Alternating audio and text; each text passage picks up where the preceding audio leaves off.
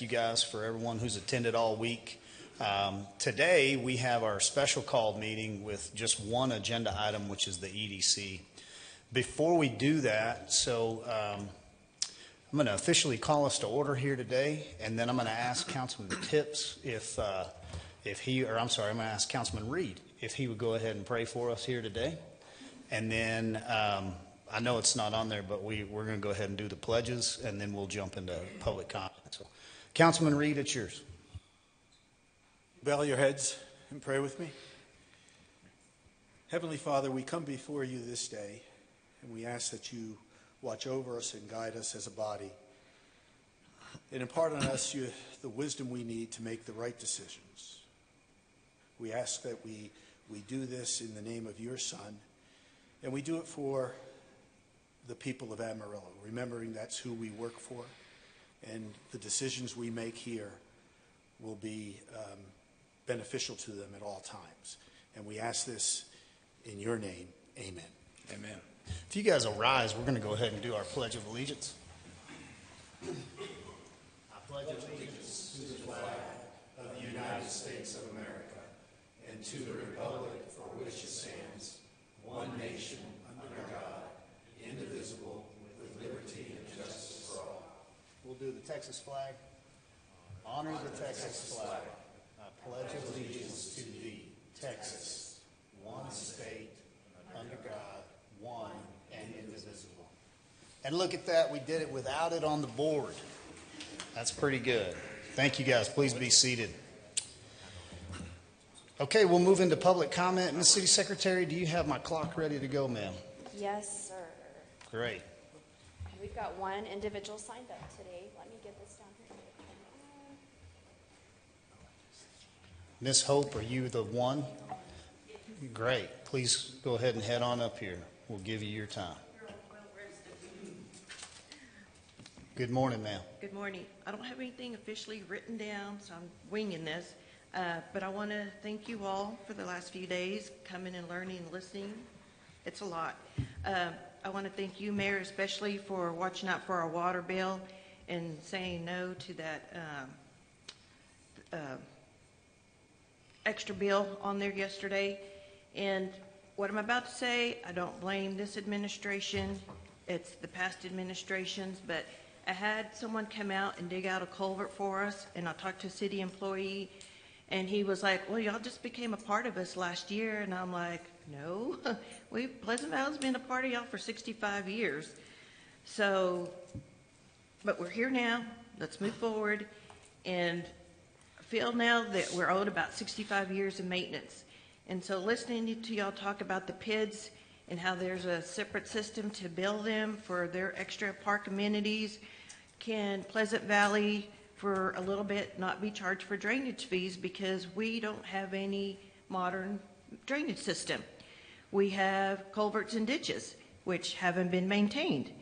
And so until I've been told the city will just maintain us, but you can maintain a refrigerator or a car for X amount of years before eventually you got to buy a new one. So hopefully in the future, Pleasant Valley will get some modernized drainage system. And so until then, I don't know what can be done about our drainage fees because, like I said, the last 65 years, our culverts and ditches haven't been maintained. But they are getting done now. But there's still very many that need to be identified, so I'm hoping the city will not expect me to drive around and find them all, that somebody else within the city system will do that. And I just want to say, bless you all. May the Holy Spirit be with you as y'all go over the budget and make well-conscious decisions for the citizens. Thank you. Thank you, Ms. Hope. No one else has signed up, Ms. City Secretary? That's correct, Mayor. Okay. Do I have anyone else here that would like to offer public comment this morning? Yes, ma'am, if you'll go ahead and come forward. Will you give us your name and for the record? Good morning. My name is Lisa Romanelli. Thank you for giving me this opportunity to address you all. This is my first time here, so I do appreciate it. I would like to start off by positioning a question to the citizens of Amarillo. As AEDC chooses new leadership, I would like to ask you, what does ROI actually mean to you? As AEDC selects new leadership, Amarillo residents deserve to ask leadership. What does it really mean? Creating jobs is no longer a sufficient answer, especially when those jobs cost more to create than the employee could possibly ever earn. The next time you think about AEDC spending tax dollars on high-priced metrics, imagine instead, what if investments produced a return that could reduce your property taxes, or financially strengthen public schools, or even fund the projects that we just heard about? What would it look like if AEDC invested your money in ways that improved Amarillo's quality of life? Partnered strategically with WT and their WT 125 plan to stop the brain drain and retain innovation and talent here in this area, and even recruit it back. How might the ROI be achieved if AEDC leadership would leverage the geographic blessing of being situated at the intersection of I-40 and I-27? Or what if AEDC leaned into Amarillo's proud military legacy and aligned with President Trump's Golden Dome defense strategy and the Fermi Energy project that is already underway? Through a lens on federal funding, national defense, and innovation infrastructure, a strategic AEDC would do all of that. Thus, new AEDC leadership and direction needs a clear, mission-driven lens. Recruit, accelerate, and support companies that deliver actual quality of life, meaning pensions, healthcare, childcare, and even pet healthcare. It is time that Amarillo rewrote its reputation for animal welfare, and we have a vet school that we can lean on and lead the way. Create a modern marketing strategy. The Big Texan and the Cadillac Ranch will not attract the next generation of leaders, innovators, or even recruit talent here.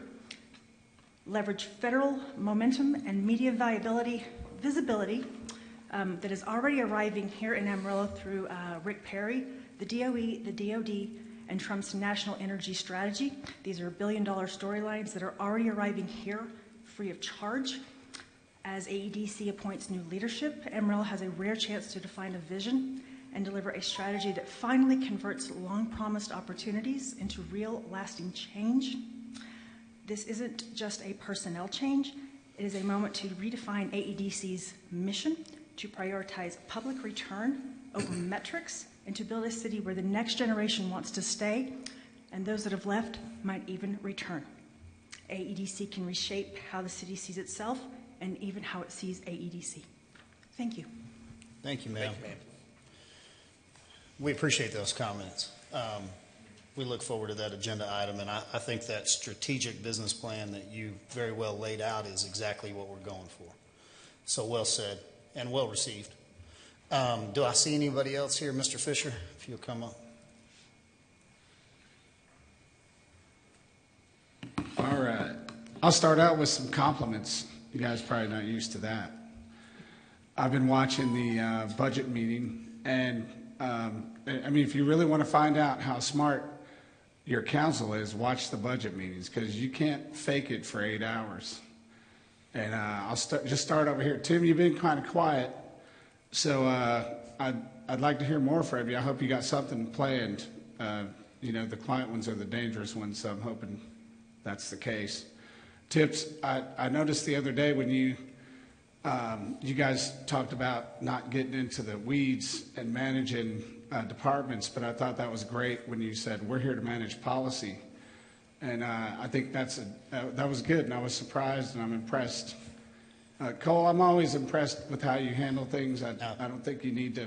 I appreciate the compliment, but I want to let you know I did stop your clock until you're done with the compliments. So, Okay. so take your time on the compliments. I don't know that we've seen this. Thank you. So, and I do want to make sure everybody in the back, you are currently rolling, and this will be on the 6 o'clock news. Please continue, Mr. Fisher. It's your time. I apologize for interrupting.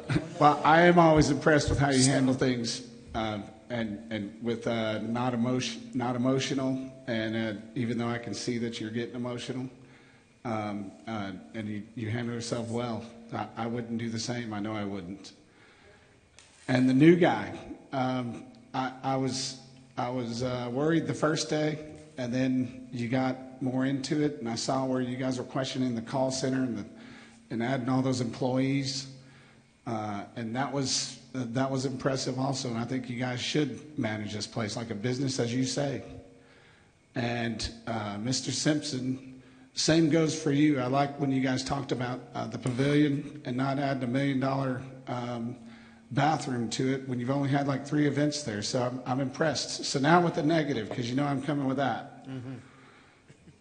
Okay, cut. Yeah. All right, here, let's clear it. All You're right, gonna Miss clear my City time. Secretary. Thank you. If you'll get started, you got your 3 minutes now. I've All got to right. reset it. If you'll not hear. Oh. Thank you, sir. Don't hit the clear button, Mayor, because that clears out our programming. I got you. So give me just a second. Oh, I reset the whole thing. Okay. Well, I'll just get going and she can start Okay, it if she go can. right ahead. For far too long, our city has been run more like a private bank ledger than a public institution, and that's not surprising when you look behind the curtain and see who really holds the power. We have the largest family-owned bank in the nation with over 15 locations in a city of 200,000, far more than any national chain. They run more than the bank, they run City Hall. I used to work at that bank, the data processing center for Amarillo National. I've seen transactions disappear for their friends, and now I'm seeing the same tactics used in our city budget. Let me explain. I gave Chat the budget. I gave ChatGPT the budget, and I gave it the audited yearly report. And I said, are they using the same tactics that the old school banks used to use before they were regulated? And the answer was a resounding yes. Each year, massive increases in capital assets show up on the books, hundreds of millions of dollars. Yet the budget shows no matching capital outlay or debt issuance to fund those purchases. Where's that money coming from? In some years, assets growth exceeds spending and borrowing by tens of millions. I believe they're moving cash reserves off the books by reclassifying them as asset value increases, making it look like the cash never existed. Water and drainage fees are used as slush funds. It gets worse. By law, fees-based revenue, like water bills and drainage fees, must be used only to operate those services. But Amarillo is using those funds as a piggy bank to balance the general fund. They show smaller reserves in water and drainage than reality. I believe that's a setup to justify raising your rates while quietly shifting the money into the general operations or inflated capital assets. Time to take our city back. This isn't fiscal management. It's spreadsheet accounting used to obscure the truth and protect insiders.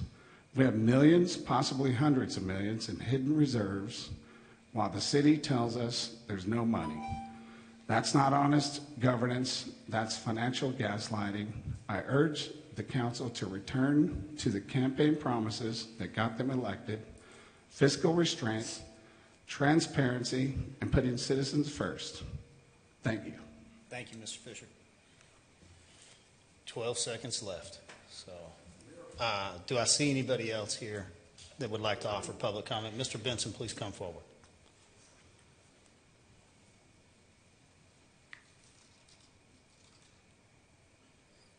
Tim Benson, Amarillo. This is the second time I've been up here. First of all, I'd like to say that this is very mind-blowing what you guys got to go through with these numbers. But what I'm here for is when the senior citizens come up in the budget, I want you guys to consider them. You guys have put $12 million plus in the homeless camp and $0 for our seniors. I would like you guys to step up and do something for our seniors. That's what I'm asking. Thanks. Thank you, Mr. Benson. Okay, anyone else who would like to offer public comment? If not, we're going to move into our EDC nomination. Okay, we'll close public comment. Thank you for everyone who chose to speak here today. Moving right along, item agenda 3A. We're going to consider an appointment. So a quick summary and recap here. We've rocked along for, probably a year, honestly. If you look at it, it's close to it. We placed temporary board members. Councilman Smith in the back, you know, just a true professional, old Navy guy, and like if there's a duty he can go out and do the work in, he's always up for it. So he stepped on board.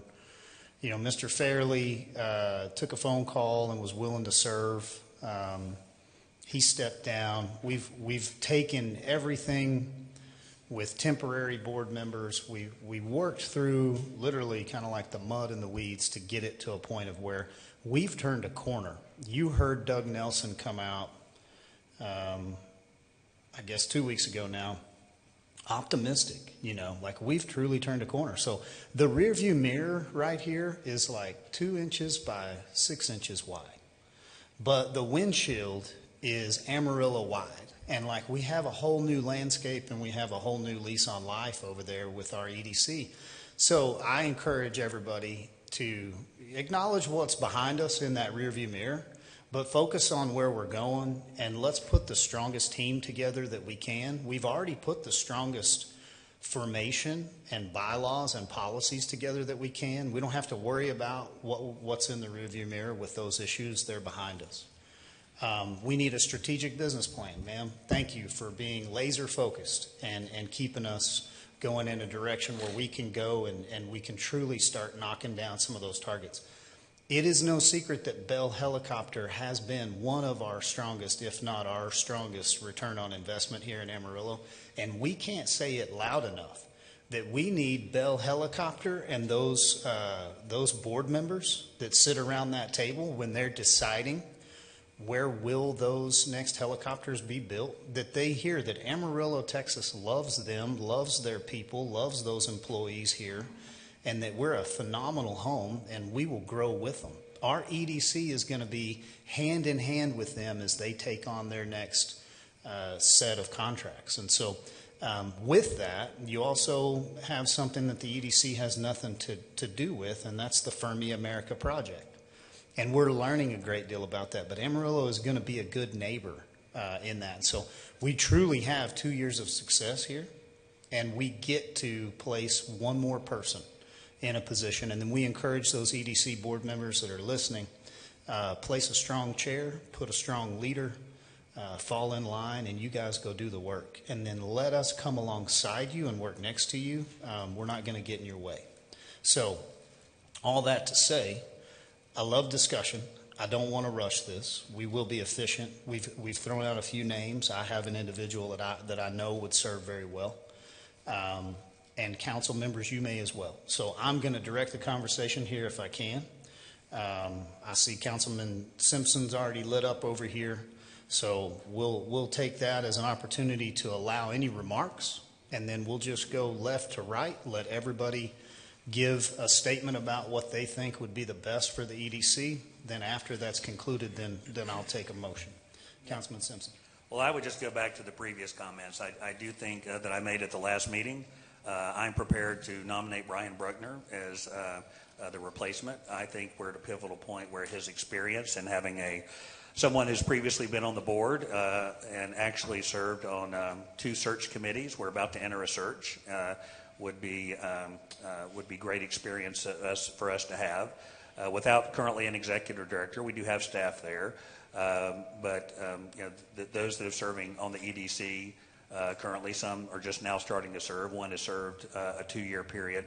Not a lot of institutional historical knowledge there, and I think having someone that has that would be an asset and would be a good place to fill this open position.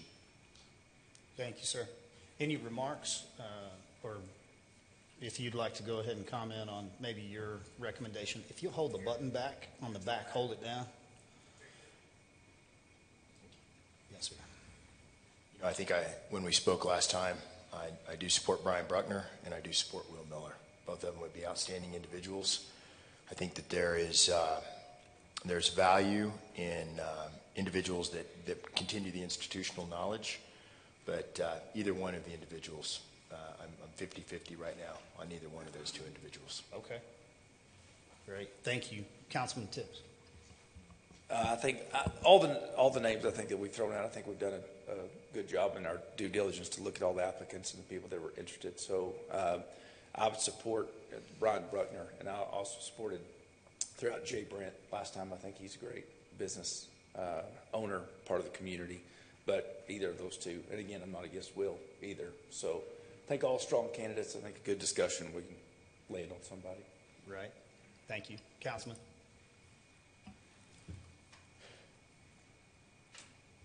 I think for the two newest on this council, this is probably one of the tougher things to do, to come in new and have to figure out who to appoint. I appreciate Doug taking us around the city to see the properties that AEDC is involved in and the things that they've brought into the city, and where that puts us as we look into the future. So I think that's an important thing. As I viewed all of those things and took those in as to what we're looking for, I can agree with you, Les, that having some institutional knowledge would be important. But we're also moving forward, and having some new, fresh eyes on things may be a better direction to go. And so, I've got two names that I know. They've served this community in different capacities, very active, from two different walks of life. One would be, and the name has surfaced here already, is Will Miller.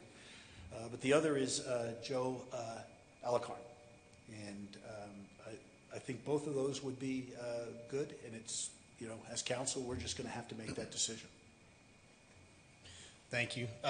So I've visited with Joe Alarcon. I agree. He is a hard worker. He serves in a nonprofit capacity as a director. He's got a building resume behind him. And being a builder, I know that what you do for a living is not like construction. What you do for a living is problem solving. And so I think he brings that.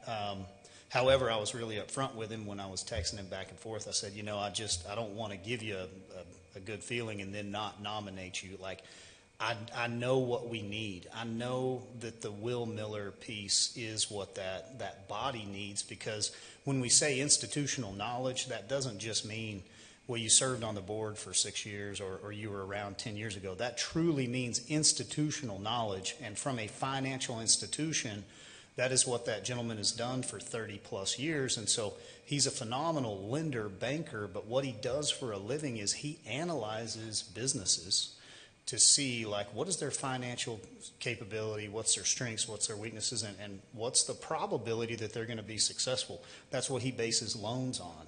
He's the most conservative person that I've done business with, and to this day I have no idea why he loans me money, but I appreciate it, and I'm just being upfront and honest. Like, the relationship that I have with him personally and through his institution has always been like 100% by the book, and just a guy that is in the black and white. So he is that mindset. So I would try to sway you guys a little bit to, I think he is a really good fit, and he is fresh eyes, and he's new, and he's coming in, and he comes in with nothing on him. Like, there's no connections, there's no issues, and so I think I've made some other nominations in the past that I definitely can see where it causes some of those political rifts, and this just doesn't. And so he's a fantastic Switzerland in the world of politics. So I would echo that sentiment for Mr. Miller, but I would say that Joe Alarcon's strong, and Mr. Bruckner, has his name on one of the best companies that Amarillo has seen and grown out of Amarillo, and is across multi-states. And so I don't think that I would in any way push back against like either of those two individuals. Both are going to be strong and advantageous. I just feel like what the team needs is it needs that banker mentality. Scott Bentley was there for a good long while, and he kind of facilitated a lot of that. I know Doug Nelson relies heavily on having somebody with kind of that financial institution background on the board. So that's why I would advocate for Mr. Miller. And then any other comments, or we can move forward with the nomination? I would add to this, and I would, we do have fresh eyes on the AEDC. We have 3 people who were just recently appointed. I think we do have fresh eyes. I would encourage you, as you're kind of going through this budget, you realize what a big undertaking this is, and we have a mix of people who are providing fresh eyes to this budget, as well as a mix of people that have experience on it. What I would encourage you to do is consider putting someone that can provide that experience. I have no problems with Will Miller. We'll have another appointment in coming up shortly, but I do think we're at a pivotal point that we do have we have 3 fresh eyes. We have one that's fairly fresh. I think just like it behooves us as a council to have a mix of people, some that are providing fresh perspectives, others that are providing some historical perspective and knowledge and background, is exactly what we need. Nothing against Mr. Miller at this point. I think I agree with your points of being valuable. But I do think as we're transitioning through this, someone that's had experience on searching for an executive director, which will be the most important thing this new board does. Without doubt, nothing, everything else is a far second. Someone that has been through this not only once, but only twice can provide that experience, knowledge, being able to guide that, knowing the process to be able to use that's worked in the past, I think is crucial. So I would, I'm going to support, and I'm willing and prepared to nominate Mr. Bruckner to serve on the ADC and fill the opening that we currently have. Okay. Before the nomination, if you had a comment. I just wanted to echo Joe, and is it Alicorn? How do you, Alicorn, yes. very, very strong, would be a good individual, but at this point, I think it's, Okay. I would like to see, we have one coming up in December, right? We do. We've got, I don't know which one it is, but whoever we've placed in that position, there is somebody that's fulfilling an end of term, and so it'll come back up for reappointment for that individual, or I think we'll have 2 vacancies in December. 2 terms expiring in That's December. right. Yeah. So yes, one will be this position. It's important to look at it both on the short term of they will come up for renomination or nomination, and then long term, we are trying to build a team that understands we're going to put the best team together we can. We're going to let you go out and find your leader, whoever that is, and then we're going to support you, and the community's going to support you. And you're walking into one of the best seasons that Amarillo's seen in some time. At the ADC? Yes. Okay. There's a difference of opinion, I on understand that. right? I believe what Mr. Simpson said on institutional knowledge. Okay. And I would support Bruckner. Okay. Do we have any other comments, or are we ready to make a motion? Okay. All right. Well, I would move that we would nominate Will Miller to the AEDC board.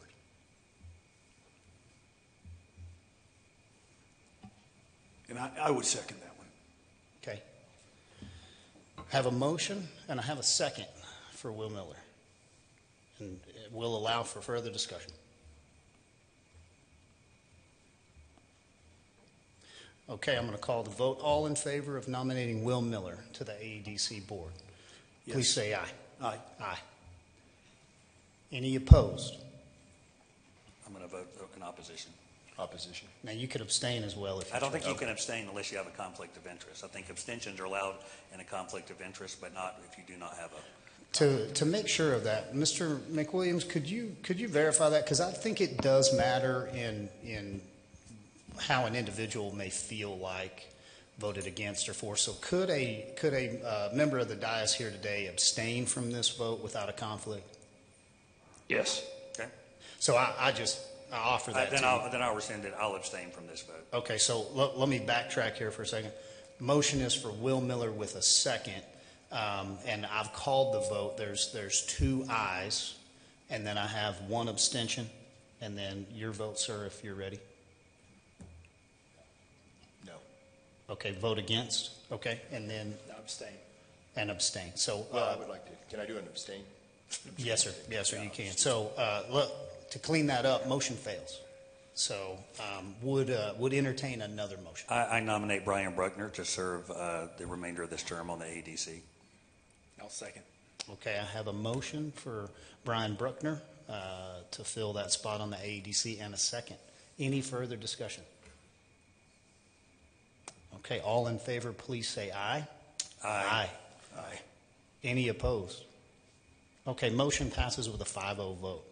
Mr. Bruckner will be our new teammate over there, and we welcome him to that team and appreciate it. Thank you, council, for working through that, I think, in a very professional way. All right, that concludes all of our business here today for this agenda item. I'm going to move to adjourn us here. Any opposed to that? We're adjourned. And I'm going to take us right into our working budget shop. And it looks like Mr. City Manager needs 5 minutes. Great. Okay. You know what? We're going to take a short recess. We'll come back out here and we'll move right along to the rest.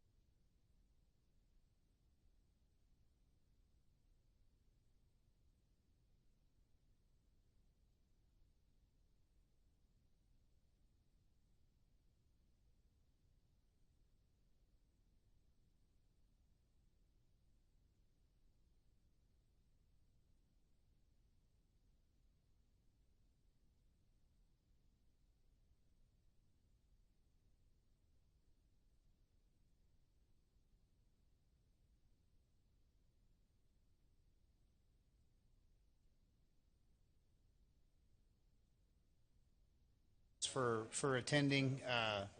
Always appreciate the press as well for coming in and hanging out all day. We're fixing to jump into a good working meeting, so we're in day 3 and officially calling ourselves to order here. So we have come a long way in a short period of time, and I have a schedule. So let me get to our schedule just so everybody can hear. If you're tuning in, I kind of want you to have the agenda for today. We've had this, and we hadn't.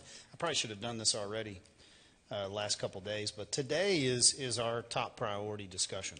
So we're going to move in this morning, and Mrs. Storrs, you correct me if you want to do anything out of order, but just so everybody can hear if they're watching online and kind of in and out, we'll do police, city marshal, fire, and those are the ones that we'll hit first.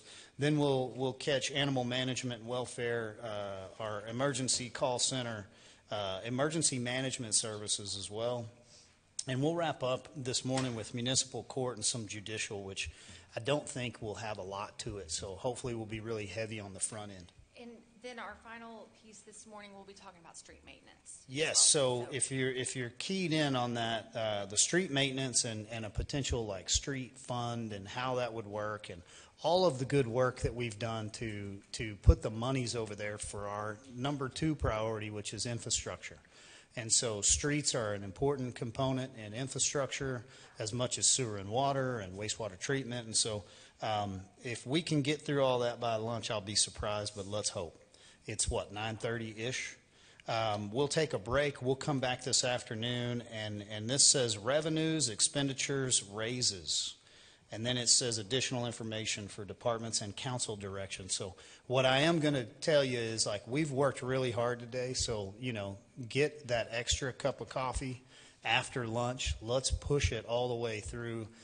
We would do everybody a disservice if council gets all the way through this and we don't give staff a good, clear direction for what we want. They haven't had as much direction. They've really ran this budget based on, here's what we see, here's what we think, these are recommendations. It's our turn to say, we love this, great job, we don't know about this, go get more, or that doesn't match up with our direction, our vision. And so that's your role here as an elected representative. You got 210,000 people counting on you, and that may be around 5:30 today. So we'll wrap up hopefully by then. And so, Mrs. Storrs, if we could just hand the reins over to you, I would love to let you drive here for most of the morning. Okay, thank you, Mayor. So if we will turn to page 99 in our budget books, that we are going to start going through the police department. So I think some of the big changes that we have in is for police, we've got a new position in for a liaison officer, and that is to support Canyon ISD, and there is a match, so they pay for the majority of the portion of that resource officer, that liaison officer. So we do have one additional position in related to that, and you can see that a little bit clearer. Hang on, if I can get to the end of their report. On page 114, you will see us listing that one new police officer position to support Canyon Independent School District. And then you'll see there's also one additional position listed in there for their professional staff, the civilian side of our police department, and we'll cover that in just a second, but they have a new civilian investigator that they're proposing to put in there. And as a reminder, and for those of you that are newer on council, our police department's done a really good job over the past several years of trying to determine if there is work that some of our sworn personnel are doing that maybe could be shifted to a civilian position. And so they have continued to grow their civilian side, so their professional staff, and as case loads kind of grow, but also as they find abilities to shift work off of some of those sworn personnel and put them on civilian positions. And so I think this one is helping with the amount of caseloads that they have, but also continuing to trend in that same direction. Hey, Laura, real quick, yes. what'd you say CISD's matching on that position? What is it? I believe it's 75%. They're paying 75, Yes, sir. 75% of that 90. Yes, They basically pay for the school year and we pay for the summer. yes. Okay. But if they use them during the summer, they end up paying a share of it too. Okay, thank you. And they also help with vehicle costs associated with it as well. Yes. So another change that we have added into the police budget is, if you'll look over on page 101, on page 101, about a third of the way down, you'll see an account 41620, unscheduled overtime. This is an account that has had a lot of fluctuation over the past several years. A lot of pressure's been put on this overtime account as we've had vacant positions. There are minimum staffing requirements for our police staff, and if there's vacant positions, there's more overtime being worked. So what we have done in this proposed budget is we've added an additional $700,000 into that overtime account. You can see that gets it up to a level that's a little closer to where it was in 21-22 and 22-23. Our 23-24 actuals were higher, but we're continuing to work on that and address that. And as you're aware, with the pay increases that went into place in the current year, there's been more interest in testing and going through the academy. And so I know there's a lot of hope that those numbers are going to continue to improve over the next few years. So our hope is that overtime dollars will start coming down. So it's a reminder, the way we budget is we show every position filled for the entire year. So it may appear that we are under reporting on, or we're under budgeting on our overtime. However, we don't want to show every position filled for the entire year. When we know there's vacancies already there will continue to be vacancies. It will take us probably a couple more years, hopefully sooner than later, to fill up all those vacancies. And then we're really hoping to get a better gauge on where that overtime account should be.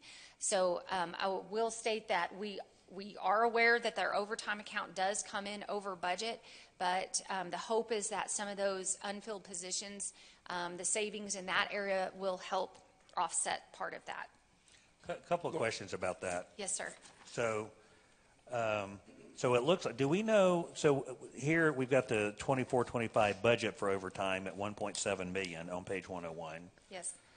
Where are we on that? Are we at that? Are we above that? And then I see that we're now forecasting 2.4 million for the next year. If you'll give us a second, let us pull that number and we'll get you that number for where we're at for the current year. And then, but even at the 2.4, the 1.7, I mean, it looks like in 23-24, I mean, we had 4.2 million in overtime. So that's why I want to kind of see where we are on this, because it looks like we have made some progress. Andrew Freeman gave me some recent numbers on vacancies, and when you combine the police force with the academy, it seems like we're making ground on that. But it just looks like we did make some progress on overtime. And one thing I want to note as we're pulling that number for you, if you'll go back over to page 100. On page 100, if you look at the line for personnel services, which is the 41000 line item, that's your total for all of your salaries, benefits, including overtime. And you can see that the trend has been a little bit lower, and we're continuing to build those resources up. They haven't added a significant number of positions. However, we did have large pay increases that went into this current year, but they have historically been underspending the salaries and benefits, excluding the overtime. So they're kind of working to help offset each other a little bit. But again, to your point, I think we're starting to see it maybe change a little bit, where the positions are getting more filled up, and we're hoping that that overtime is going to come back down a little bit. Police is one of those departments that, given it has minimum staffing requirements, there's a direct correlation between vacancies and overtime. And so typically when vacancies decrease, overtime decreases. When vacancies increase, overtime increases. And so So it's a strategy of, we could unfund certain positions on there, but then in order to increase the overtime, or you can fund the vacant positions and not put the same number of overtime, but then the two offset each other. That's the intended goal. Now, obviously, in reality, at the end of the year, it's going to end up shaking out the way it's going to shake out. But this is a budgeting strategy that's pretty standard. That in order, when you address these type of shift type positions, you put it in salary, knowing that a vacant position helps fund the overtime that you didn't budget for. Yeah. So. I mean, generally, if you've got whatever you're spending in overtime, generally you're going to net savings. It should equal out, in the end. Although, across the board, and maybe this is not so much in emergency services because we have to have these people out there, but overtime across the board is a manageable expense. Now, it may not be as manageable in public safety because we have that out there, and if not managed, it can explode. That's not the case here because we've got to have these people out on the streets, but across the board in the other departments, just making sure. If you're watching overtime, you could save quite a bit. If you're not watching it, you could spend quite a bit. And we just pulled the number through the most recent payroll. We're at a little under $2.5 million up to this point in time for the current year. So we're definitely seeing that number. It's trending lower than it was last year, and I think that's also in correlation to, I think they're starting to get some positions filled, and they're doing a good job of managing that overtime. So it does appear to be coming in a little bit lower than what we saw in this past fiscal year. The goal with that is, given our budget's looking fairly good this year, and then in combination with the recent great academy class we just had, and so the hope is that next year, given we're filling vacant positions, these budget figures are going to be more in line with what we should end up seeing. So that would trend out to maybe about $3.25 million, $3.5 million for this year. Yes, potentially. And again, that's just kind of doing straight math. Yeah. But yeah. I don't know that we would need to project it to that, though. You're basically looking at 6 weeks. So if that's a current number, you're only 6 more weeks of some potential overtime, right? Yeah. It's probably closer to 8 because our payrolls, we pay about 2 weeks in arrears. Okay. So you could be looking at $3 million, which is down from $4.2 million. Yes, which is exactly. So they've made some really good, significant progress on that. So, and hopefully that will continue to improve as we walk forward as those positions are filling up. Okay. Go ahead, Councilman. Where are we on staffing? I think last year we were 34 down, but we keep talking about staffing and overtime, but what are the numbers? So we are still about, I guess we're up to 11 vacancies now, if you include all the academies. So we just graduated 9. They still got 4 months of FTO training in the field. And then the academy with the new class, the email I sent Councilmember Simpson, we had 28. We're down to 24 now. So we've lost a few more. They'll graduate in January 2026, but then they still have 4 months of field training if they graduate in January. So we're, including the latest academy and what we just graduated, we're sitting a little over 10 vacancies, 11 to 12 vacancies. But in reality, throughout the year, I know that's Ebbs where and we flows. are, current time. But throughout the year, if we're looking at $4 million in overtime, what were we at the beginning of the year? 34? Is that right? Yes, we were in the 30 range of vacancies. In the 30 range. So the new ones came on, but again, there's academy. They're learning, so we can't use them in the field. So we're still having minimum staffing requirements and overtime. So we're not seeing the changes yet. No, it'll be about 2 to 3 academies before we actually are fairly caught up. Okay, but with this last academy, we're about 11 short right now. Yes. But in actuality, it's more than that because. Yes. Okay. Thank you. Yeah, that's why we wouldn't recommend cutting this overtime line right now, because this next year, even though we've got all these vacancies filled, quote unquote, they're not ready to serve on the streets just yet. So this future fiscal year is still a bridge year, getting us to where we'll be getting better overtime budgets in the future. And I definitely agree with City Manager on kind of the bridge year. You can see the trend. I saw, Toby Hudson, our APOA president, put out the stats. We're back in, probably 1920. We really kind of started falling. We bottomed out, I think, in 21-ish, 22. And then you've seen those statistics rise all the way back up to where this trend puts us fully staffed next year for the first time in 15 years. And correct it. If it's only 14, okay, I'll take that one, right? But like in over a decade, and the morale and everything over there, you can't put it all on new lockers, but hey, nice lockers help, right? And the locker room and everything that previous council did. So here's something that you got to look at though. If you look at the budget from 24-25, current budget's $49.2 million for this department.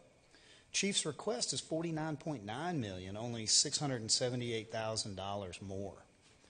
And I'm prepared to pull for more than that. The difference in that shows those efficiencies that are in part due to good business practice. Mr. City Manager, I see you light up. Am I misreading something? You're looking there? at the personnel line. Yeah, that's go one line up to see the overall expenditure. Not looking at his overall budget, just looking at his personnel budget. So those show efficiencies within themselves because you've built a 5% raise into that. Is that correct, Mr. City Manager? So including a 5% raise, you're only $678,000 more. See, those numbers don't add up. That shows efficiencies on the chief and on the department side. Am I seeing that correctly? I'm sorry, ask that one more time. Well, you've got a 5% raise built in for police. Yes, that is included in a different department on this budget presentation. Yes, so that's Yes. all included in our general fund transfers. That was that PFP line we had, right? Yes, and So as you recall, on your first day, part of our budgeting strategy here is given the police, fire, civilian, TMRS is still up for council discussion. That was all. That $12 million was put into a line so that we can easily adjust it, and then when the council makes your decisions, it will then filter in the budgets here. So this line is actually much greater. So we don't have that right here. It's not. No. It's not only $678,000. No, it's much more than The that. 5% Okay. alone is 2.2 million. Yeah, and my goal would be like $3 million. Getting up to maybe to where more in line with like what we did previous year and really pushing that priority all the way across the goal line. Not saying that 5% is anything that would be, less than acceptable. So I think if we walk away with that, like it's acceptable, but I just don't think it's our best in this size of a budget with the goal in mind of getting what we really want done. And seeing this trend for the first time to be fully staffed is huge. And then, to see the leadership over there with the morale and the growth and the public safety numbers coming in better. The overall feel in Amarillo, I think, and just a lot of the feedback, crime is something that never goes away, but you have a feeling of safety that matters. So you're saying you have one line item that's on that one of those front pages in the summary, and you'll plug that in here. So if you plug that number in, he goes from 49.9 to 51. yes, and one other thing of note, and I have to take this opportunity to brag on our Police Officer Association as well. A couple years ago, we had a team effort to work with the state legislator along with the State Police Association CLEAT and with House Representative for Price to take some legislation to change for us to have the ability to look at putting a COLA back in for our retirees. This was a huge initiative with our police association along with city management, and we were able to get that across the board for a 3-year window, and we are in the last 4 months of us having the ability to address any kind of a COLA for our retirees. And what's also included in your budget, which we talked about on the first day, is currently we're at a 50% of COLA for our retirees, and this budget has an additional $2.1 million in it to increase that to a 70% of COLA. And really want to say thank you to Toby and to Norm because they played a huge role in helping get that across the finish line for us to even have the ability to consider it. That a dollar amount will spread out to the police department as well. The full 2.1 isn't just the police department, it's the whole general fund. But part of that will come over into their budget as well. And that was, I know, a really big win, I think, for all of us. So we have that highest amount added in on this last 4 months that we can even look at that. Councilman Simpson, did you have anything?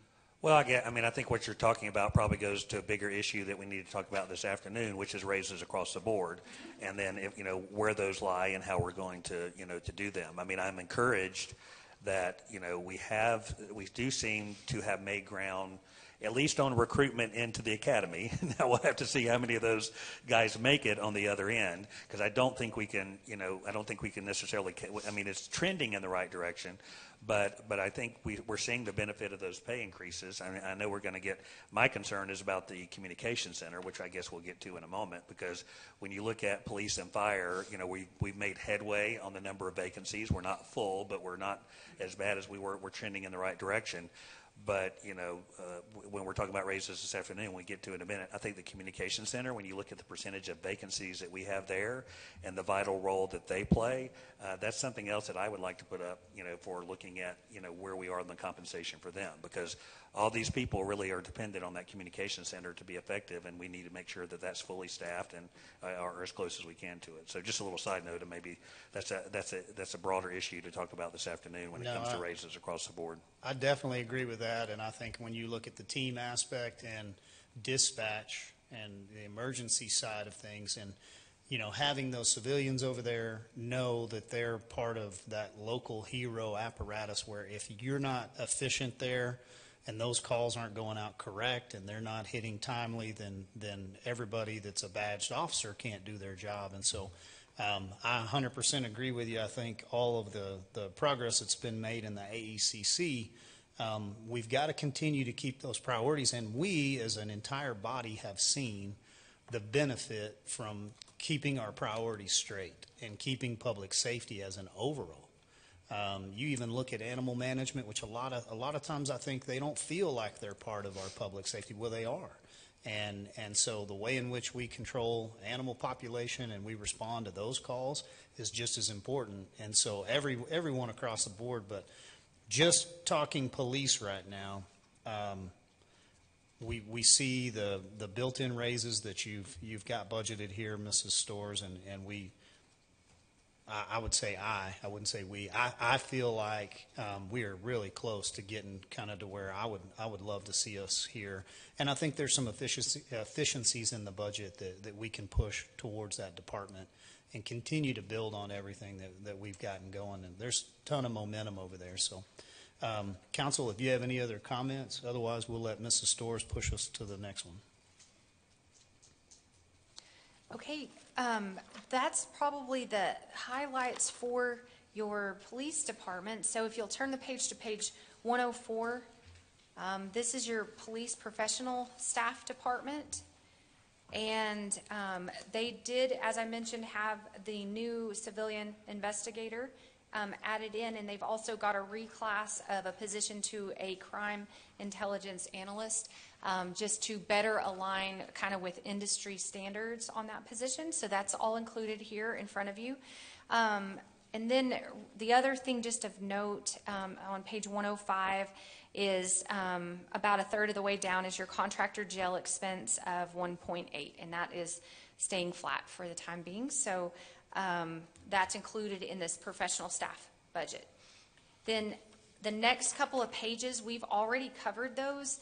That is just related to those grants that we talked about yesterday, their JAG grant, their Safe and Sober Tech Stock grant. So they just have some miscellaneous grants that in certain cases the city is paying for, like the fringe benefits, and the grant is covering salaries and or overtime costs. And then you can see on page 113 is your police staffing. You've got your sworn up at the top, and then you've got your professional staff at the bottom.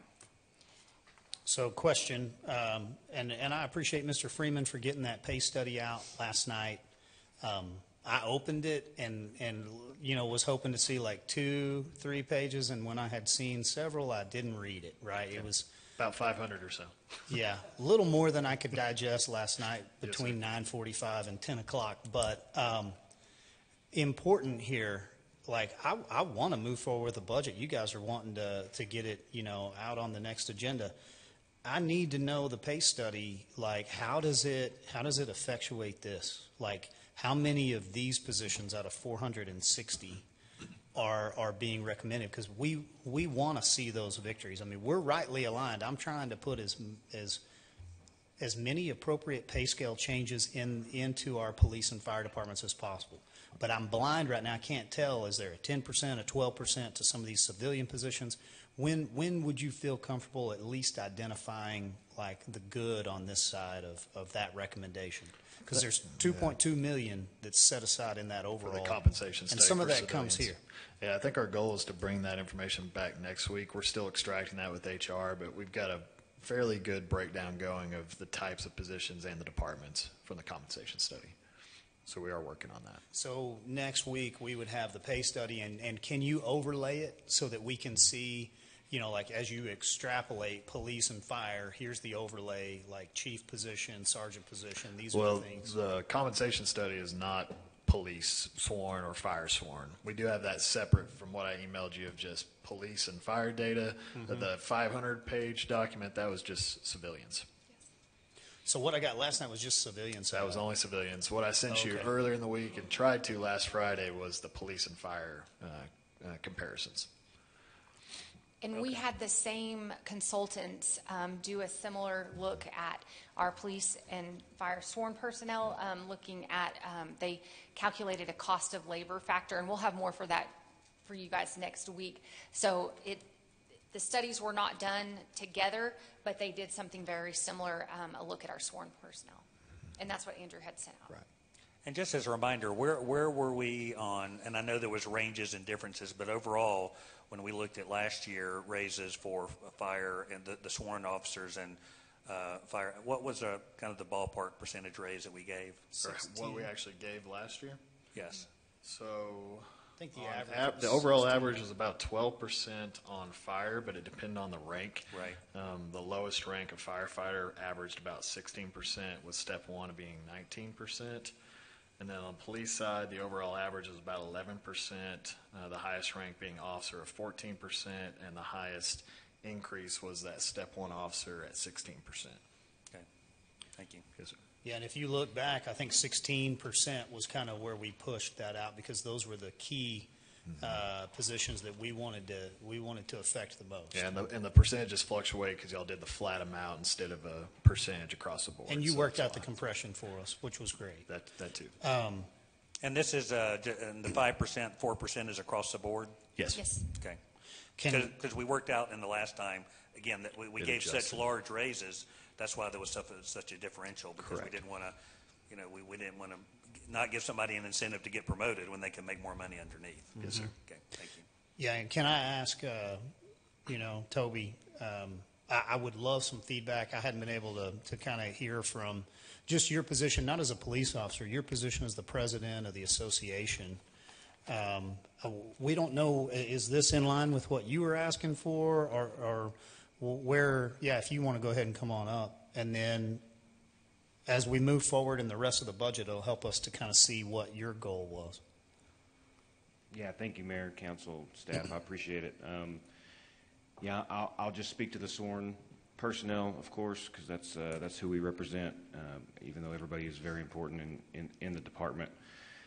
Yeah, last year's meet and confer was some huge strides, as Mr. Freeman referred to. It caught us up a whole lot closer to where we needed to be. I won't cover up what the chief's probably going to cover later, but you know, the crime rate was about 11.5% down last year to the previous year, and that's while we were incredibly short-staffed. So that credits a lot of people over the police department, sworn and professional in what they do over there. But as far as the staffing numbers, we were at we're authorized 380 sworn positions. I think when I emailed you guys and staff last month, we were at 370. We're at 365 by my count. We've lost 5 since then, 1 retirement and 4 recruits out of that academy. So we hired 31 in this most recent academy, which is huge, a huge stride from the 10 or 11 we were hiring in the previous 5 academies, graduating 6 to 8, somewhere in that realm. We're down to 24.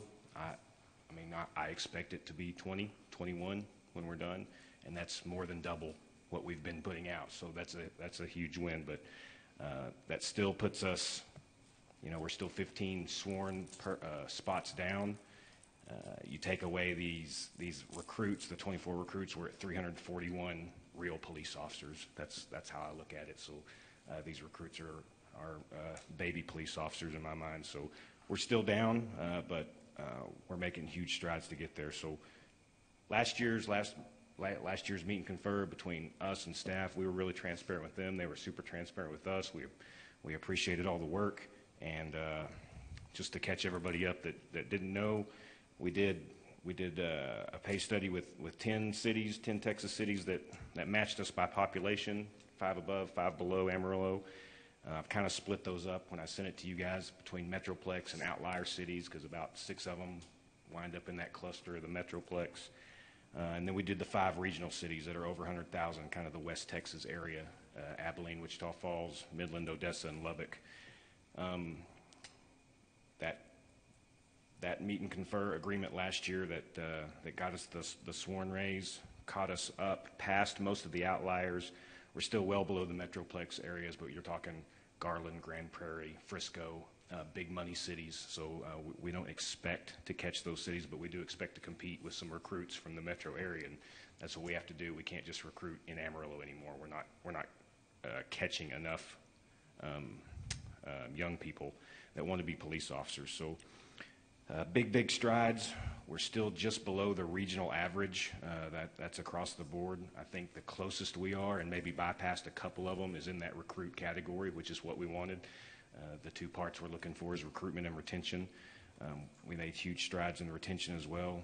A whole lot fewer people are leaving or choosing to stay instead of either retire or quit and go somewhere else. So that's big, but I just caution us, we're not there yet.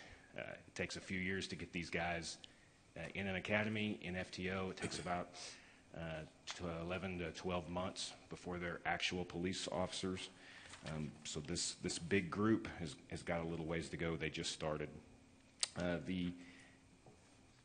The numbers are just getting out, so every city is doing the same thing you guys are doing. They're all in budget process right now.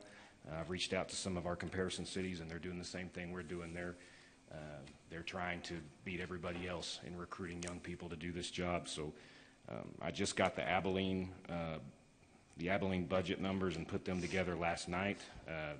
Abilene is kind of has a unique contract in where they average everybody's comparison cities, their comparison cities, and they go 4% above that. That's kind of their standard model. So I have their pay numbers for this year, for the upcoming, 2025, 2026. So in line with that, we proposed and requested an 8%. That was our best guess to keep up with that regional, kind of that middle ground, to try and keep up with those departments. Staff is budgeted for 5%, which of course we appreciate. I think 8% gets us closer, but what I'm looking at as far as Abilene is, according to the city, we have, and I had a little trouble too, so bear with me. Reading the cost of labor versus the cost of living, which seems to be a more accurate representation based on the city study. We're still, they did 17 comparison cities. We were below average in 14 of those 17.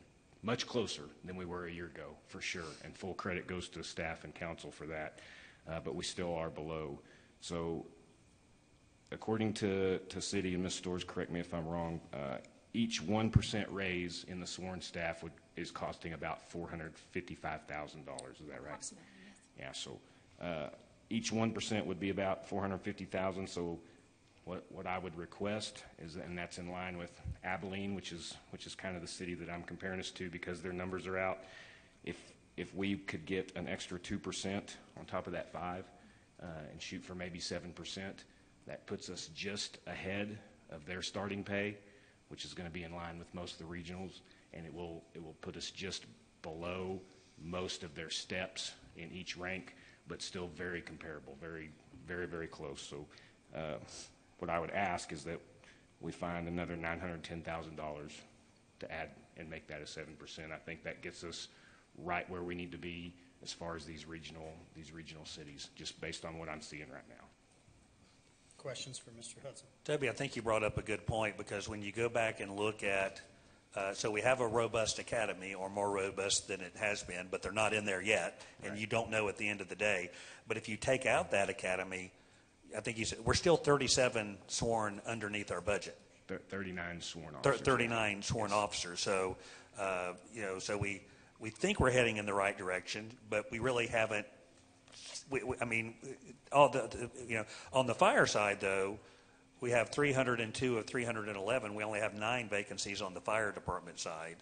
So and we've got an academy that could fill those, but it seems like we're still, we think we're heading in the right direction, but we don't have enough evidence to say, okay, we've done enough, or it's definitely working. We just don't know at this point. Yeah, and we absolutely are headed in the right direction. It just takes so much time to get these guys plugged in, and actually we start getting a return on our investment as to what they can go out and do in the public. So, yeah, it's a solid year before we get them out there, and that's when we get the finished product out, which is a percentage of what we start with. Right.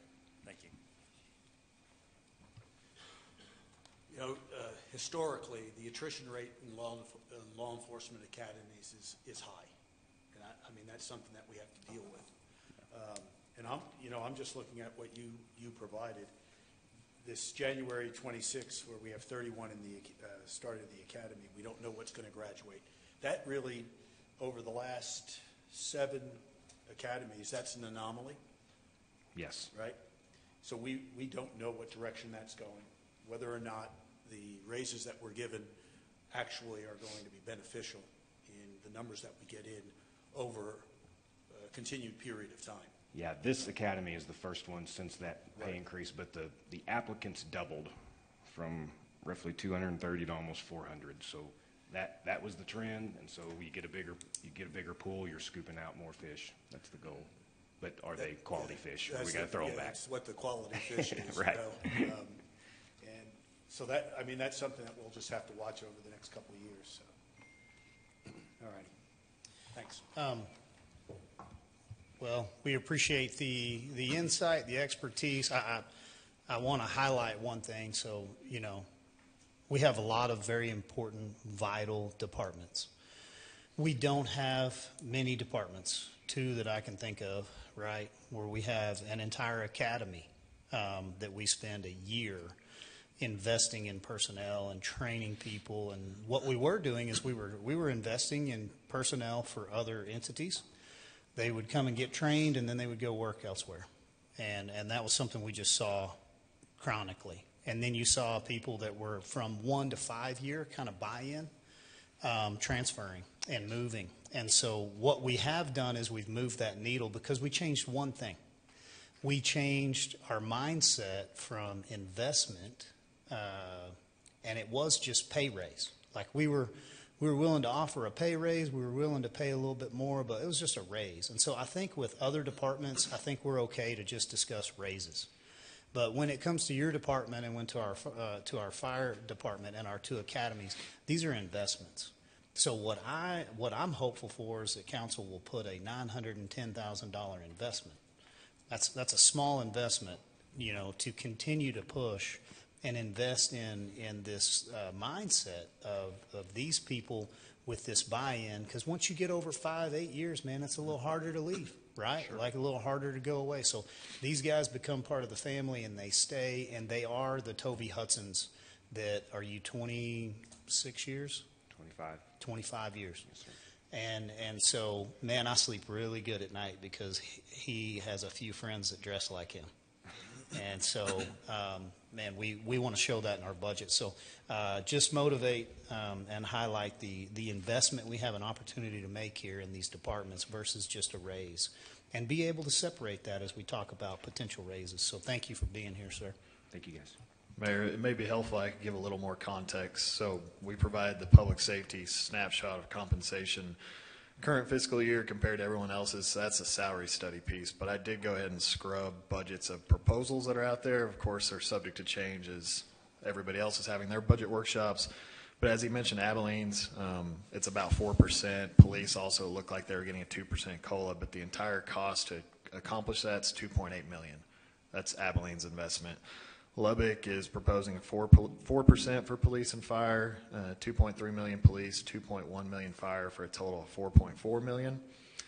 Ours, of course, is currently built around 3.8 million with the 4 and 5% proposed. Denton has chosen to pause their meet and confer agreement to match non-civil service. No one's getting COLA or merit increases. Frisco is looking at a 3% step increase and a lump sum pay option of 5% if they meet certain benchmarks. Garland is looking at a one-time 2.5% lump sum payment for all employees. Grand Prairie does not have a cost of living increase in their budget, but are looking at a lump sum payment. Killeen is a 4% COLA included in theirs. Laredo is 1.5% for fire. Current negotiations with police, and McAllen is looking at 3% for police, and it does not appear that fire is getting an increase. So just some comparisons of what current budget discussions are in those cities. Well, I would say, and I agree, I think raises are an investment, not only for police, but all the city employees. So I think that, and that's a good thing that we're trying to look at, being able to do that. Again, the one other factor that I just look at, when I just look at the numbers, to me, the vacancies are kind of the driving force in all of this area. And right now, we still seem to have the same number of vacancies we did a year ago. I mean, like you said, that's going to take a while to do. But I go back, now fire department seems to have been making some ground. We're 9 short there, and then AEDC staffing is about 25% short. So again, I just go back to me. It's like, okay, the investment seems to be paying off, but if we're looking at reallocating more investment, where do our problems? Where are they still existing? 2 questions. Where in the budget is the academy cost? So we don't have that split out anywhere in the budget. It's just built in to your overall police department budget. So it'd be in salaries and benefits, and then any kind of, any kind of materials that they need or anything would just be in their normal operating accounts. So so we don't have it broken out into No. We have certain staff completely dedicated to it. Others chip in throughout the process, and then of course we're paying the recruits that entire 8 months. So what do we think what is the cost of an academy from start to finish? Do we have a just super ballpark?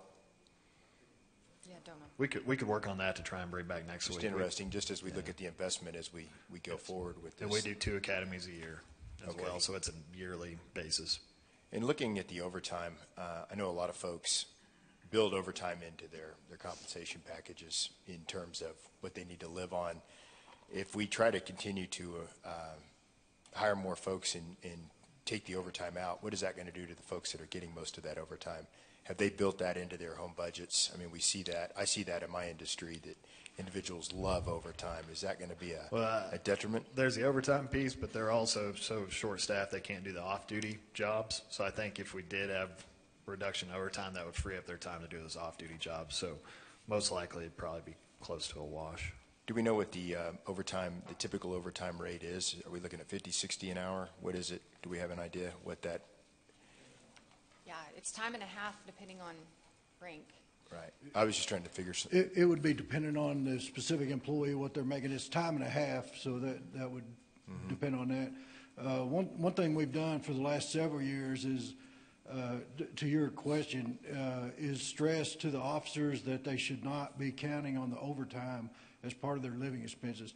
Undoubtedly, that's happening because it's gone on so long now, but that's one of the things that we've really pressed is financial wellness within the police department, and not to rely on that overtime. But it has been it's not hard for a guy to make overtime if he needs to make overtime because of our staffing shortages. Thank you. I just ran some calculations for council, so at $50 an hour, it's 23 FTEs. Just looking at that, in terms of what that overtime burden looks like. And then we also need to be cognizant that we have about 2.6% unemployment in the city right now. We know the headwinds that are coming from Fermi. So I do support the mayor's discussion on the investment in all aspects of the city, but specifically the investment we have in the individuals in public safety. Once again, I appreciate the business acumen, and you just ran an FTE. So with that full-time equivalent, what you're showing is we could stretch to that 7% and we could net a savings. So like we can give these raises and overall we can see the investment come back in the, and when I say 7%, what I'm saying is we can go from 5 to 7. Let me be clear. Okay. We can invest that $910,000. You could wager that, and I'd wager that over the next year that wouldn't even end up as an excess. It would end up as a credit underneath that over time. But we still have to put that in the budget, though. Correct. I would have to disagree with that. I mean, if you, because of the vacancies are not tied to the pay, vacancies are tied to you're missing an employee. And so, and since you have employees, we have to fill shifts. If you increase the pay, you're going to increase the amount of overtime rate you have to pay the employee. So if we increase it to 7%, I will need to increase the overtime budget because it takes a long time to fill these positions in APD because of the academy and so forth. Now, 2-3 years, I think you could see that. But in this first fiscal year, go ahead. Yeah, I completely agree. It's going to take some time because even as they fill up, I think both Chief and Toby had mentioned that it takes time for them to be trained to a point where they can be out and actually covering those minimum staffing efforts. So I think it would take us a few years to hopefully see a benefit. Well, I know you get paid to do this job and you do it very well. So let me agree with your expertise, but in the long term, 2-3 years, which is still short, but not over the next 12 months. What I am simply saying is that extra $900,000, in my opinion, if you're going to increase the budget's great, on overtime, and as all that pushes up, I think you're going to net that zero as you continue to cover these positions. No, I would agree. Yes, in theory, assuming everything works out the way you hope it to, increasing the pay, whether it's police, solid waste, library, whatever it is, you improve your retention, and then you can start building your way back, and that will start driving overtime in time, but not over the next 12 months. But as we're working on the budget, though, I mean, if we add $911,000, plus I don't know if we have to add overtime on top of that, just in the budget. I mean, whether we spend it or not, really, that's to be seen. But that could be $1 million we're having to add in to cover this, and I have no problem doing that. But then the question is, where does that $1 million come from? What are we taking away to be able to do this? I have no doubt that there's a good investment. I just think the council needs to know what's the sacrifice, what's the cost, because we have a certain amount of money that we've got. So if we add the $1 million into it, fine, that's good. Where are we taking that from, and what does that look like without damaging some other department in ways that we don't know? So that's what I'd be looking for, is where would the money come from? And I'd point out right now we're talking about filling some vacancies, but 2 to 3 years now we're going to be talking about overstaffing and adding because we've not been able to grow. The city limits continue to grow, so I know PD, they may be short-staffing people now, but I think we're short-staffed just overall as far as the size of departments. So that's just a conversation we've not been able to have. Unlike fire, they've gotten to the point where we're actually overfilling, addressing attrition and adding staff to new fire stations. So we've not even gotten to that point in the police conversation yet. And ultimately, I agree with what the mayor and Councilmember Simpson are saying here. Is the goal here is to keep raising the pay for our employees, so we retain, so we keep, so we attract, so we can drive down overtime, get better service, have more knowledge in our employees, and but with this, at the same time, we're capped on what we can raise in revenue. And so 3.5% sales tax is where it's at. And so that's why I would love to propose to you 10% fire, 10% police, 10% employees, but we also have to get a job done. And I only can raise so much revenue. That's why the numbers you have here is trying to balance all that. Now, that's why into today, we'll be asking for requests about what would you like, what are your priorities? And then from there, give me some guidance so that we can go work some numbers and bring them back to you, because every lever you pull at this point here is going to be a lever popped somewhere else, because we've given you a balanced budget. And so, so we've tried to balance all that, knowing that we've got to build, we got to fill our vacancies, which means we got to improve the pay, but we also have to keep within our limits while still providing services like filling potholes and fixing streets and those kind of things. So I think I'm just trying to marry what you've been saying there. Laura, on the overtime number, that was based on, if we were at 1.7 last year, we're budgeting an additional 700,000 right? So we're 2.4. How did you figure that number? I mean, what is that? I mean, because those metrics that go into that would determine if, I know we're not going to know until we know, but like, I'm just curious. So that was what we could afford to increase their overtime. Okay. I'm being completely Yeah, serious. no, that's I really great. think if we could have added more, I think we would have liked to, but Sure. within the constraints of the overall budget, that's how much we could afford to put in. No, I get it, but Yeah. but we are going to have new sworn officers come on, Yes, sir. come online before the end of this fiscal year. So Yes. we would like to hope. I mean, full fledged, right? They're going to be able to. Well, the 9 You're that just saying that. graduated have 4 months of in the field, so they're not on their own yet. Okay, so Chief, we're not going to have any new recruits that are actually boots on the ground this whole fiscal year. The 9 that just graduated at the end of their FTO phase here in roughly 4 months, we anticipate keeping all those. Those 9 will be certified peace officers ready to go out in the field on their own. The academy that's running right now will not graduate until next summer. Right. Then they will have FTO, and then they will be on their own. So realistically, other than transfers, we come in certified peace officers we hire from other agencies. Realistically, you have 9 right now that'll So come we have on. 9 new, but that's not really counting any attrition either, right? That's So we've got correct. 9 coming on board, but we could have retirements. I mean, same that we always deal with each year. That's correct. So, but we should see a little bit of a difference if things are going well, like if retention is up. We should see a little bit better in the overtime, I would think. Well, I guess what am I missing? If we're adding employees and our attrition is better, our retention is better, we should see a little bit of a reduction in that, correct? Yes, and if you look at the overtime account for this last fiscal year, the amount spent was just under 4.3 million. So bringing that down, You're seeing an improvement already. Yeah. You say Right. it's going to get better. Again, assuming everything keeps going the way it's trending, this number should get better the next 12 to 24 months. Yes. So the 4.2 million is 23-24, correct? That's correct, yes. 24-25, which is our current. That was just a budget, and again, we hadn't 2 adjusted their overtime in probably several years. And you said we're really about 2.5 right now? About, Actually. well, yeah, I think it was 2 point, we're going to end the year, could be about 3 million. So Okay, so it'll be a 2 million, about 3. million 3 less Potentially, than last because year. I do Okay. know they do a lot, I do think they do quite a bit of overtime during the summer Yeah. months, So- it'll probably It's be a our little. busiest time. Question. Yeah. How did we pay that? If we budgeted 1.7 and we're really about 3, where did that other 1.3 come from? It came from your other general fund departments.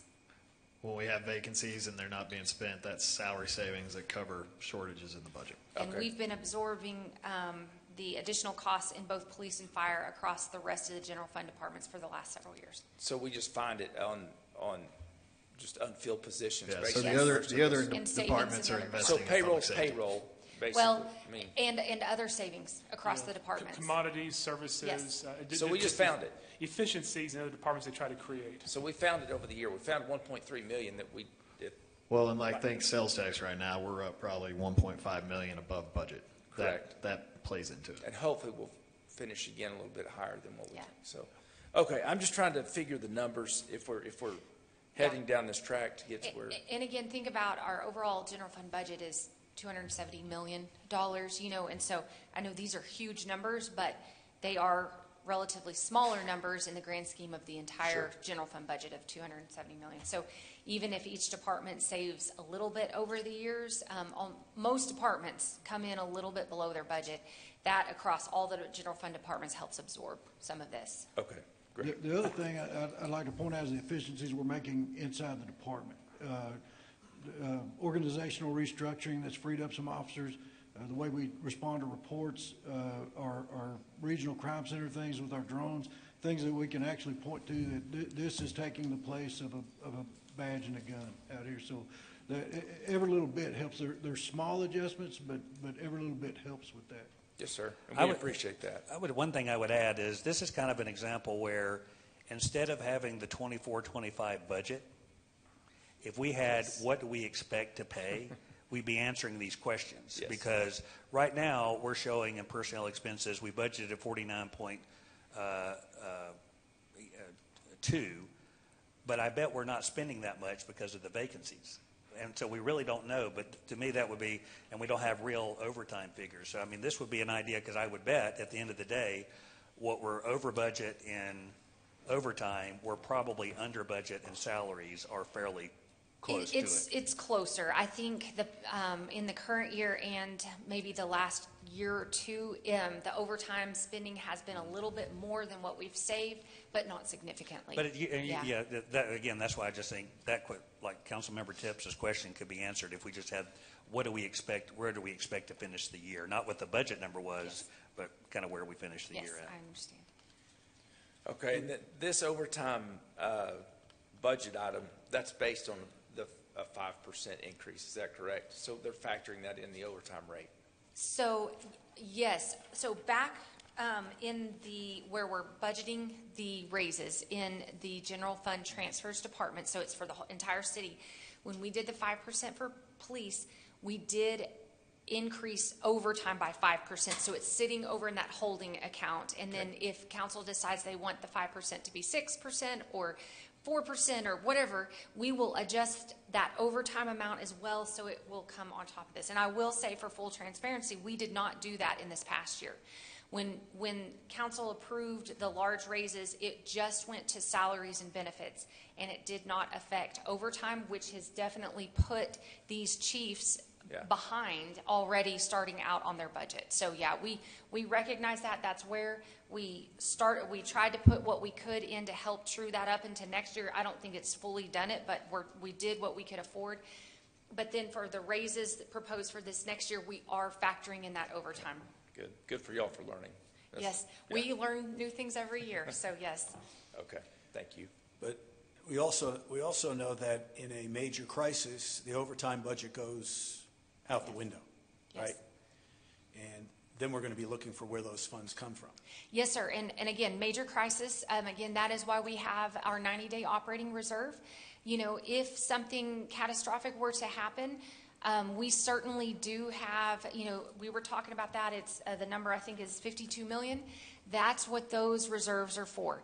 In emergency situations, we absolutely will look at that. I will say, not that this is like, it was necessarily a public safety emergency, but back when the pandemic hit and no one was sure what was going to happen with the economy, we were bracing, we were already making changes, but then we were determining, if needed, that's what the reserves were there for, you know, and it was more on the revenue side. If our sales tax tanked, if our hotel occupancy tax tanked, you know, those type of things, that's what those reserves are there for. We've been very fortunate and have not had to touch those much in the past, but that's what those reserves are for.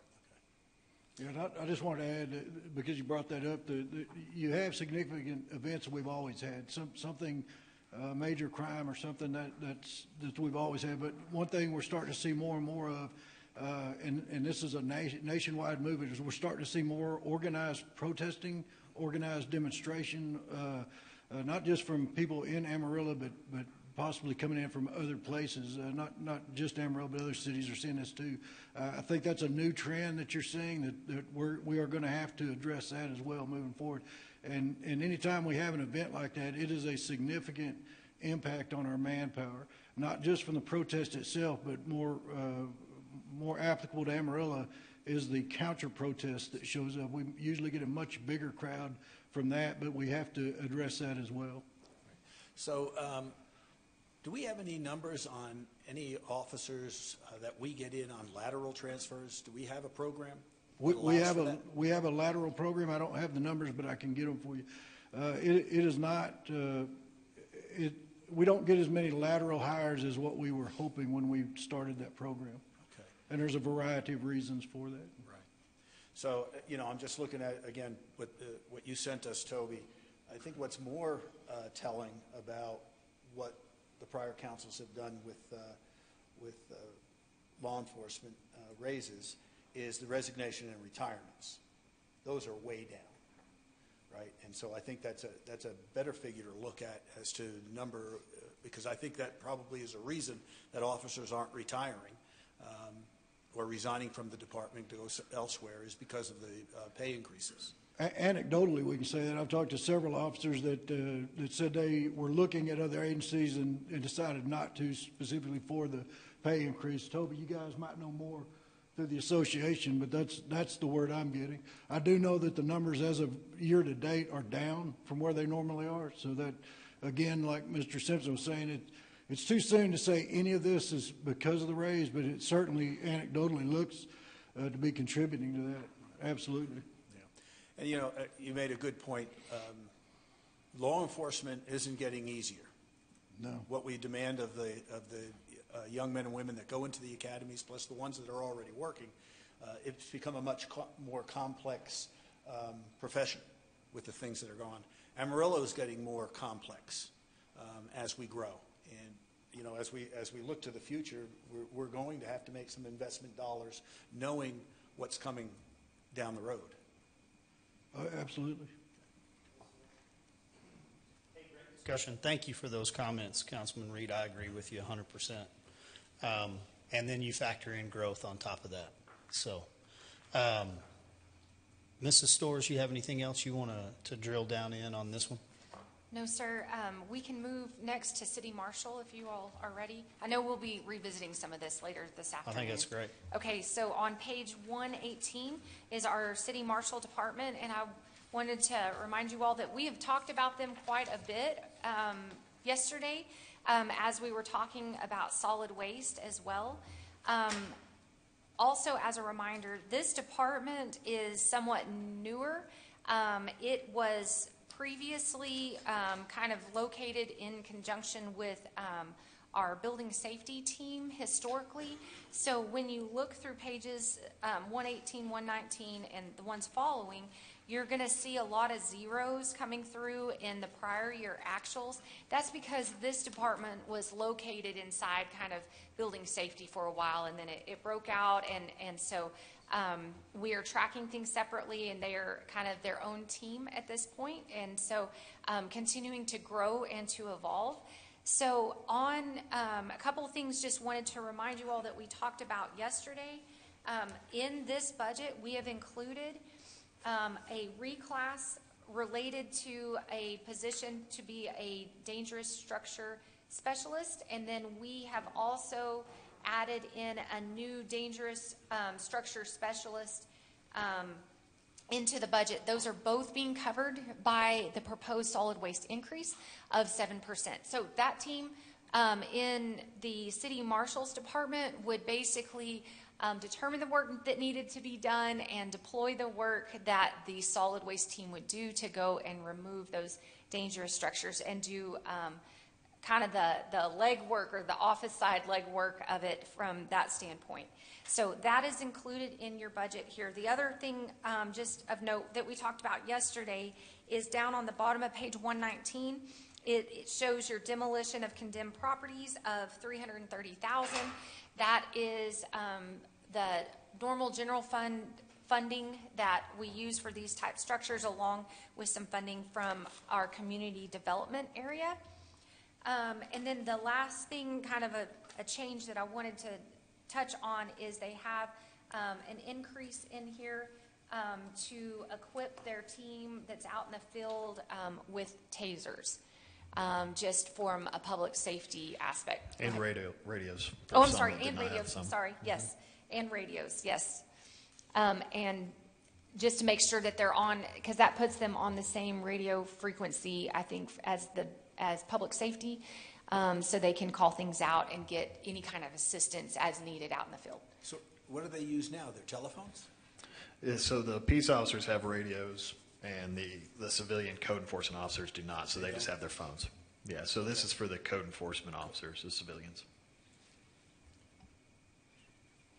Go ahead, Councilman. Do they have guns?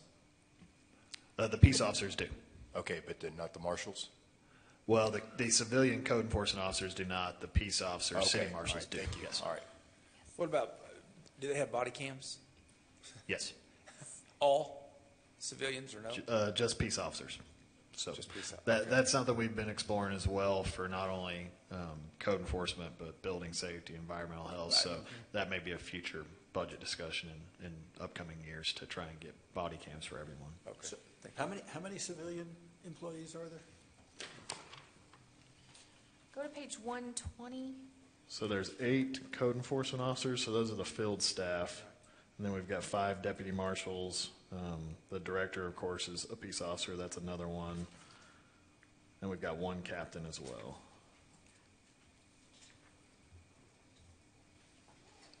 So it's a fairly good mix of civilians and peace officers. About 8 civilians that we send out? In the field, yes. That we Yeah, and send then we have out office with staff. Yeah. Really no protection? Yeah, and they're really out there doing the field work, taking the pictures, and doing all the background of sending out notices, and then the peace officers help supplement. This has been a new approach for us. In the past, it was completely civilians. So once we built the new city marshals, now we actually have peace officers involved that can write citations, can enforce things at a higher level. Do we have any numbers on our civilian personnel when they're out there, if they've been assaulted or anything like that? Jacob could probably come up and give some anecdotal, but I don't think we've experienced a lot of that like you may see in other cities. No, sir, we haven't at this time. The way we handle that is with our law enforcement personnel that we have now. If any of our civilian inspectors anticipate a problem, they'll reach out to our law enforcement. They'll respond with them. Or if they experience a problem out in the field, and that's why we're asking for the radios. If they experience a problem out in the field, they have to get on their phone and call somebody. So this way they'll be able to get on the radio and get help immediately. But typically they do a really good job of anticipating any problems.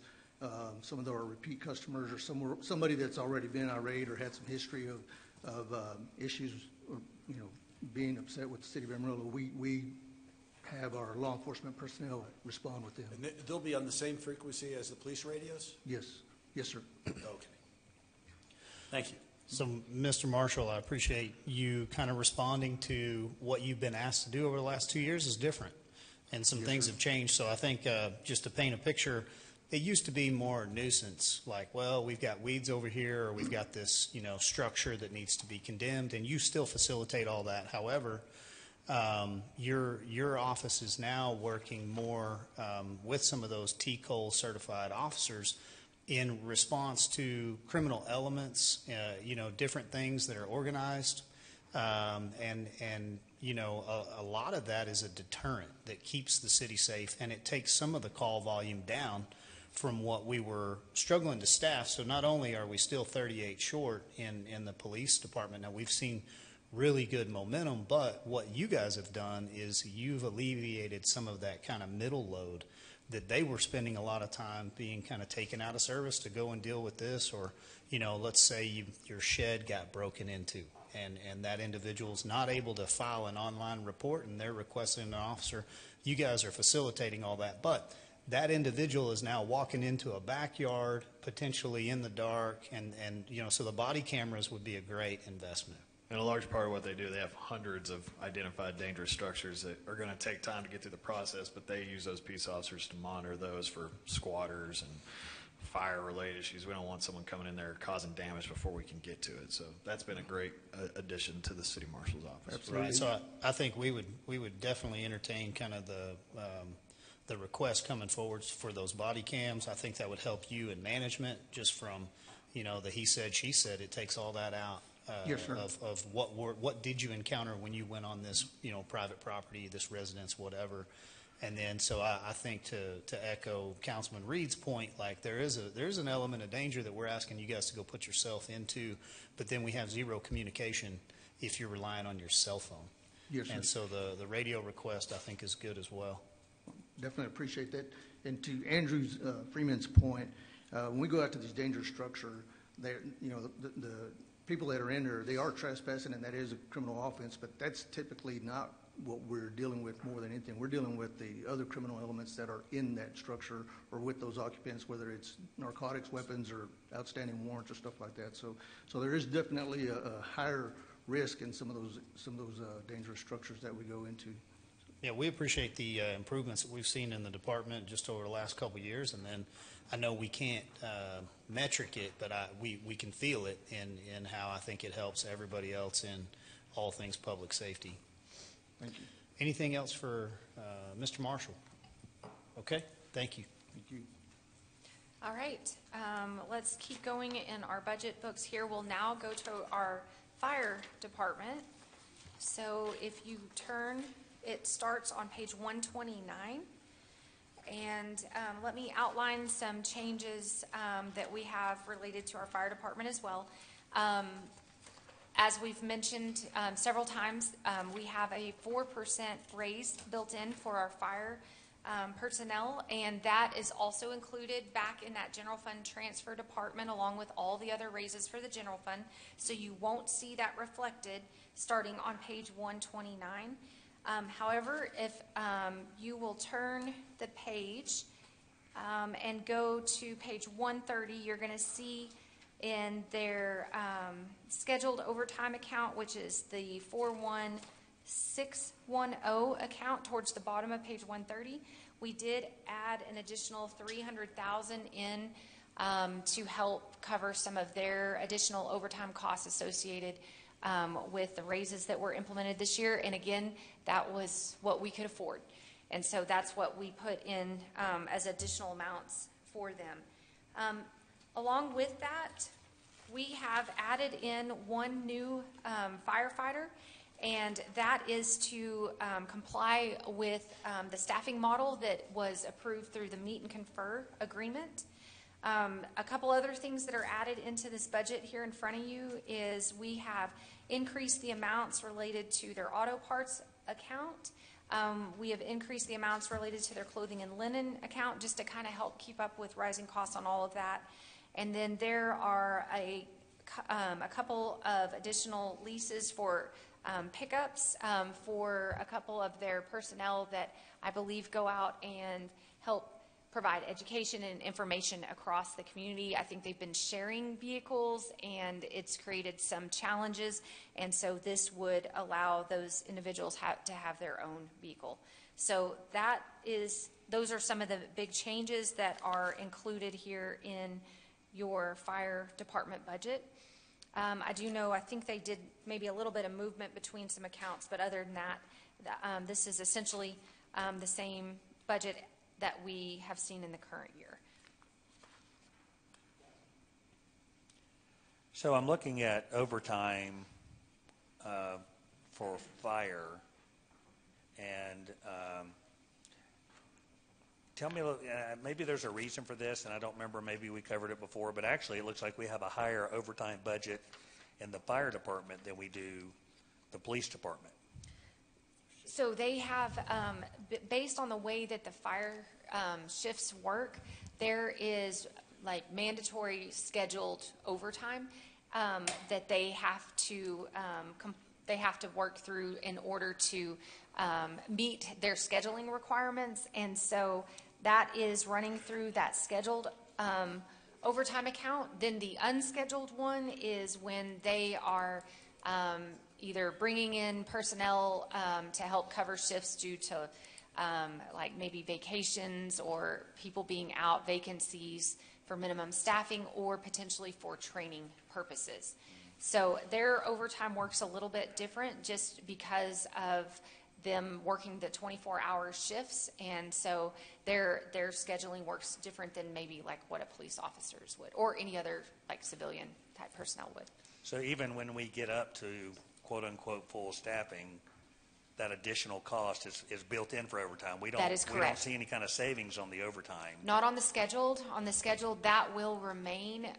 It would be more the unscheduled as they're fully staffed, but there would still be a certain amount of unscheduled to accommodate things like training and potentially, I mean, unless we.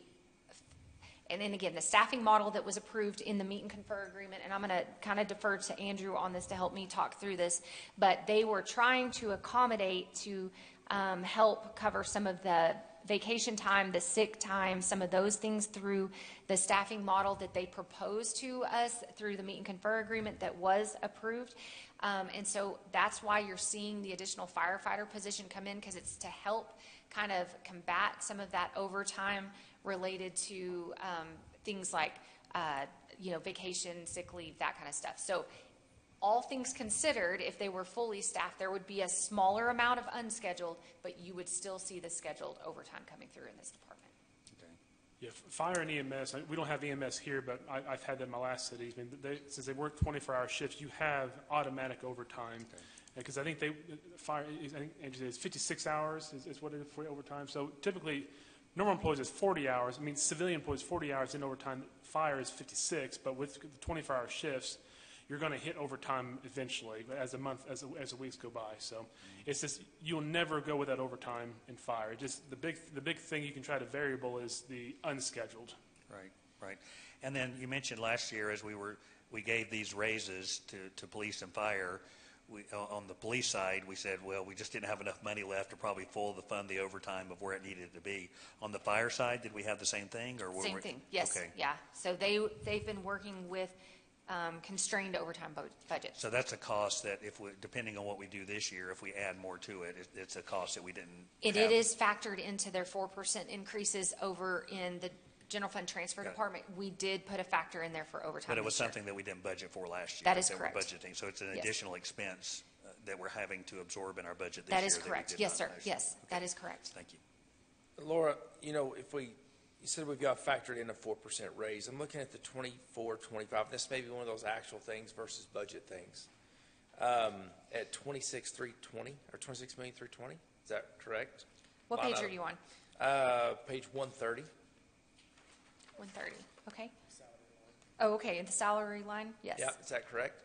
So when we figure a 4% increase, that'd be about a little over $1 million, but it looks pretty flat. So that is included in a different department. Their 4% increase is back in our general fund transfer department, along with all the other. Yes, that's a great question. Just to clarify, my brain still won't grasp that. I know. You told me that on. And I'll tell you, I know Grayson's talked a little bit about this. It is for ease as we're working through the budget, but what will happen is once council gives us final direction and says, we want raises for fire at this, police at that, civilians at this, then we will start spreading it out to all the departments so they'll have that budget to work with. Yeah, but for now we leave it in one place so we can move it as you guys see fit until you give us final direction. Okay, got it. Now, I have a question. This may be for Chief, but let's say whatever raise is approved at 4%. Is that just 4% across the board, or is it going to apply differently for each? That's how it's currently proposed. Yes, it's 4% across the board. Unlike last year where it was a flat dollar amount, this would be 4% across the board. So certain positions, certain ranks. I mean, it's not. It's just going to be flat 4%. And then the Fire Association's request was 10% across the board. Okay. Okay, great. Okay. And again, the reason for that is, and fire did make a little bit of changes to their steps last year. They added some additional steps, I believe, to the firefighter position. And then police actually adjusted some of their steps to get them properly aligned, from one rank to the next And so everything we have been putting together and proposing is to maintain essentially the integrity of those steps and the spread between the ranks. So we're trying to keep the same percentage. Yes. Okay. Thank you. I'd like to hear from the association if we could. We've got them represented. Mr. Peden, if you don't mind coming up and maybe speaking to a few of these things. Where Toby started was just trying to kind of put in perspective from his side and the association's view, what was their goal. So kind of tell us where you guys were wanting to land, and then we know you've done some study looking around the state. How do we compare, and where's a win for you guys here? Yes, sir. Thank you, Mr. Mayor and council and staff, all the work you guys have done on this part. When we were looking at our 10%, was the proposal that we put in. When we looked at our average, we had 25 cities that we looked at on the state average. The average population size was 160,000 of those 25 cities. Going through those on that 10%, let me back up a little bit. Last year, before the historic raises that we got from council and staff, which we appreciate, at that step one firefighter, our cadet, that recruit level, we were about 37% below the state average.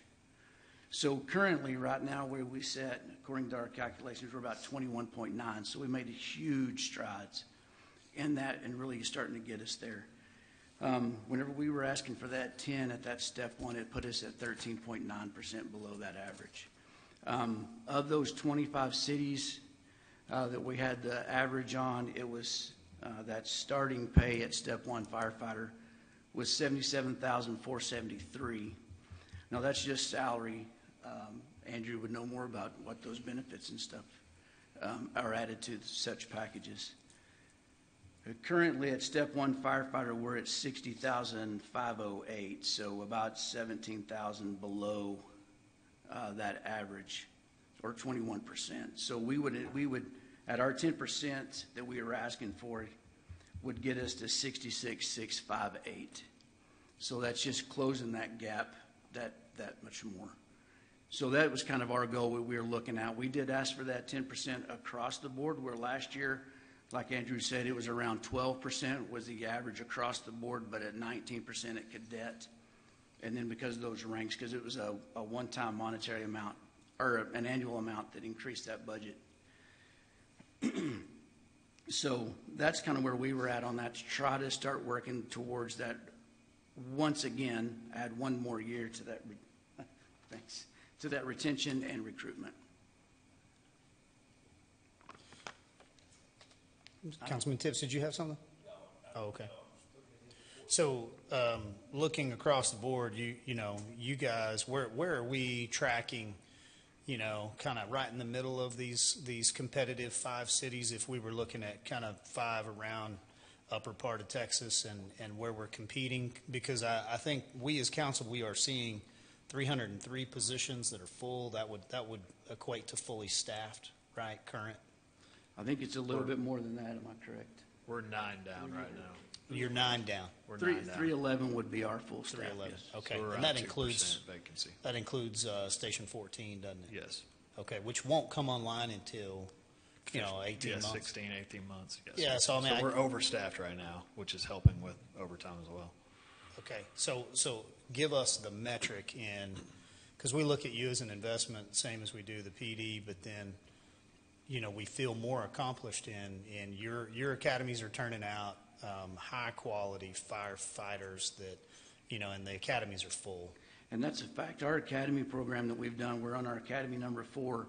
And Chief, if I say anything wrong on that, please correct me. But we currently just put 20 guys from our academy online. So where PD is about a year, we're 6 months in our training phase, and then they do go online. So now that does start helping to account for that minimum staffing requirement at that 6-month mark. They still have a 1 year of a probationary period when they're there, but they are on a truck helping that minimum staffing requirement. So we get to close that gap a little bit sooner than PD does in our training schedule. Okay. Yes, sir. What is, so we heard earlier 405 or 410,000 for the police was a 1%. What is a 1% increase on the fire? Hang on just a second. Let me pull that number up real quick. Yeah, and you could give us a point of reference on what does the 4% total work out for them? 1.6 million. So it's 1.6 million for 4% increase across the board. And then comparison to police 4% would have been 1.8. So it's about tracking 200,000 less. So it's approximately 300,000 or so. 400. So it's 400 for fire as well. It's going to be a little less. Should be less. About Should be a little 300. less. Yeah, We're about 300. 100 people less in staff, and then Okay. we run around 10,000 behind, Okay. which is, that's customary across the state. yeah, you're. Go ahead. 1%. So it is. So it's 405 for fire, 455 if you're looking at police at 4%. So it's about 50,000 less. Okay. So per percent, let me ask you a little bit. Well, no, I'm sorry. Did you finish your question? Thank you. Okay, we'll come back to you. On the scheduled and unscheduled, we don't understand. So we're not 143 civilian. We don't understand kind of or civil service. I mean, we don't understand kind of how much these guys are budgeting and mandatory callback. Right? We don't know. So. Right.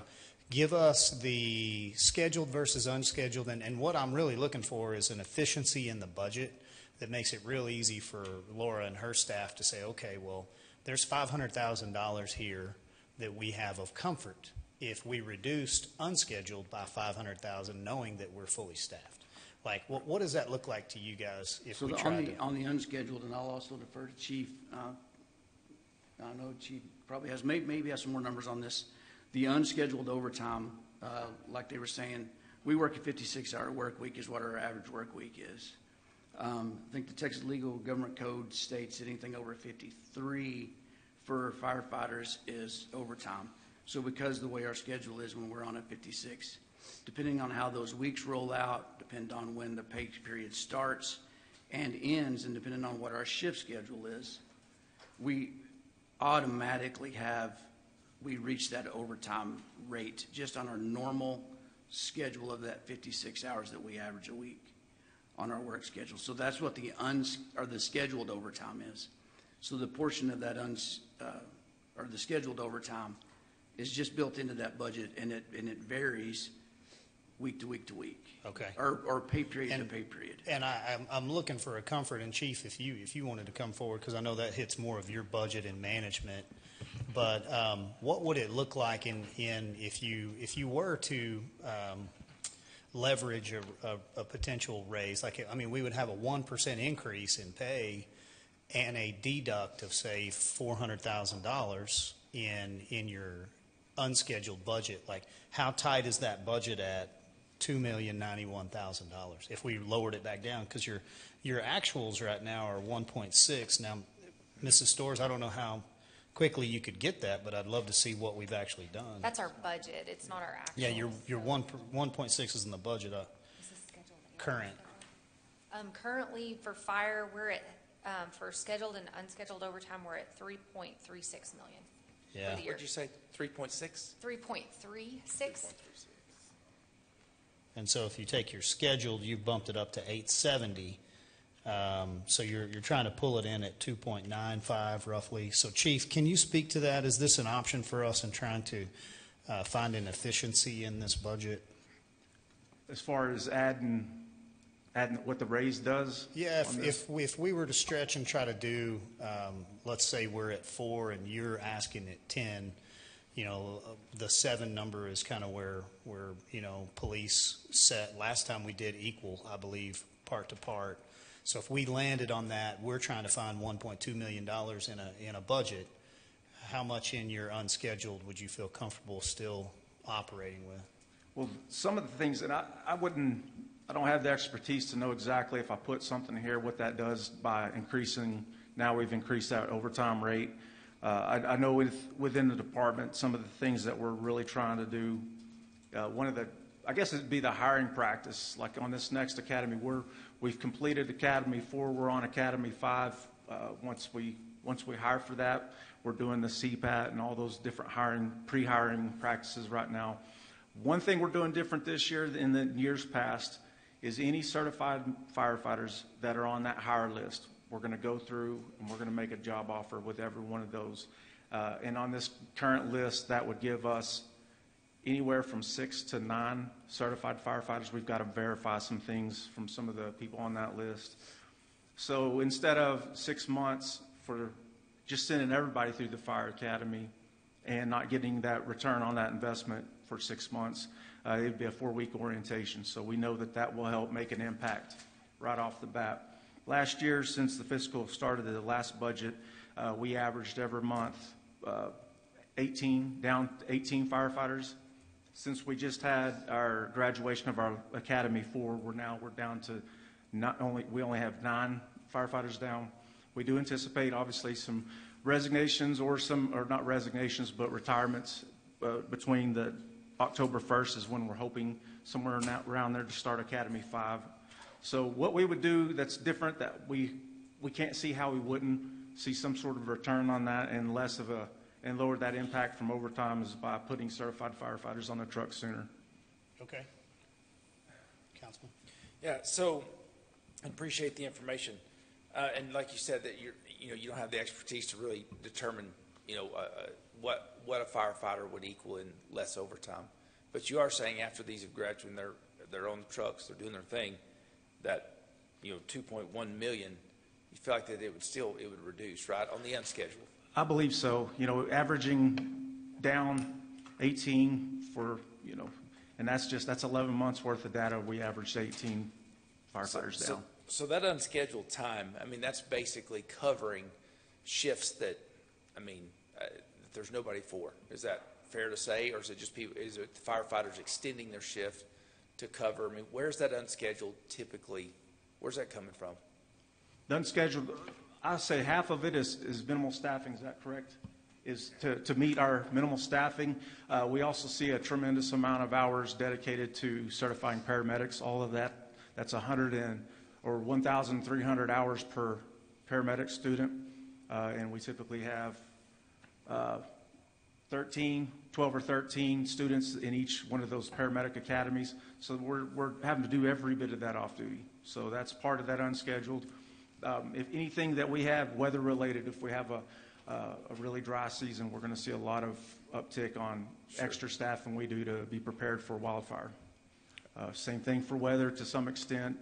EOC activations to a very small fraction.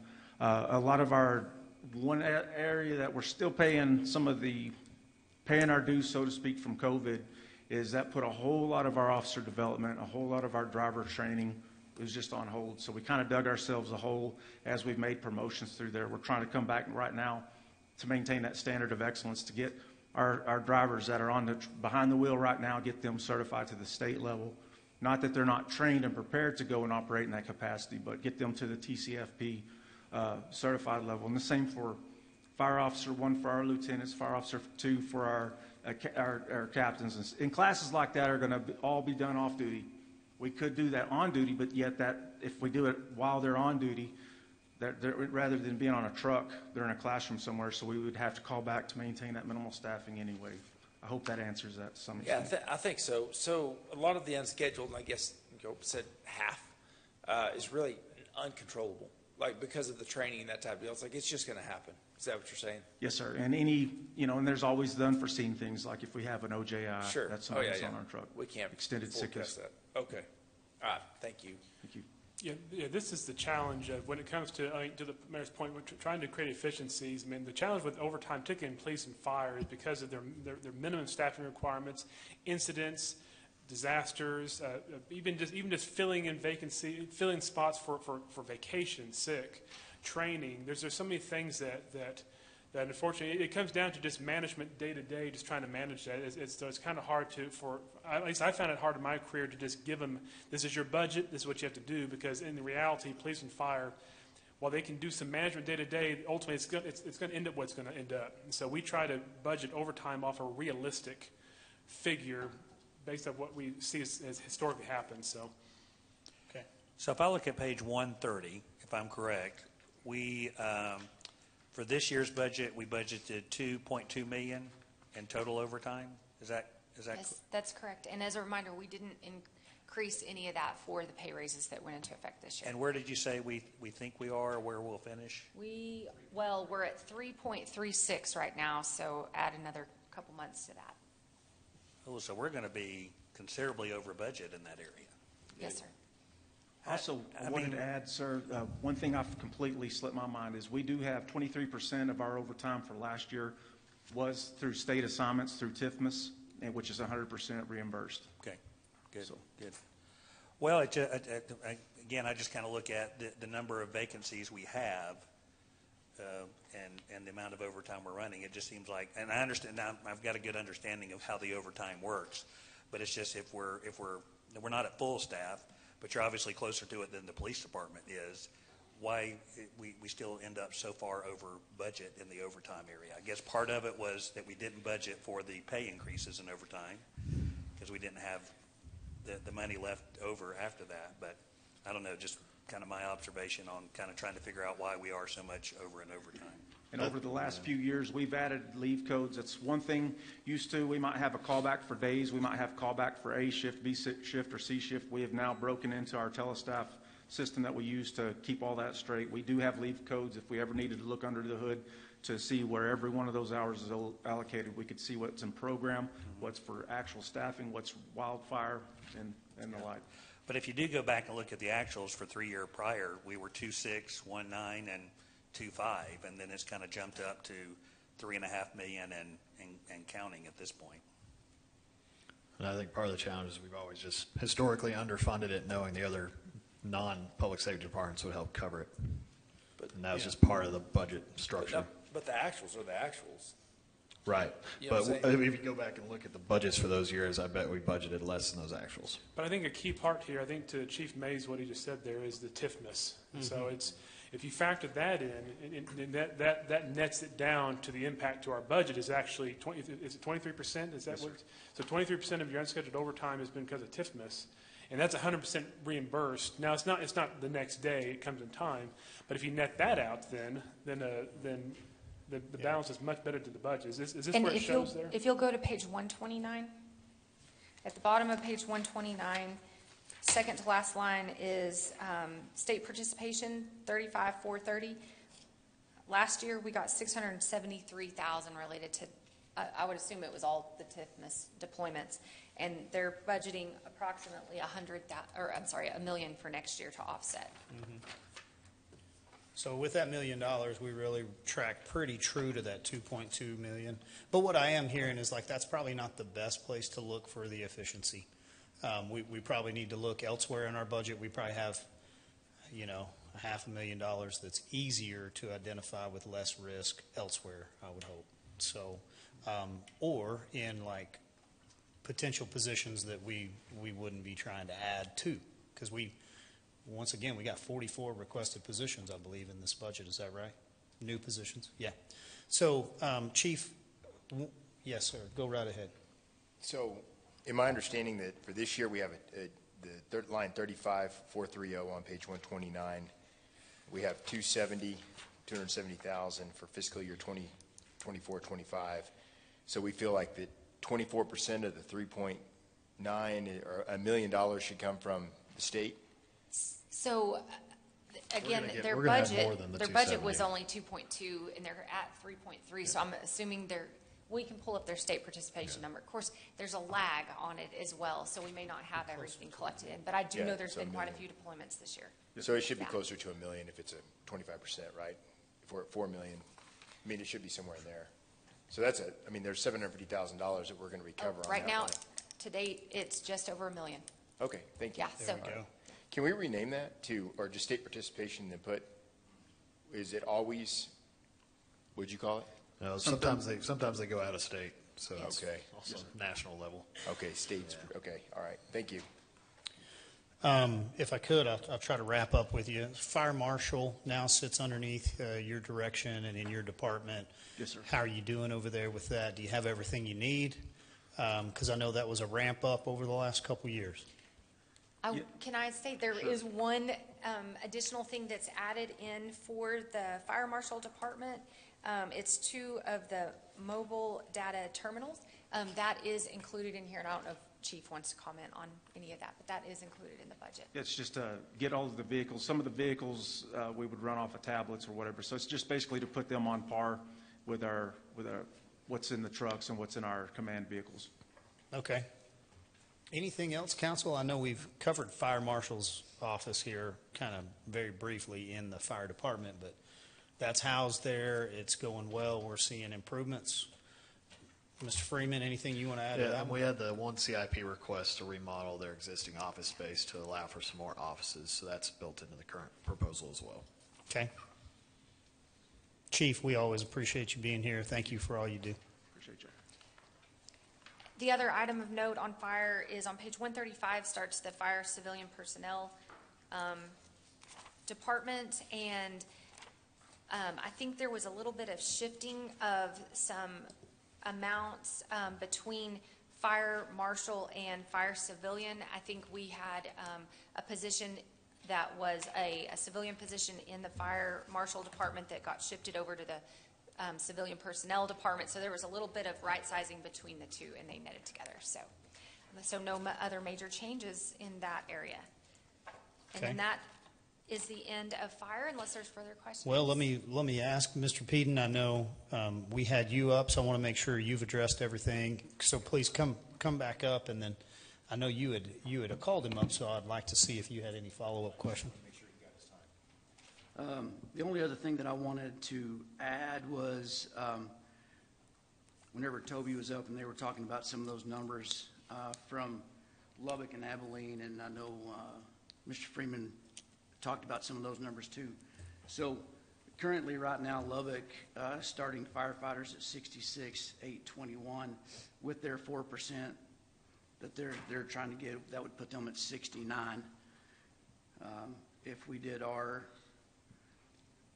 at that 10%, that would put us at 66. Abilene also is, got that 4% for them. Currently, Abilene, at step 1 firefighters at 75, where we're currently at 60. So that increase of 10 would put us at 66, just to keep those numbers where they're at.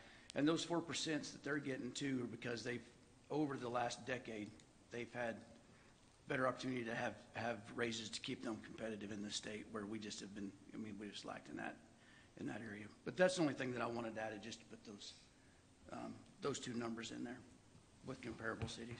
So just to recap that, because it's been a minute since we've looked at those numbers, but are you calling it a level 1 firefighter at 61K, or is that a cadet Roughly. at It's a 60? cadet, yeah. That step 1 is at 6508.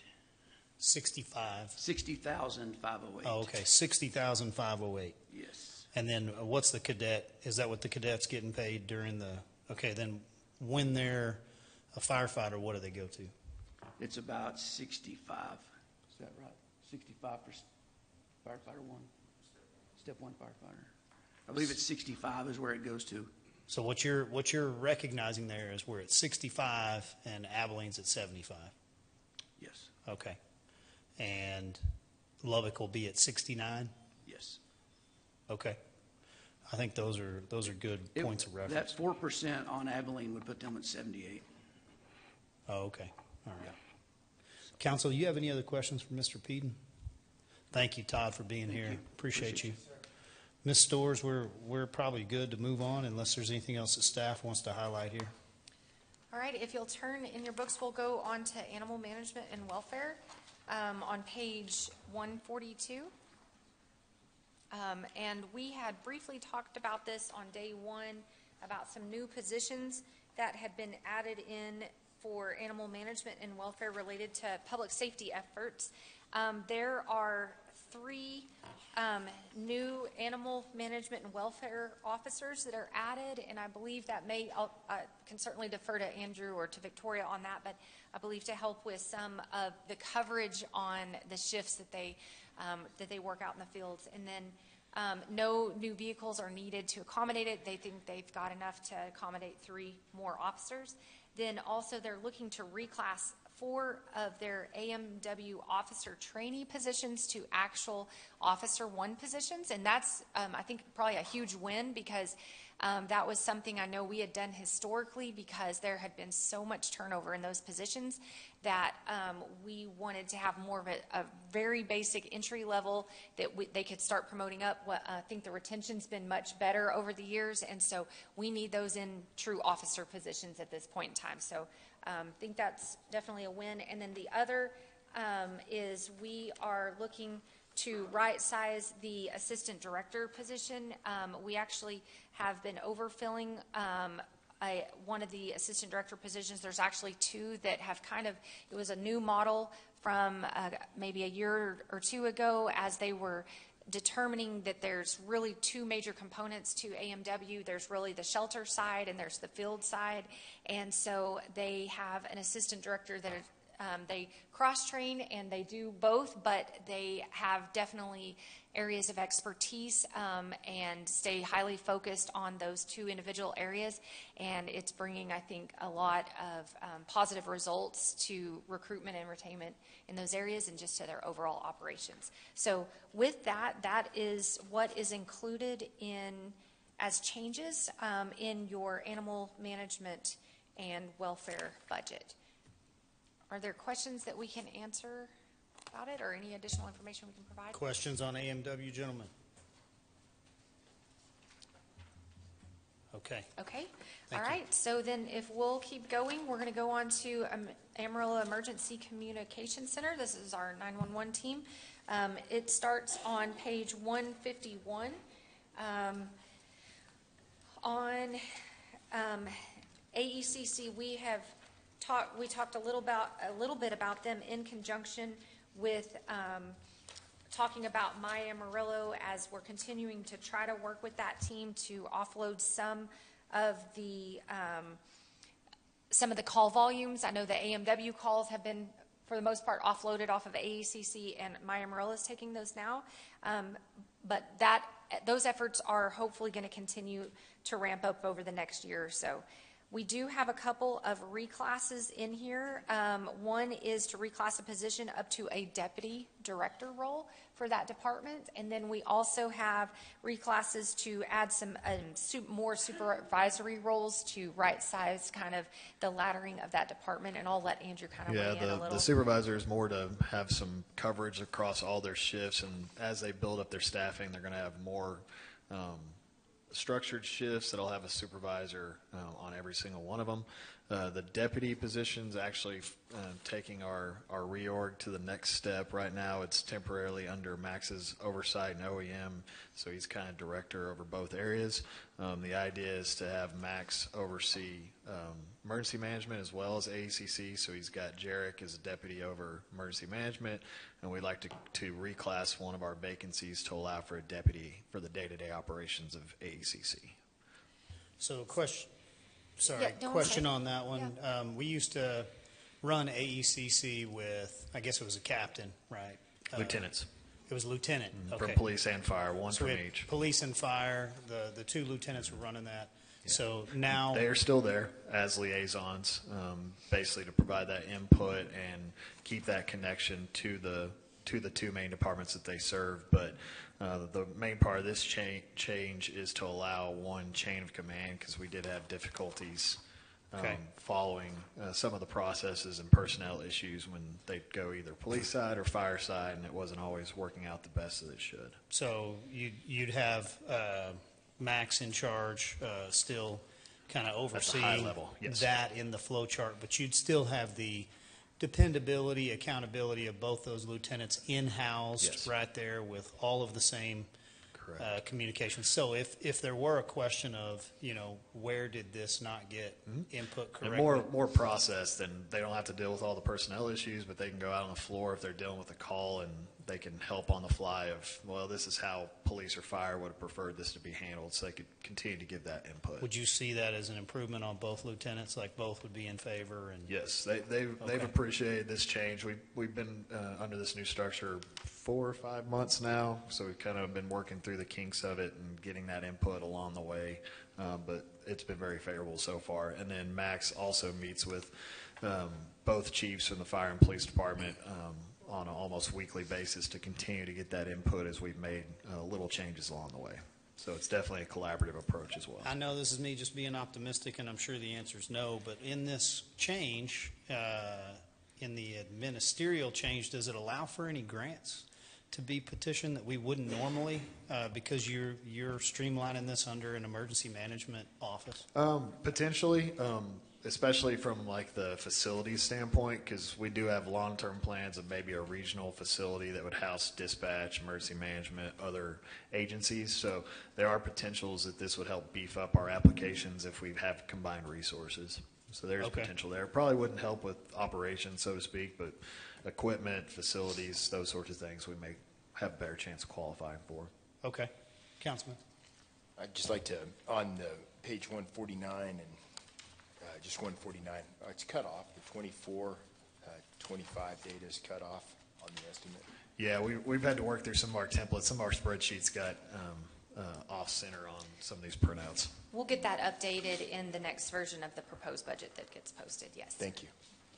So the figures you showed me, Andrew, I think we're about 25% under in staffing. Sir. That's correct. And we do have currently 5 that are going through their in-house academy, but yes, we are constantly trying to get more people in there. Max, can you kind of walk us through those challenges of staffing your center? And again, I think when I look at we have open rates in fire and police, and we've invested in that, and we seem to be doing pretty well and heading in the right direction on closing the gap. But I feel like the missing piece could potentially be this department. and the ability to staff and maintain that at a level. So can you kind of walk me through kind of what the challenges are, what could help on meeting those challenges, and how maybe council or even looking at funding could be able to help you with that? Because the thing I've just noticed is, what I did not realize is that there's just a whole different stress level in what they do. No, they're not out on the front lines necessarily, but they're dealing with things. They help in many ways, but they never know the outcome, good or bad, and what may be going on. So just like, with our public safety officers that are out in the field, I think they provide real value and an important part of it, and we need to attract and retain and compensate them. So. Absolutely, Councilman. While I was waiting, I was trying to get some numbers up to the hour numbers for you. So we're sitting at about 18%. So we're not as bad as 25, but 18%. You're 100% correct. With our call volumes, so we're sitting, I believe the number was, we are 52 folks right now in our call volume, to include our administrative number, 911 number, non-emergency, which is some of those numbers going to 311 currently. We're looking at about 173,000. So if you're looking on an annual basis for our current staffing, or based on our staffing over the last 12 months and prior to, we're looking at about 5,600 calls individually for each one of our team members, which hits on the point of that you just made of 100%. The stress level is in a different realm. Our individuals are hearing our community members' worst days, and they're hearing them 5,600 times a year. So yes, when it comes to turnover and attrition, it is normal in AEDC and emergency communication centers to have a high attrition rate. However, coming into the team in February, so we are about 5-6 months into this now, there were efficiencies to be found. So currently, one of the first things we identified was our hiring process. Now, our emergency communicators absolutely have to abide by TCOL standards, so they have to be certified on the same level a peace officer is. They are held to actually a higher standard than peace officers. So there is our pool can be as deep as it is, but it's the type of fish we're catching is what counts. There's that aspect into it. So one of the things that we did, we brought the team together and we tried to find those efficiencies in our hiring process. So at that time, we had 20 steps to get someone from application to a seat. As of now, over the last 6 months, we've took that 20 steps down to 9. We are ramrodding as many people through as possible. And to prove that, these 5 people actually got through background, which historically AECC is competing with APD's academy to go through backgrounding of all of our academy cadets. So it was very time consuming, knowing that APD needed to get their folks in priority, which is fully understandable. So one of the things that we've been enhancing through our partnership with our technical advisors on the PD and fire side, our lieutenants there, is we're actually utilizing them on the background side. So these last 5 applicants that came in are currently in our academy. We actually were able to get them through background, all 5 of them, in the time that last year it took us to get 1.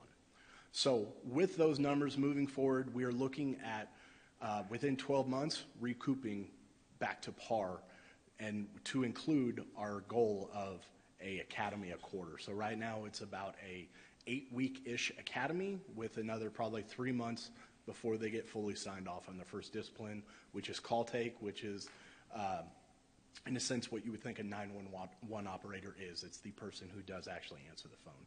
So those were aspects of it, is really just there were some efficiencies to be found that moving to a more civilian operated center allowed us a little more flexibility. Therefore, the dual side of leadership on going 2 ways instead of just one, that actually is found to be much, much more efficient, taking some weight off those 2 lieutenants to allow them to truly focus on the efficiencies of getting our resources from that person asking for help to their front door as soon as possible. So that was really one of the biggest efficiencies we found to address our staffing. And something else he noticed looking over the staff is we weren't really pushing or requiring cross-training. So we've had some employees that have been there a while that can only do calls, or maybe they're only doing the radio. So that's another program they've been pushing to get everybody cross-trained, which will help fill those gaps on minimum staffing. Because right now, if we just need call takers, there's some that can do it and some can't. So that's been an important aspect of it. And in the budget, are the employees in this department getting the raise that everyone else is getting? Sorry, and I'm checking that right now, if you'll just give me a few minutes. Okay. Oh, The sorry, two- they're the getting the. I was looking 2%, at the- 2%. Yes. Yes. So we are not a sworn team, and therefore we wouldn't qualify for that. As far as the overtime, to your points earlier, it really is correlating with our numbers, and as we get more, you will see some of those go down. To the point of, there was, I believe, 6 weeks in our team's history in the last 5 years that we were fully staffed. To the point of there's actually some of our team asking for overtime and kind of wanting it back. But the time will always be there, but we absolutely are working forward and forward-leaning very, very hard and prioritizing to fill seats as fast as possible. I'll give you a softball. Compensation, are we competitive? Do we need to look at increasing the compensation more, or do you think we're at a level where we can attract and retain? So right now, our closest competitors are Potter Randall County, who do pay more than us. Okay. However, our starting salary is $23 an hour, and that is right off the bat. You start, that is what you're making, $23 an hour, almost with as much overtime as you can at this point. However, I will never say no of, we absolutely need to be more competitive now. Across the state, I've met with other ECCs, Brazos County, all the way down to Fort Worth. We're really trying to get a very large span on how competitive we are. When you're doing compensation rates or comparative rates, by the numbers, yes, we are comparative. Regionally speaking, we are not. Do you know what Potter and Randall pay? I'd be lying to you if I give Okay, a straight number. We did but include them in our 9, I believe it was 9 or so cities that we did for all civilians, and they were in the mid 30% below the average, so they're pretty low. Well, since we're just adding to the list of magic money we're going to find, I would encourage, I mean, to me, this is a crucial part of public safety, and I just look at the metrics and the numbers, and, I see we're making grounds on closing the gap on open positions, but this is an area that I think is crucial in our emergency response. And so, at the end of the day, I don't know how much, we're going to, but, if there's a way that we could consider, if we need to make that more competitive to help, attract and retain and keep employees and those types of things in this area, I think going back to the investment, that to me would be an investment that not only would benefit the community, but would benefit both fire and police officers as well. So I'd just like to kind of throw that out there and see, as we're kind of putting the pieces of the puzzle together, if the city staff would think that there would be a good investment, and if so, can we find some money to do that if it'd be the right thing to do? I will say, I will never, for all the positions, whether department, I will never turn around a request from council to increase their pay, and so I'll never do that. I will say the pay study, our dispatchers are about $1,000 per month greater than the average of our pay study. So they are well within the range of our pay study. Now I will say too, again, I won't turn around. I won't turn away increase for money for anyone.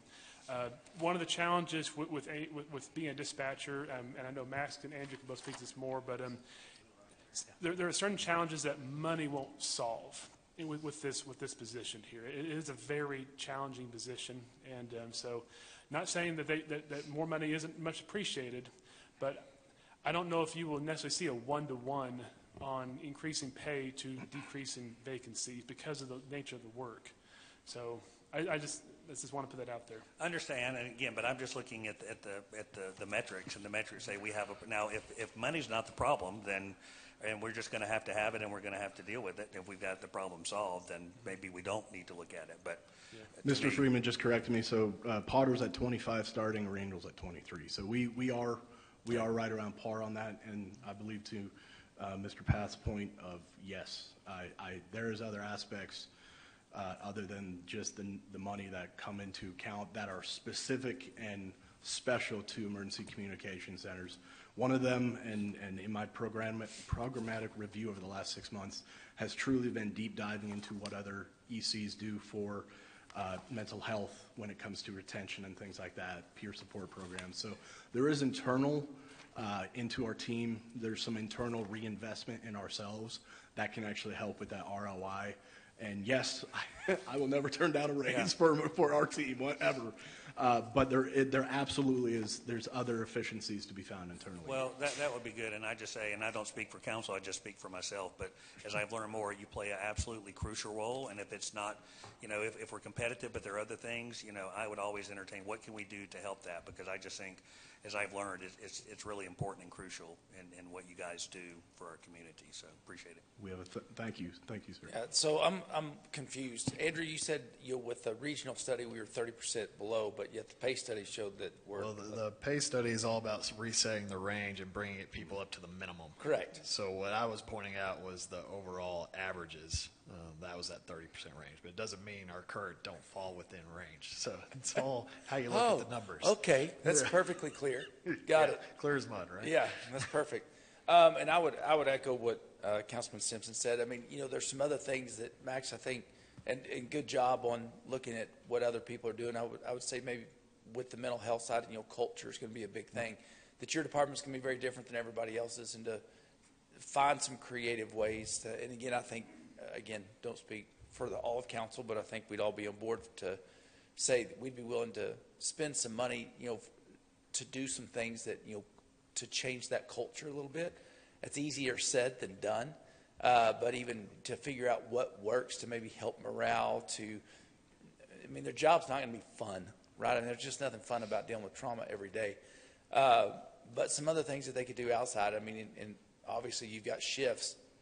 You're on 24/7, so you have a couple different things where you can incorporate everybody, whether it's outside the office, something to do that makes this worth staying. Like this, I could go work at another 911 operator or another type job like that, but man, this is great. It's like family. It's, just to incorporate that. So I'd encourage, and that's what I'd like to see with all the departments, and I think Laura and I talked about that last year is, that culture shift where you guys can drive that, but it takes a special person with their personality has to be that way. And that doesn't mean that, if it's not you, then you find somebody that's like, man, they're good at planning fun stuff.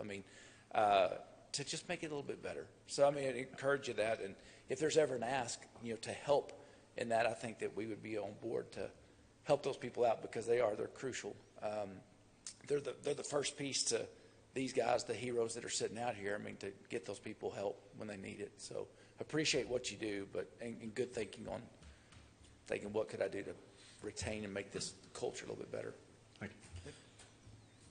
Councilman? And, from being out there in the field, and I worked for an agency, we didn't have access to 911 when we were out there. So I know what it's like to be stranded and not have anybody to connect with because we didn't have phones back then either. So you're the lifeline, mainly for our citizens, in making contact for what they need answered in their life. Mm-hmm. And, it's work that's unique, and our support needs to be behind you and what you do. The main thing, though, is their psychological welfare. Because I was just looking at this, you average about 350 calls a day.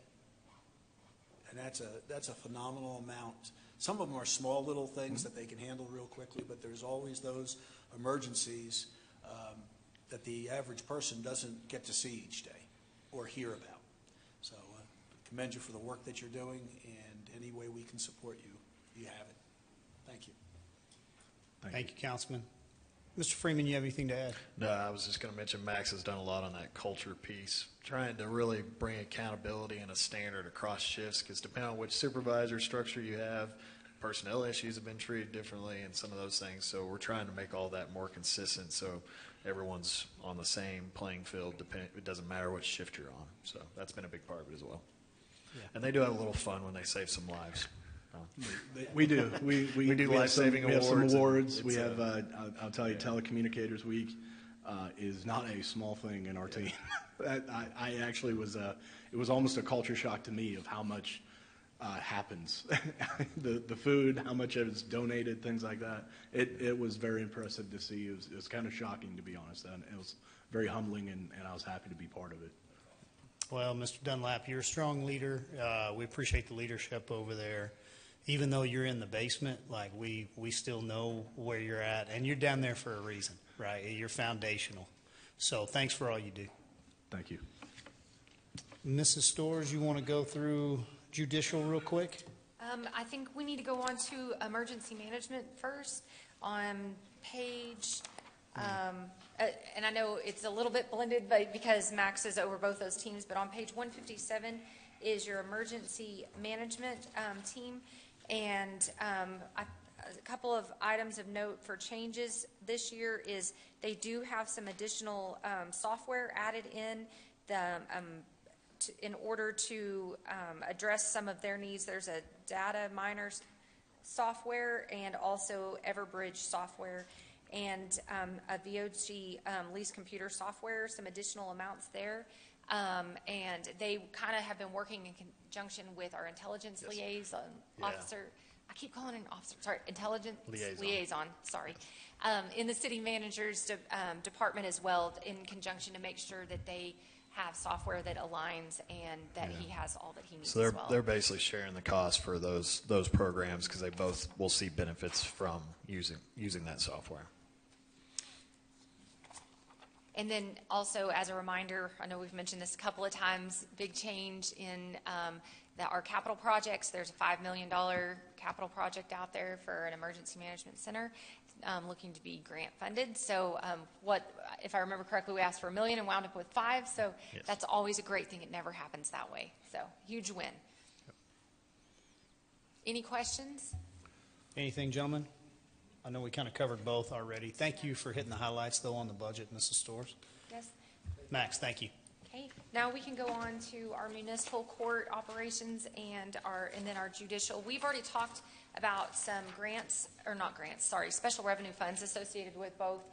We went through that a little bit yesterday, but as you turn over to page 167, you will see our municipal court.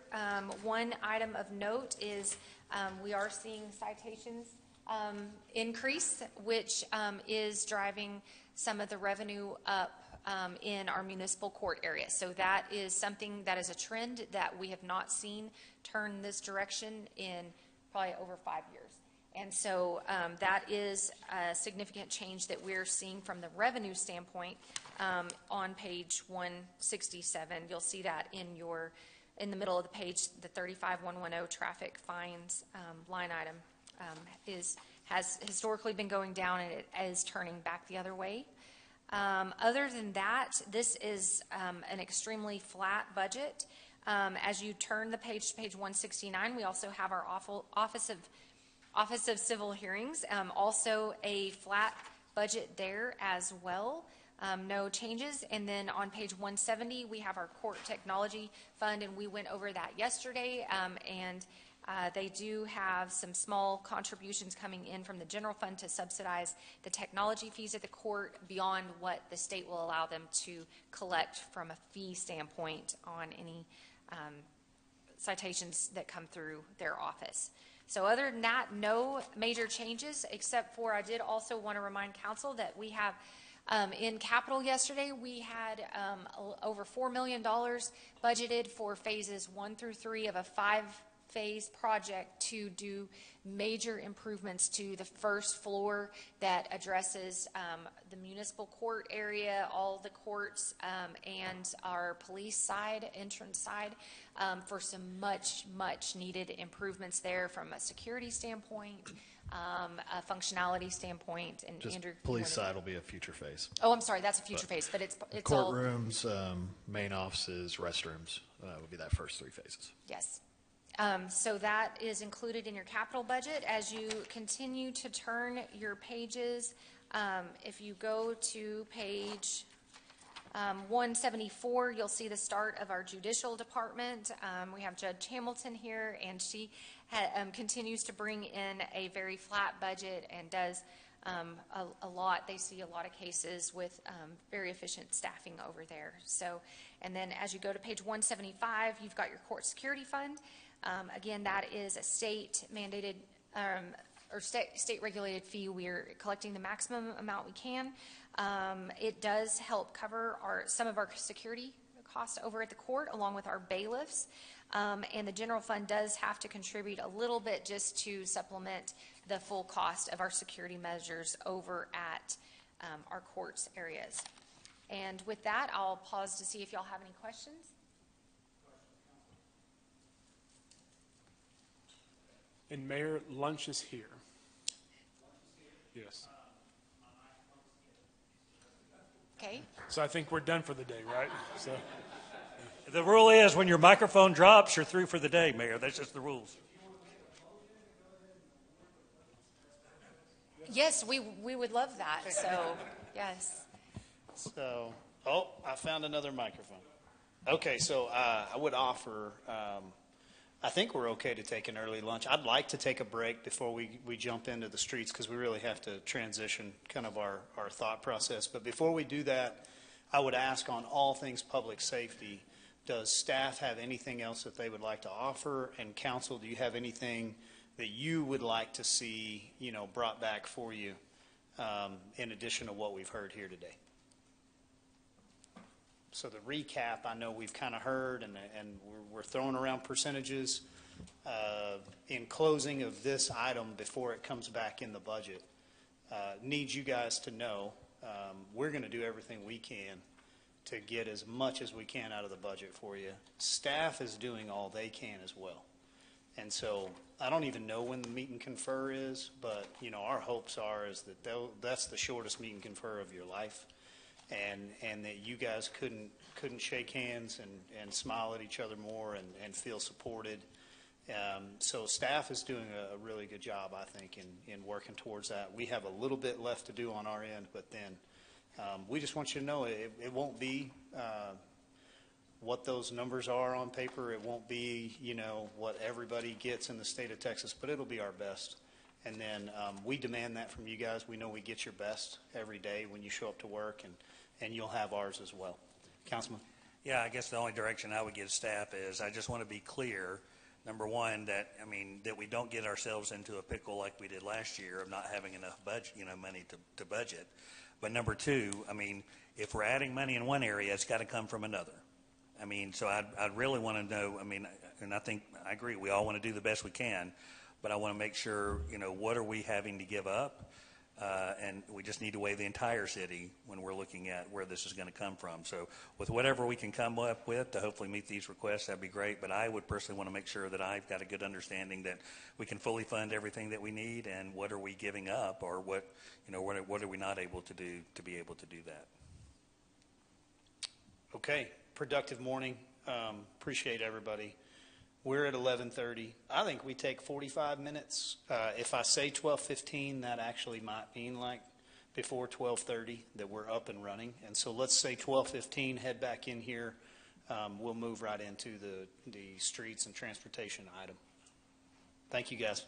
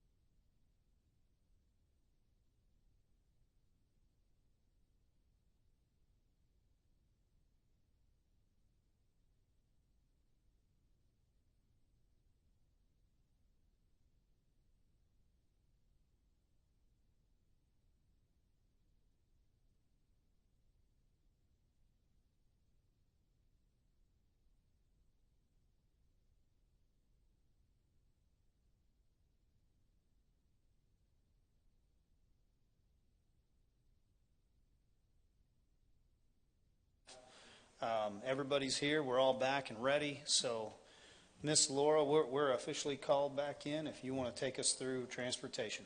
All right, so our next area that we're going to look at is street maintenance.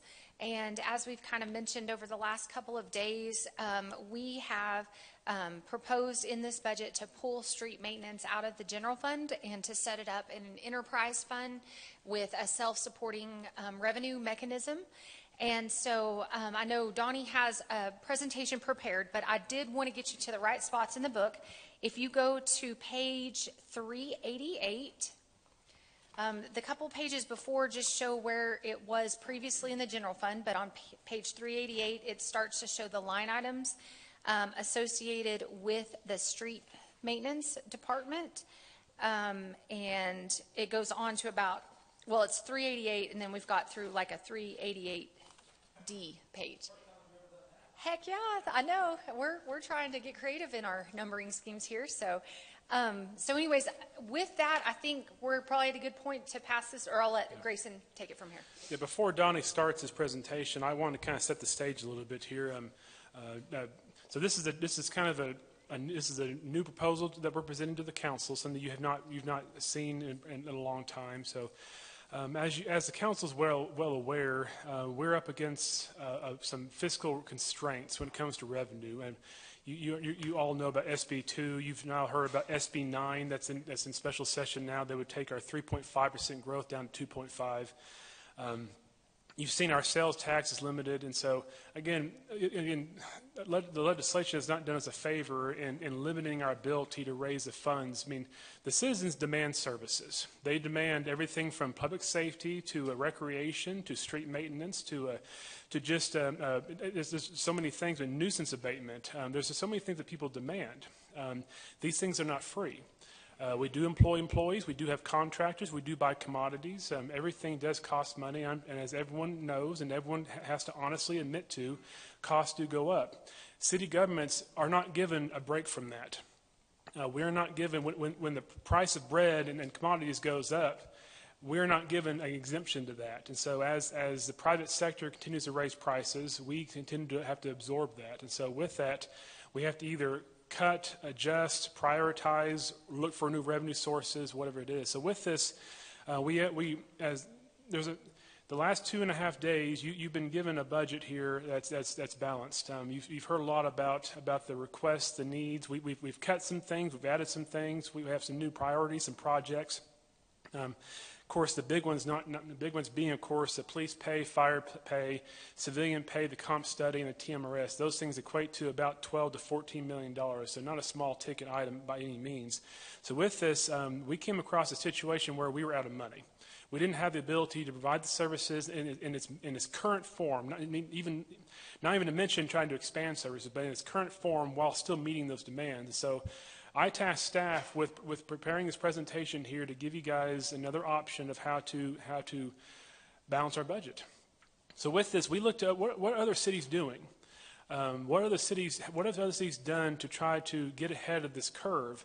Of course, as you all know, we are on the lower end of our property tax rate, and a lot of our comparable cities are 15, 20, 30 cents higher than we are. We are behind that indefinitely. And so unless they were to lower their tax rates, we're not going to get caught up. And so with that, so I don't have an option there. I can't raise that. We can go to the people for a vote, but I don't see a good chance of that succeeding. So with this, looking at those same cities, what else have they done? They have proposed a street maintenance fee. So we are proposing that for you today. So I have tasked Donnie with preparing this presentation. He has done the work to do this. And so, but with this, we are facing, when it comes to, and I know the city council, their priorities are public safety, infrastructure, business-friendly services, everything. So if we're going to continue to provide in these areas, we've got to find the revenue to do this. And so with this, one of my thoughts was, how do I protect the street fund? Right now, it's in the mixing bowl of balancing. When it comes to the hard decisions you have to make over the next several days as to, do we cut this, do we cut that? Street is currently in that mix. At least it was until my proposal here. So when you're looking at, do we cut police, do we cut library, do we cut parks, do we cut city marshal, do you cut streets? The proposal here today will pull that out to where it's protected. It will have its own revenue stream. It will no longer be part of that mixing bowl of trying to, on the cutting block for possible balancing of the funds there. So with this, that's kind of set the stage here. Again, we're trying to get creative. We're trying to look to what are other cities doing. This is not new to us. This is not unique to us. If you were to Google this, you're going to find plenty of cities that have been doing it for 5, 10, even in some cities 15 years. So this is not a new concept, but it's something that we have not done, and that we are proposing for your consideration that we do here. So with this, I'm going to turn it over to Donnie. Okay, thank you, and that's a great way to set it all up, and just kind of dive right into it. One of the first things that I do if I'm tasked to bring a presentation to council, especially with something of a significant change like this is going to be, I always want to look back at our council pillars, and so I want to start there and just go back and look at the check marks we put on council pillars. These are your pillars for infrastructure. Identifying and prioritizing the most pressing infrastructure needs. We can check that box. We can check the box of communication, engaging with the community. That's what we're doing today. Exploring all funding opportunities. We can check that box. Probably the only one I couldn't check was partnering with other agencies. It really doesn't apply to what we're doing today. But allocating immediate funds to priority needs and evaluating long-term funding plans. So I generally, as I built the presentation, I'd go back and look at this and make sure that every direction I was taking was going to facilitate what the council pillars were. So I just want to let you know that that's an important part of what we do when we do anything that's a program change such as this. Here are the whys, and Grayson already went over some of this as well. Other cities are moving away from dependence on the general fund for street operations because there are other priorities. There's a constant pressure to support services such as police and fire. We just heard those conversations a moment ago.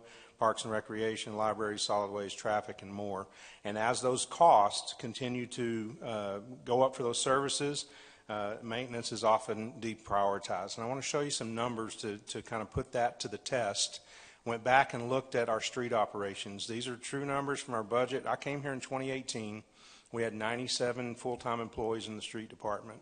We were responsible for 1,032 center lane miles of streets and 499 miles of alleys. I want to pause there just so that we can define what a center line street mile is. That is Bell Street, from 1 mile of Bell Street is a center line mile, but there are also lane miles that we talk about in some other conversations as well, which that 1 mile would be equivalent to 5 lane miles, because there's 5, there's 2 drive lanes and turn lane in the center. So we're just talking about center line miles, but you can see in 2021, we decreased our staff from 97 to 95, and a lot of that was because when we're balancing the budget and we're having those discussions, we're often asked to, well, let's pull some positions that we're not filling. We just had that conversation a moment ago as well. How did we do it last year? Well, we took positions that were hard to fill and we absorbed those. Same thing happened in 21. Although, as we reduced those, we increased the amount of centerline miles we were responsible for due to growth, and also for alley miles as well. 2024, we reduced down to 89. And we increased our centerline miles of responsibility and our alley miles. So you can see that conversation is real. It really happens with the street department. As long as it's residing in the general fund, you're able to pick and choose what you want to take and how you want to staff that. This is just kind of a synopsis of that. So from 2018 to 24, full-time street staffing declined from 97 to 89. So we lost of 8 positions. That's about 8.2%. And during that same time period, as I mentioned, our responsibilities grew. Street mileage increased by 27 miles, which is a 2.6% increase, and alley miles increased by 3.8%. That's 19 miles. So if you divide that out by workload per employee, and that's really just an easy number to calculate, that's 10.6 miles of streets in 2018. They're now responsible for 67% more of those streets at 17.7 miles, and that doesn't even include the alleys. The alleys is a separate set calculation that really comes out to about the same number, so I think you see where we're going with that. Street operations, the department is responsible for a little over 2,000 service requests annually. That number differs depending on whether we have really wet winter, whether we have a lot of snow and ice, different things like that. But we have crack sealing operations, our seal coating, in-house chip seal, our paved alley sealing, pothole repair and patching, unpaved alley maintenance, guardrail replacement, winter weather operations, and then our street toppings for utility cuts. There's a lot of work that they do over there. That's what they're responsible for in their daily operations. So strategically, I want to talk a little bit about the background, and this is for the council members that are new here, of what we've already done working with this council in the past. is we developed, and actually when Grayson got here and he tasked me with some things, one of them was that we had to get rid of the issue we had with prop dollars and get those spent. We've got a box checked on that because that is en route. It's happening right now, and we're getting that solved. He also said to develop a comprehensive plan to address street maintenance issues. The council, of course, heard all those presentations. We created an annual summer maintenance program, a recurring annual street reconstruction program. We developed an annual plan for our street assessments, along with their bidding and contracts being let earlier in the year so we can get better pricing on those. We purchased new equipment. We did a lot of things on the capital side to solve those problems. The one thing that's not solved is the development of long-term funding and a plan for street operations, the department itself. So just to kind of recap, we addressed capital funding issues, $12 million annually for street repairs, $8 million annually for reconstruction. We're funding our street assessment. In fact, we've already completed our assessment that is for next year's summer maintenance program. So we're right on track with that cycle that we created in a presentation I gave you on summer maintenance and how we will attack that. What we need to address now, as Grayson mentioned, is the maintenance and operations of the street division itself. About $15 million annually. We've even recently outsourced $7 million worth of patching contracts. And that is something that generally is done internally in the street department. But because of those reduced numbers in staffing, responsibilities, lane miles increasing, all those things, we chose to go that route, and it was great work, and I think the work that they did was phenomenal. But if you go back and look at the responsibility fiscally on that, $176 a square yard is what we paid on our contract, and Mr. Harder gave a presentation on that to you guys here recently. $176 a square yard for contractor, we can do it in-house for about $64. So a big difference in what we can do within the department than what we're doing and paying out to contractors. So we need a dedicated funding source for that, and that's where we started talking about a street maintenance fee. What is it? It's a dedicated fee, a revenue source for just the street division operations period. It's for that department. It's based on usage of the street system by residential and non-residential properties. We're not inventing this either. This is, as he mentioned, I'll show you some examples of other cities in Texas that are doing this, and we could make multiple lists of those in the United States that are doing it. There's a lot. A trip factor is used to determine residential, non-residential roadway usage, and then that's billed monthly in the city utility bills. Revenue is placed in the street maintenance fund to be used solely for maintaining the street system, period. It can't go anywhere else, much like the drainage utility fee when it was created in 2012. Here's some other cities in Texas that are doing it, and you can see the residential rates over that's monthly rates that they have listed on their websites of what they're charging per month. Corpus Christi, 538, you can read those for yourself, but we did a lot of deep dive into Killeen and Abilene's ordinance and the way that they were running their operations. I was pretty impressed with the way they put their programs together. Both of them have been in place since 2018. You see that Austin's went in 1992. I think they were probably one of the first ones in the state to ever do it, and that's why that fee is at $19.74, is they've incrementally raised that with CPI every year to do their business there. And it has nothing to do with 35, because I-35 is horrible. Borger has one. They put in 2018. It's been pretty successful for them. We talked to their city manager about that program. He's received a lot of positive comments over there. Their fee is at $6. It's a little bit different. They use their smaller community. They use that for their seal coat and their chip seal programs over there. There's some other cities, including Commerce, Lampasas, College Station, Hamilton. I'm not even sure where Hamilton is, but I did find that they had that program, and I didn't bother to look them up geographically, and I'm sure they're very small, but they implemented theirs in 2018. And then Bryan, Texas has one right next to College Station there that they put in 2004, and it's at $12 for the residential monthly fees.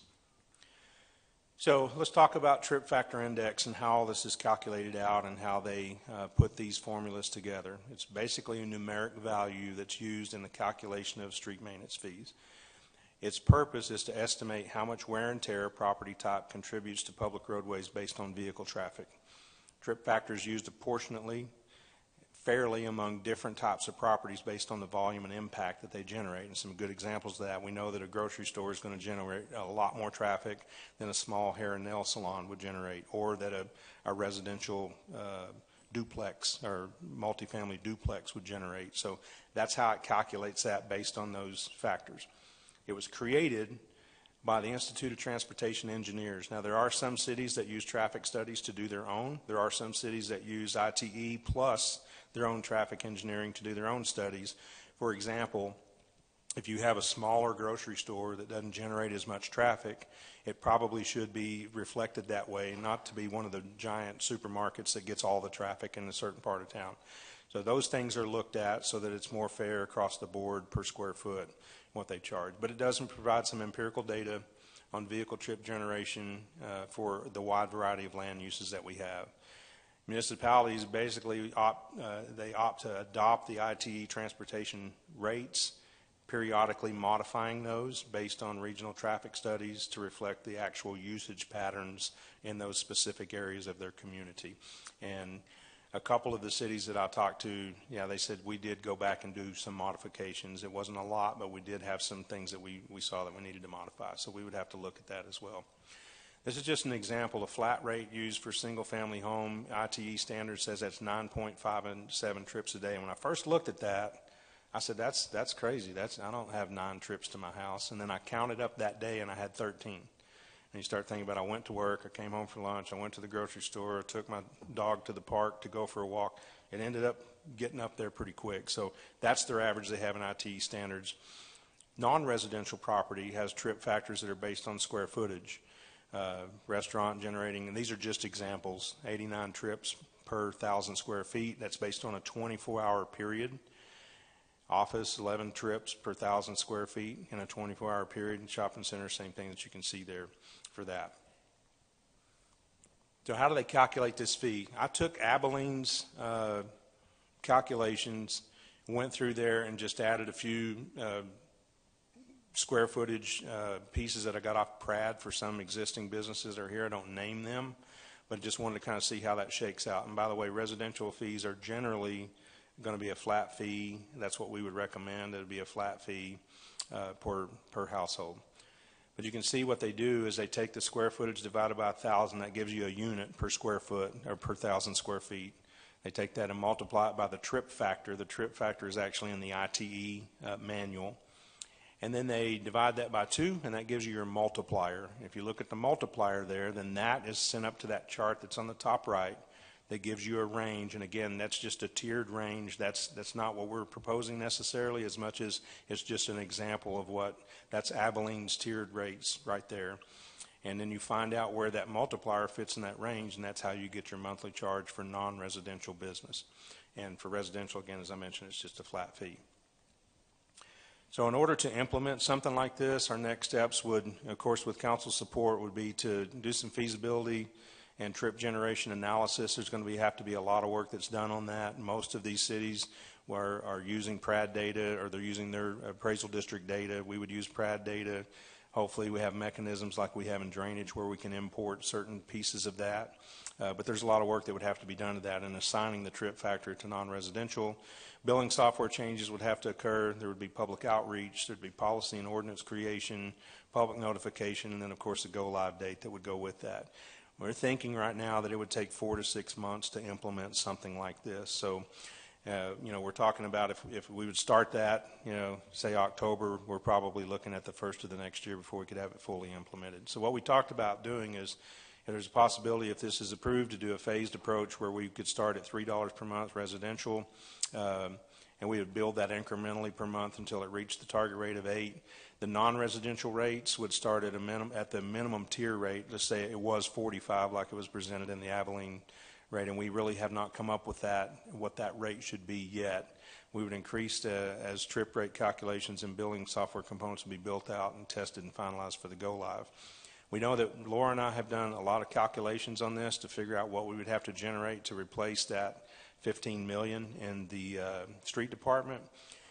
If we went with the $8 target rate for residential per month, we would have to see an average across in the non-residential of 75, and that would generate that. Of course, and that's a wild calculation to try to do to come up with some accurate number today, because there's such a variety of businesses and such a variety of non-residential that are out there that are going to have to be calculated. But just based on the number that we have, that would be the average, would be at 75.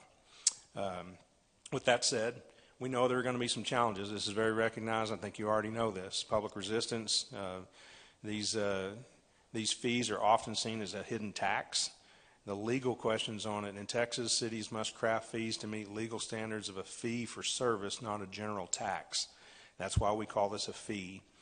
And the implementation complexity and assigning it accurate trip generations and updating them periodically requires ongoing support within that department to make sure that we're doing that accurately.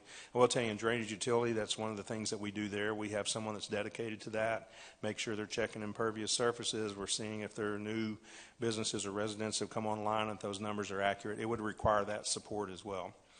In cities that historically have poor street conditions, in the eyes of the public's going to question whether or not an additional fee is going to lead to improvements, especially if there's no accountability or visibility on how those funds are being spent. So we know ahead of time that if this was implemented, that we would have to have plenty of updates, plenty of communication with the council, with the public, to let them know how those dollars are being spent in our community. So with that, I will pass it back over to Grayson and see if he has any other final comments. So with this, what this means is that right now in your draft budget, we have built it into where that the $15 million is in its own fund, and so it's a new fee that we would be charging for that. So if you were to not pursue this, we would need to move it back to the general fund, and we would need to cut $15 million worth of other expenses in order to envelop it back into the budget. So this point here. With this presentation here, we want to kind of open up for questions for Donnie. I don't have a question before we get to questions and we start picking the nits, which I know we will. I just want to make sure that we have common consensus of the problem before we start talking about the solution. And as what I hear is that the problem is, and nobody's going to argue with this, I don't think, that we have streets that need repair. And currently, we have troubles financing the ability to keep up with the repair of the streets. I don't know. I mean, I guess if anybody feels like we're keeping up with it, then we can just save the rest of the afternoon and go on and talk about something else.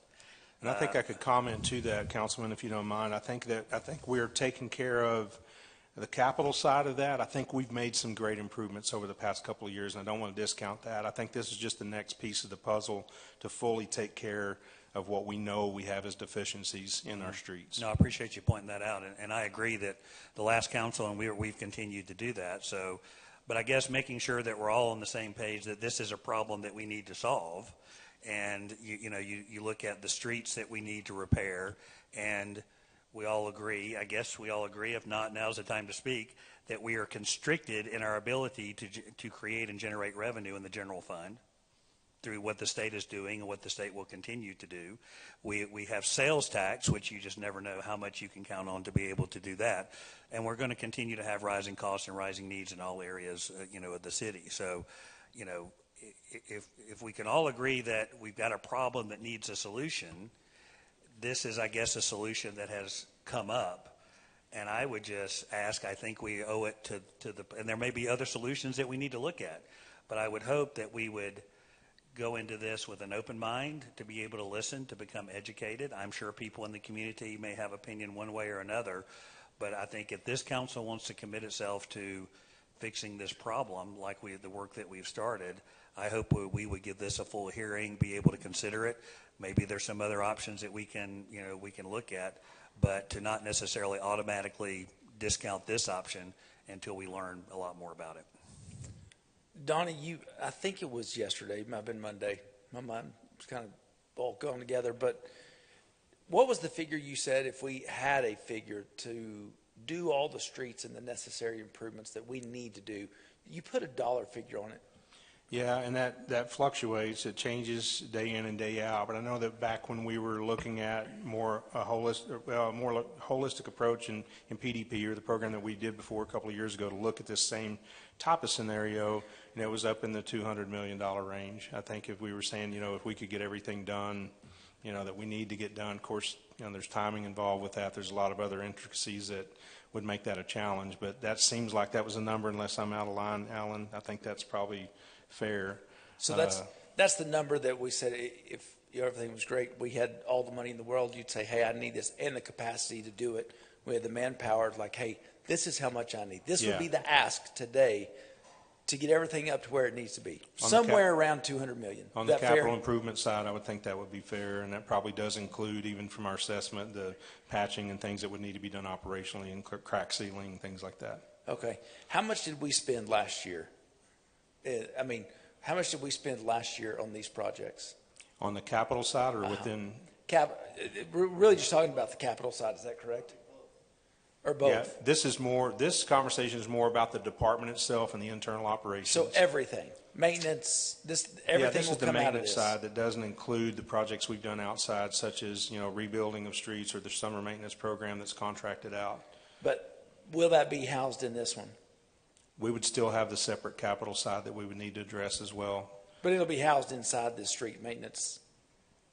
I would say no. So it will be, it would be in part of our capital construction funds. CIP. Yes. Yeah. Exactly. And we would still propose that we do the annual debt issuances to make sure we're doing the reconstruction piece and the probably the better way to resurfacing of lane miles each year as well. And those are large enough projects, they really need a debt issuance to support them. They're projects that we're not capable of doing in-house. We don't have the equipment to do. We're going to contract those out. Yeah. Correct. So there's CIP every time. Correct. So this is Street operations, just daily operations. okay. So everything that's going to be housed in here, what did we spend last year on that? For the department? For the department, for what will be housed inside here? Last year, we spent $14,440,000. And go back to the slide that shows what all they're responsible for. I think that helps. Okay, so 14.4, 14.5, right in there is what we spent last year on the projects that'll be housed in here. That Yeah, sound you about can right? see on your screen there, that's kind of what we do in the street department. Yeah. But Okay. it's not for projects, it's to implement the projects. In other Correct. words, the projects are funded capitally, this is for the staff. Daily operations Okay, and the okay. staff, yeah. Okay, got it. This is Staff the equipment. Durapatchers, for example, is in this department.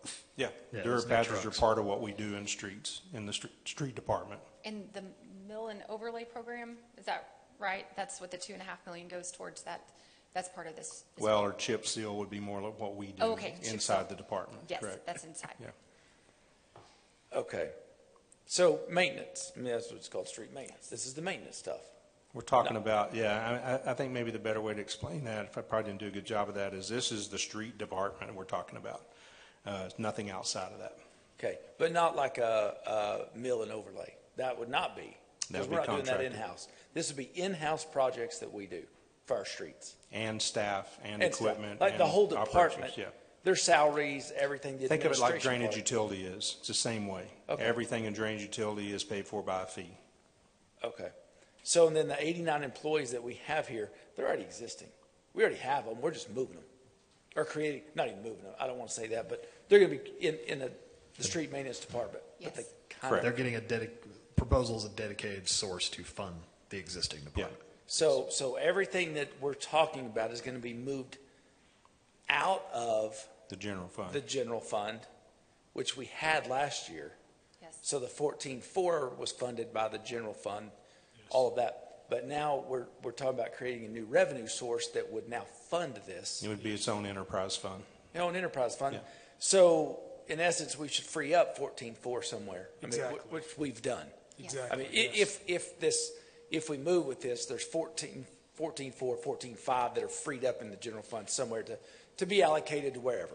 Which your budget has allocated it, but yes, that was the point of it, yes. I get there's not a $14 million Yeah. sitting there somewhere, but yes, it's already been allocated somewhere in the budget. Okay, all right. Thank you.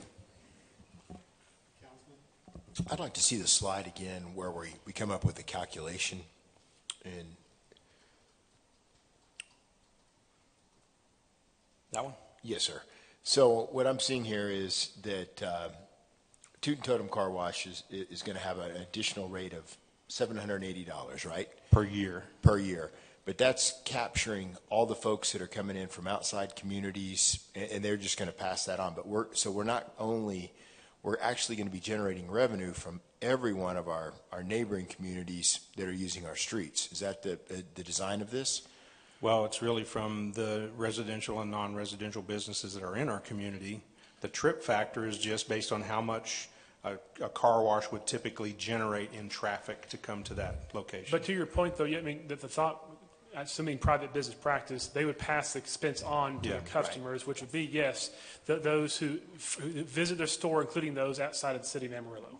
Understand. Yes. Okay.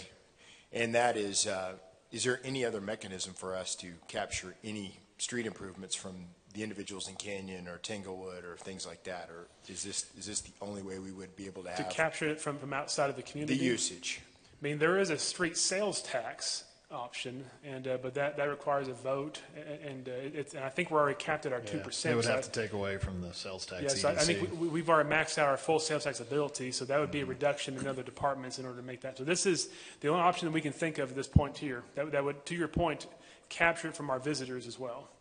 Is there has anything like this ever been brought up before in the city of Amarillo?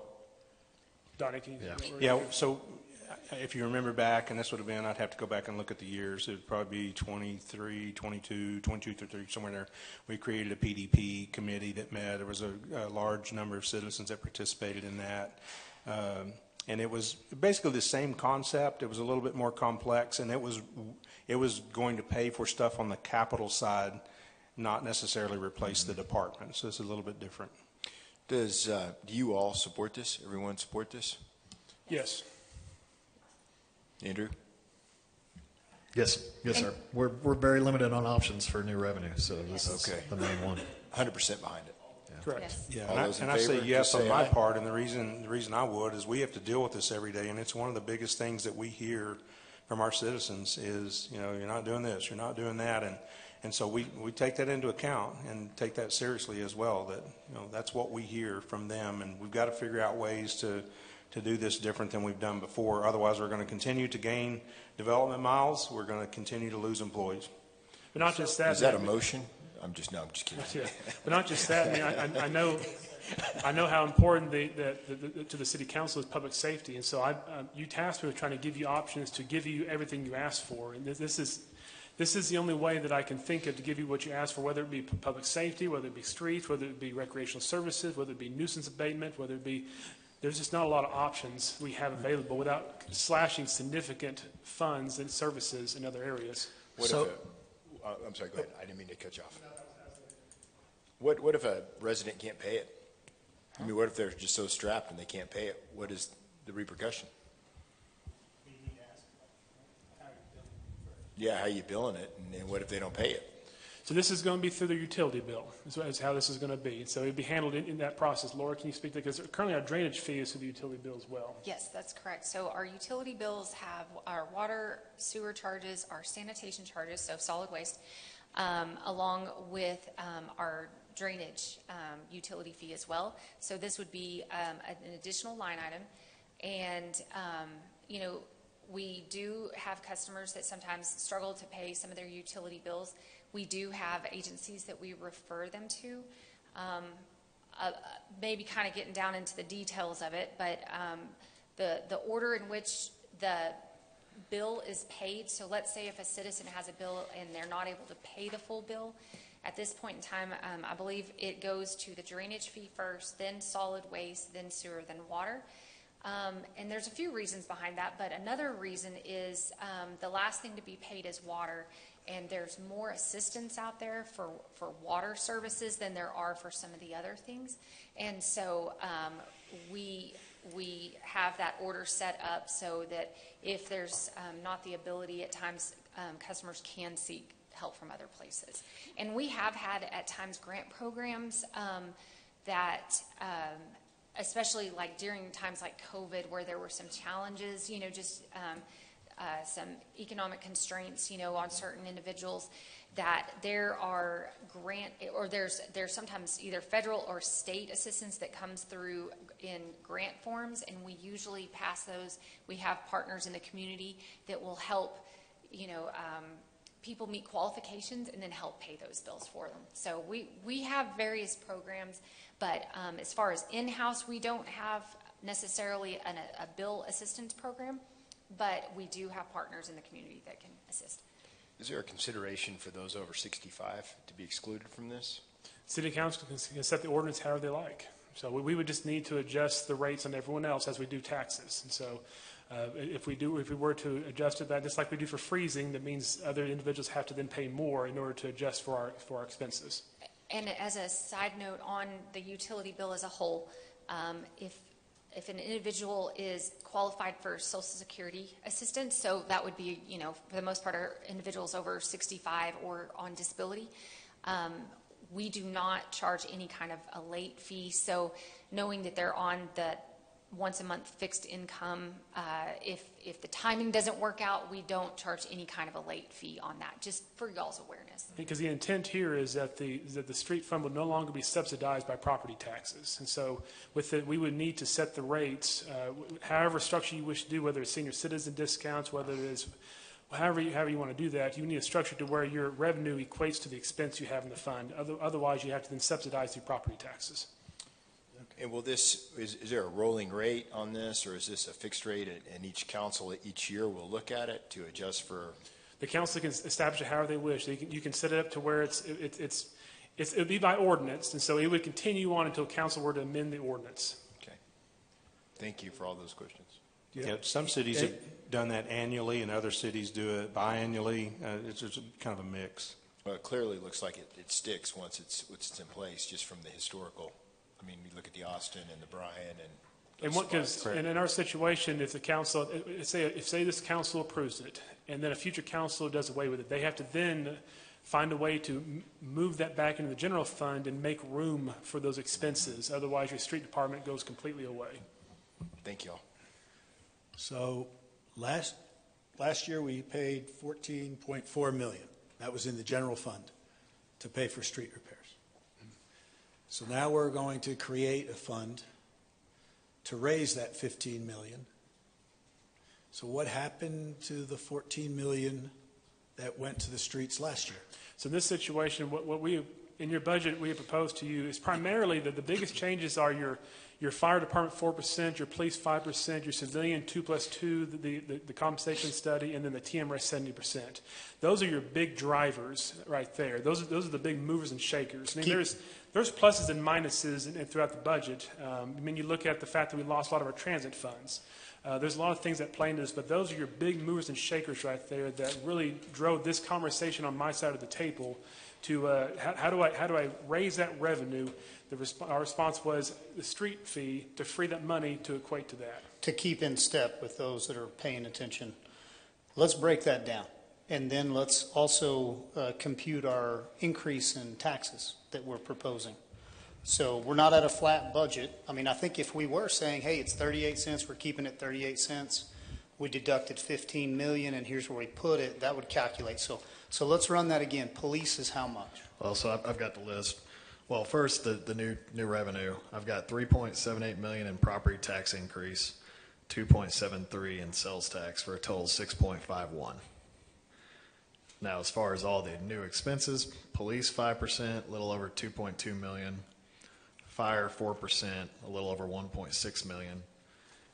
70% COLA for TMRS, a little 2.1 million flat. Civilian 2% COLA and 2% merit is a little over 2.5 million. The pay study for civilians below the new minimum range is 2.2 million. Supplementals for new staff, free classes, supplies, softwares, all those minor adjustments, 2 million. Now, what is that, supplementals for That's staff? new staff, reclasses, software. Oh, that's the 44 hires. So the 44 So positions. some of it. It's not just that. It's also vehicles, it's software. It's things that we're not currently doing right now. It's increases in our budget. I mean, right now our budget, they give us what is our current expenses, and then what do you need beyond that in order to provide services. This is great. How much was that? So that was 2 million. Where is this at? Is this in our budget? It's spread across all departments. So that's when we talked about they added this new position, they reclassed a position, they added software. Where's this list at? So this is a list I put together just from notes. So do we have a copy? Yeah. Yes, we I want can to print get you a that'd be copy awesome. of Can we it. print that? That would be. Can you nice. email Rather it? than all just writing it down. Yes. I'll send it to you. And then the last one was overtime for police and fire. That's 1 million for a total of 13,750,000. So this is 13 million. 13.7. And then go back to your revenues. Sales tax increase, property, new property tax was in that 6.5. And just growth in general, the 3.5%. But then tax increase was how much? 3.78 million. So- Property tax, 2.73 in sales. And that's where you're getting the 6.5? 6.5. But then the tax increase, That's all part of it. okay, so let me go back to our summary page back at the front, because I'm not following. This budget will raise more total property taxes than last year's budget by 8.5 million. And of that amount, 1.25 is revenue based from new property. This is just property taxes. That is for your operating and maintenance property tax and your debt service property taxes.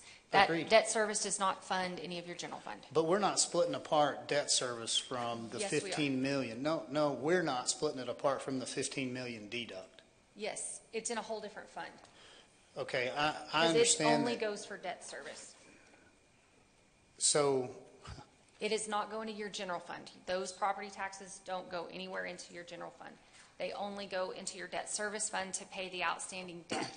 And those dollars ebb and flow based on how much Okay. your debt service payments are for the next year. Let me say it a different way. I'm not splitting apart the 43 cents.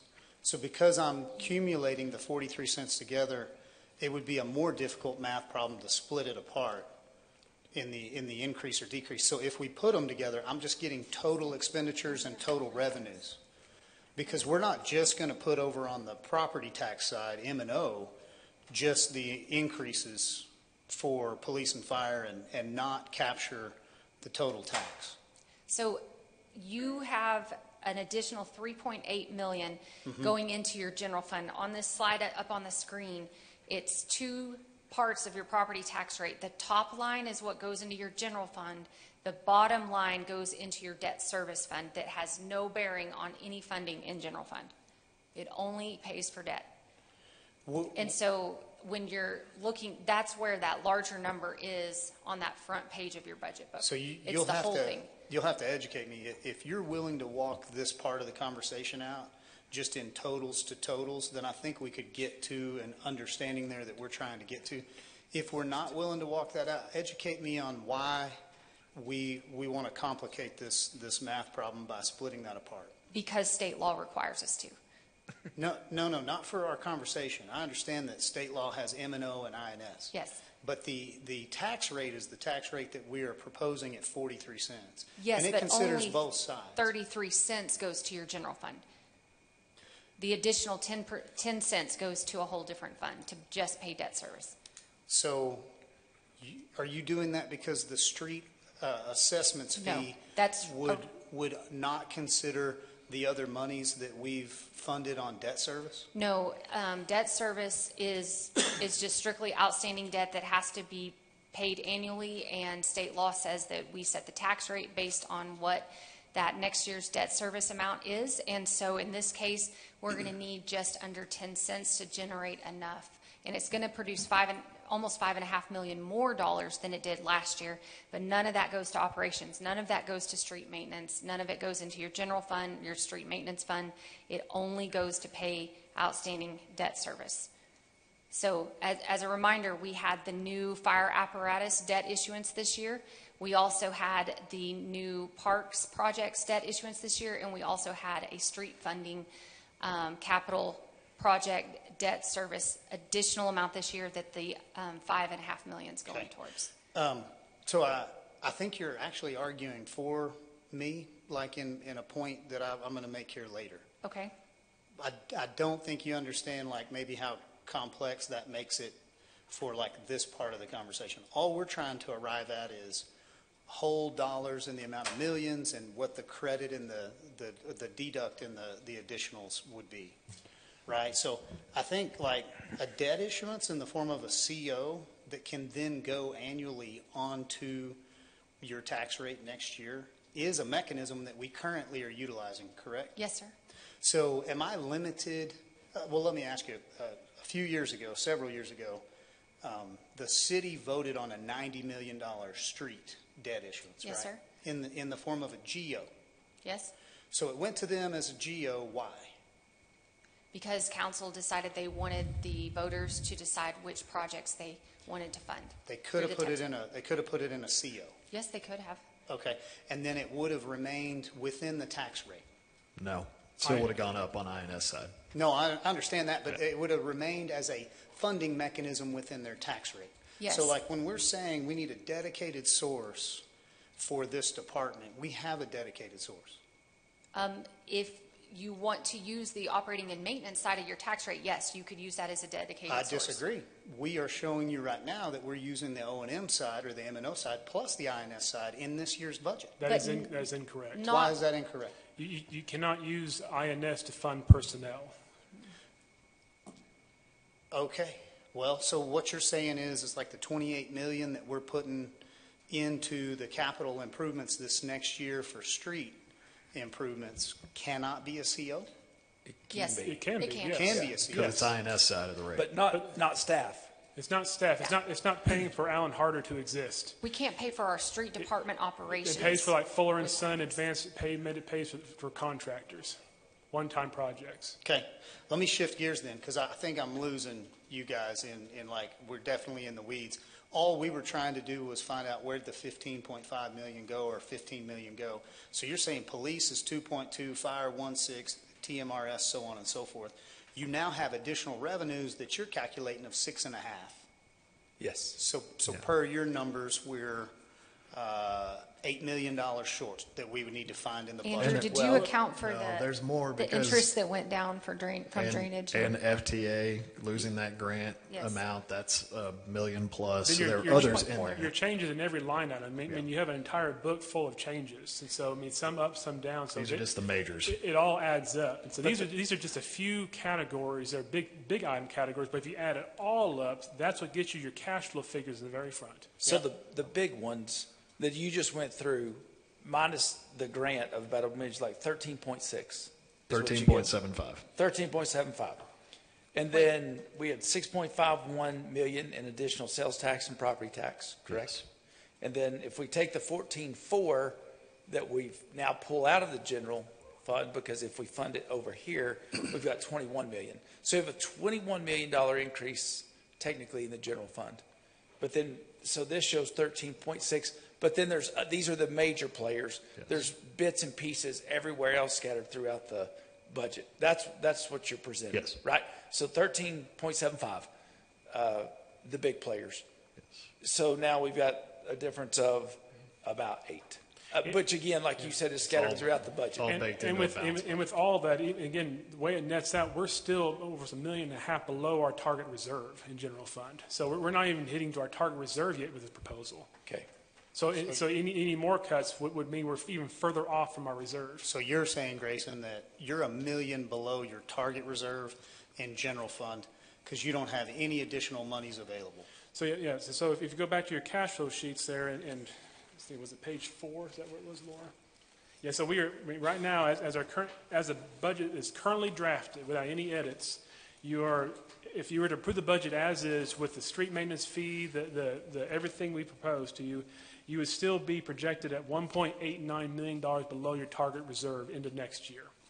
And so where we would disagree is we have reserves that are not being accounted for in this budget. What are those? What are those? So what we get in our quarterly statement, right, which I refer to as the portfolio. Yes. So the 643 million. Is across the entire city. Correct, yeah. And I'd love to work that math problem after we get through with this one, but we would need to go from the 643, pull out the component units, pull out the minimum reserves, identify the borrowed monies that are already allocated where they're going.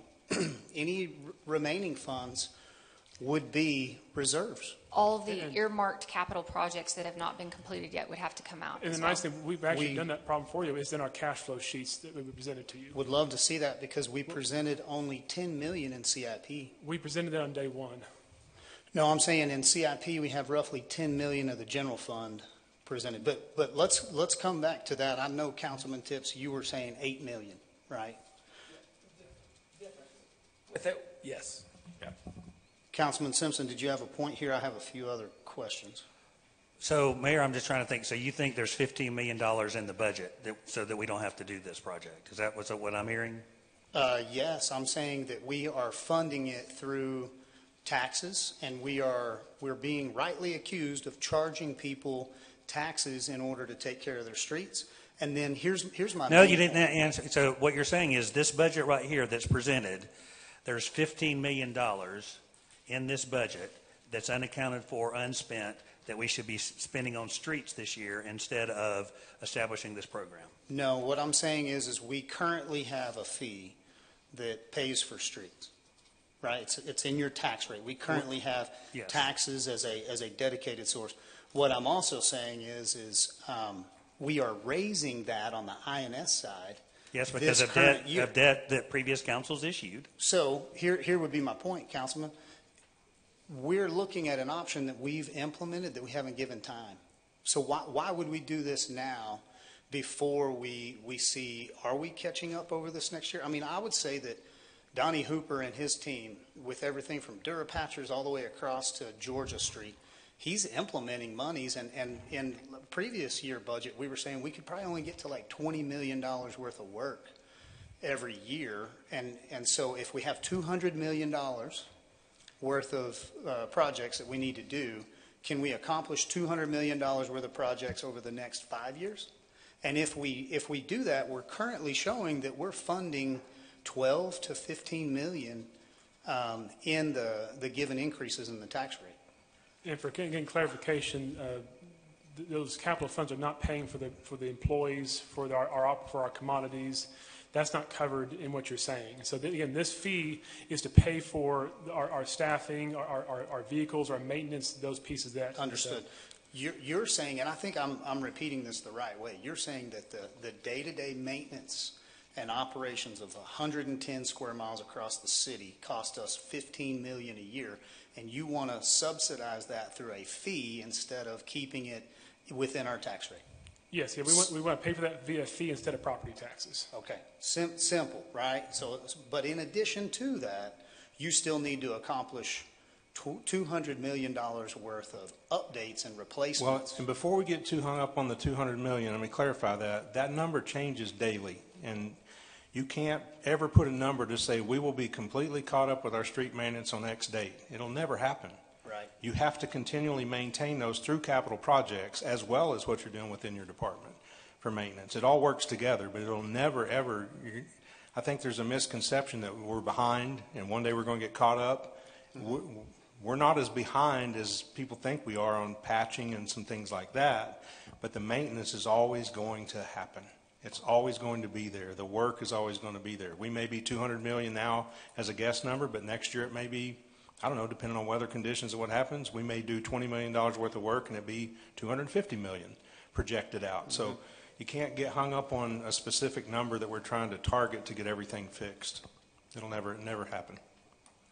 So if we go this way, and with what the state is going to do as far as cutting back on how much we can go up in property tax, down the road, how many more of these fees are we going to be seeing on bills to pay for things we can't raise the funds through taxes? That's part of the big question that I keep asking my legislators all the time. How do they expect us to do our jobs? How do they expect us to provide the services that our local citizens keep demanding when they keep getting their business in our business? And so it's very aggravating because instead of them fixing problems of the state, they're trying to address issues that local citizens via their councils should be handling. And so they keep taking all my options away from us. And so that's a very good question. We're having to get creative. And as we saw there, cities are getting creative like this in order to find how do we, citizens, I don't get any emails from citizens saying you should cut your services. You're doing too much. I get nothing but you're not working hard enough. You're not working fast enough. You're not being regular enough. It's more and more and more and more. That's what we're up against. Our infrastructure is over 100 and some years old. It's falling. It's aging. As we see with our wastewater treatment plant, as we see with our road infrastructure. And so we're doing the best we can, but these things come at expense. It's not going to get cheaper over time. So as we try to, and since property tax is hamstrung, sales tax is, I don't get to control that. I'm at 2%. I have to look for other options. I would love for the state, I would love for them to switch roles with me. I would take their sales tax if they take my property tax. I would love for them to do that. People don't realize how much money they're paying to the state versus the local governments. I would take their sales tax over property tax if I could. Now, there's issues with that, but that kind of money locally would be outstanding. People don't seem to realize that, and the state legislators, they tend to ignore that. I'm on my soapbox right now. I mean, that's kind of why I asked the question, because we're getting hamstrung by Austin. Yes. And it makes it uncomfortable for all of us up here, because we got elected because we're supposed to come up with answers. It makes us uncomfortable for our citizens who are going to have to deal with fewer services. That's right. Because we have no other option. Our employees, where we can't be competitive on giving the raises, one thing is, we say, this is something, do we want to do it or not do it? Imagine where we would be, as much controversy as it caused at the time, if we had not done the drainage utility fee. That's $14 million that right now, if we had not done that, we would have been having to pay out of the general fund. I mean, what other programs would have gone away if we'd have to, not only this budget, but another $14 million? I mean, and if we kept streets in that'd be another $30 million that we'd have to go back and cut out of this current budget if a drainage fee was not there. And then, looking at this, I'm not saying that this is the answer and the one, but our options are becoming more and more limited, other than cutting the services. Or, like I said, the only other option I know of is you could do something that goes to the voters, but, I think that's why we're here, to make good decisions for our community. So if you look at that list of cities that Donnie brought up there, it would be interesting to see what their property tax rates are. I mean, we are one of the lowest there, so they're doing these fees on top of having a higher tax rate than we are. Right. So I'm grateful for our citizens that we have lower taxes than other communities there, but unfortunately, that does come home to roost at some point. Right. So I've got a question. The sales tax or the property tax relief that we're expecting, what is that amount are we expecting that will give relief to the citizens of Amarillo? Property tax relief. Is that on the Senate bill that you were talking about? Senate Bill 9 would reduce our ability to raise our property taxes without a vote from 3.5% growth to 2.5% growth. And so it would reduce that. So right now, so in our situation here, you'd have $1 million or so, or whatever it works out to, less money to work with. Right. So what is that relief? You said how much, $1 million? Only $1 million? Well, I just made the number. I'm not right sure what it is. And so I'm not sure what 3.5 to 2.5% gets you there, but it means you would have to go to the voters to go beyond 2.5%. Right, but so we're going from 3.5 to 2.5. If that's passed. And we think that we have indications that it should be, right? Well, I hope not. I submitted opposition yesterday, requesting my legislators not to support that. Okay, so if that occurs, then what will that do to us on top of this? I mean, that we'll have that loss as well. It would go into effect the next fiscal year, so it won't impact this budget you're working on here. But it puts you at a much slower pace to keep up. So right now, 3.5% is very hard to keep up with. I mean, my costs are not limited to 3.5%. So at 2.5%, it's even harder to keep up. I understand. And then the last question, Mr. Mayor, there's a $600 million. Is there a fund out there that has $600 million in it for us to use? No, there's not a fund out there that has $600+ million in it for us to use. There's a fund that, the latest statement that I received was March. I didn't get the June statement, or we didn't get it, but, December was 656 down in March to around 643, and this is comprehensive of all. Go ahead. I was going to say, you all should have a copy of it in your emails from earlier this week. It's our quarterly investment report, and it reports on all of the cash and investments held by the city for all city funds, and also for all of our component units and the fiscal agencies that we're fiscal agents for. So that encompasses everything from general fund, water and sewer, drainage, airport, to AEDC, the Amarillo Hospital District, Chamber of Commerce has funds in there. So it is all cash and investments that are managed by city staff. And would that change your mind, Councilman? What we're saying right now is we don't have any money. So we've been charging you taxes to take care of police, fire, and streets. We're going to charge you more in taxes to take care of police and fire, but then we're going to have to pull streets out, put it over here, put it on a fee basis. Because see, the drainage utility isn't compared to this, and here's why. Like, we created the drainage utility when we took on kind of the role of, okay, we now legally need to manage these waters, and we haven't been doing that as a city. So like, there was no money allocated for a department, you know, for decades for the city. I mean, when the city flooded, it flooded. And so as we've come into that new understanding of part of your property tax goes towards, or part of your responsibilities, I should say, of City Hall is to manage and mitigate those floodwaters. We haven't always lived like that. I will correct you on that a little bit. That we were taking care of it in the street department. We actually been pumping those playas for many years, well before 2012, and taking care of drainage issues. We just didn't have the capacity to take care of as much as we're taking care of now. So I would say that the concern here is going to be, okay, I pay the same amount of taxes for less services. So just like you're saying, hey, you tell me which services you want to cut. I mean, you know, our constituents are going to come to us and say, why are you billing me for something I'm already paying taxes for? I'm already paying taxes for streets, and you just raised those because you issued another $12 million CO or $28 million CO to go get to new projects. But then you're also giving me a bill at my business of $1,040 now annually. Well, I think what we just need to look at, I mean, if we're not going to do it, then let's go back into the budget and cut $15 million worth of programs.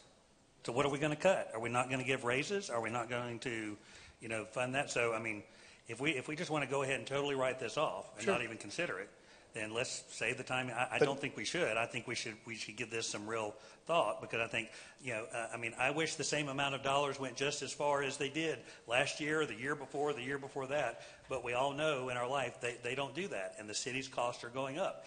But if we want to cut back on services, or if we don't want to provide raises or those types of things, I mean, because it's going to take a pretty good chunk to come. But I have a hard time sitting on over $100 million worth of monies and still pushing that same message. I think if this was flat, and when we only had a few reserves, and we really were $1 million behind the reserves, that would change, you know, our ability, I think, to adequately represent this to the community. And we can't rely upon reserves. Reserves are one time. This is a repetitive stream source to provide repetitive expenses. And so you're referring to reserves, which are a one-time influx, and when they're gone, they're gone.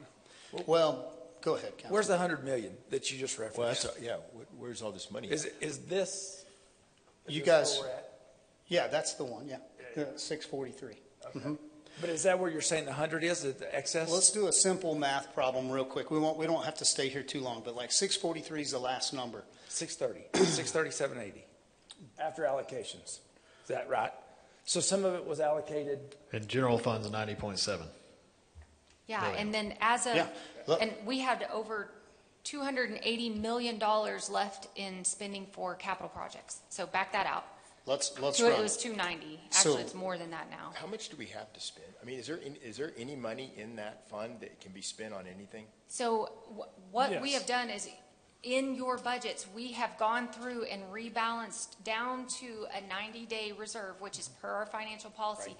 And then we're recommending anything above and beyond that to go to capital. So just like on page 4, we're recommending that almost 10 million go to capital. That is one-time spending of reserves that we are recommending is available to spend. So the 637 is built into this entire budget already. What is a No, that is not true. Well, it's not all the city's money, because some of it's Amarillo Hospital District, some is but AEDC what the city Chamber. Can spend has already been built. It is into built. Yes, it is built into your budget. Yes. Wasn't it 16 million? Is that was that the number that you scraped off that you said it was in excess of 90 days? Was it 16? No, or is that just, no. And when there were pieces when I sat down with you and the mayor that I had looked at, I was trying to go through a math problem that I think the mayor was wanting me to try to put together. That's essentially what we're doing here through the budget process. As we continued to work on that, we actually showed that there was probably we had overspent some of our reserves a little bit, so we were going to have to bring some of those up this year during the budget process. Well, let's run it. Okay, so 630 is the number we're working from. Yes or no? But we 630 is can- not just what we have access, I mean, Understood. money that we have access to the city. We need to subtract out the component units, so. But so Mayor, let's- you're starting in the middle of a fiscal year. That's not an apples to apples comparison. We're in the middle of a budget season right now, so. I did it from September 30th of '24. Okay, We start at 656. okay.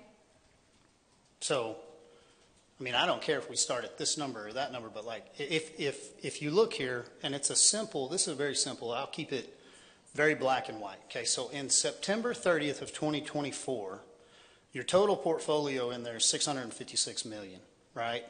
Now you need to back out of there monies you've borrowed that you're showing on your schedule of debt that are still sitting in there that are unspent, right? Because that's not really your money. It is yours, like you borrowed it, but it's not a reserve that has ended up over there because you had excess monies off of property taxes or you had monies that you didn't spend in a project. So there was 229 million at that time that we would deduct out of the total borrowed monies. Then your component units. So if you added in AEDC, hospital district, venue, all your PIDs, that number comes up to 106. So those aren't our monies. Those are their monies, right? And we would need to validate all this, and we would need to verify if we rework the math problem to current. But we can get it current all the way to probably July. So there's 106 in component units. Then you have your reserves. So Mrs. Storrs, can you give me now the total of all the reserves that you have? Because we've changed a lot of those now that we've stopped reserving, I guess, on top of reserves. So general fund reserve, 52 million. Are you asking for the projected at the end of 25-26? Target reserve? The target operating reserve in page 4 is 52. If 52,764 is our target reserve. Say 53. Yes. Water and sewer.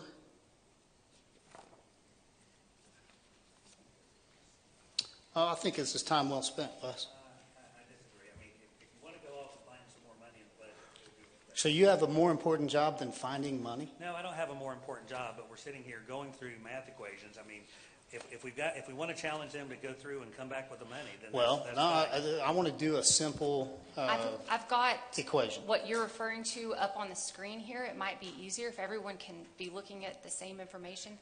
Stephanie, if you'll scroll down at the bottom, this was go scroll back up to the top. This says for the quarter ending September 30th, 2024, this is all cash and investments that were held by the City of Amarillo. That is not just City of Amarillo money. As you go down the page there, Steph, you'll see we had 655 million altogether. So we have to back out our unspent bond proceeds of 167 million. We had to back out our outstanding CIP that's not covered by our bond proceeds of just under 120 million. Then we had to back out our debt service reserves. Then we have to back out all of our hotel occupancy account, bank accounts, and investments because those are restricted by state law. Then we have to back out everything that's held in a special revenue fund because as we talked about yesterday, those are also restricted by either granting agencies or by state law in PIDS cases. Then we have to back out all of our component units and fiscal agent entities. So that would be Chamber of Commerce, AEDC, Venue District, Hospital District, etc. Then we can add in our short-term accounts receivable. This was as of September 30th. This is per our audited financial statements. So we're going to add back in just under 75 million. Then we've got to back out our short-term accounts payable because those are things that are coming due as of September 30th. They were coming due within probably the next 30 to 60 days. And then we also had encumbrances, so items that we had ordered at year end, and then we had not received them or been invoiced for them yet. That was $9 million. That gets us down to $124 million. So as of our estimated minimum reserves per our current year approved budget, we needed $128 million to meet our minimum reserves. So I'm showing that we were actually a little bit shy of that as of September 30th. This is great. Thank you. I've asked for this for a while. How long ago was this produced? So I worked on this, and I'm still working on pulling all of the backup for it and having it audited before but I was working on budget, because we go through this exact same process in our budget.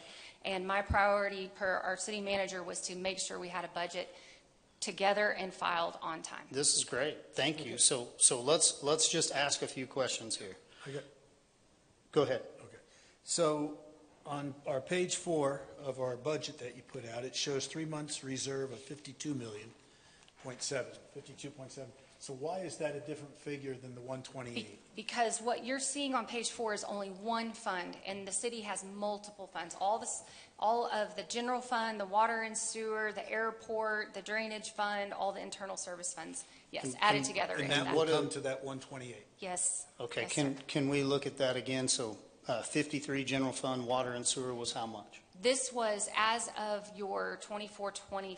This was before we changed our minimum reserve So now we've policy. changed that down 12 million, but let's just do it real quick. Water and sewer is how much? Are you talking about the current year? Just targeted reserve, The targeted reserve is 21 million. 21. Airport,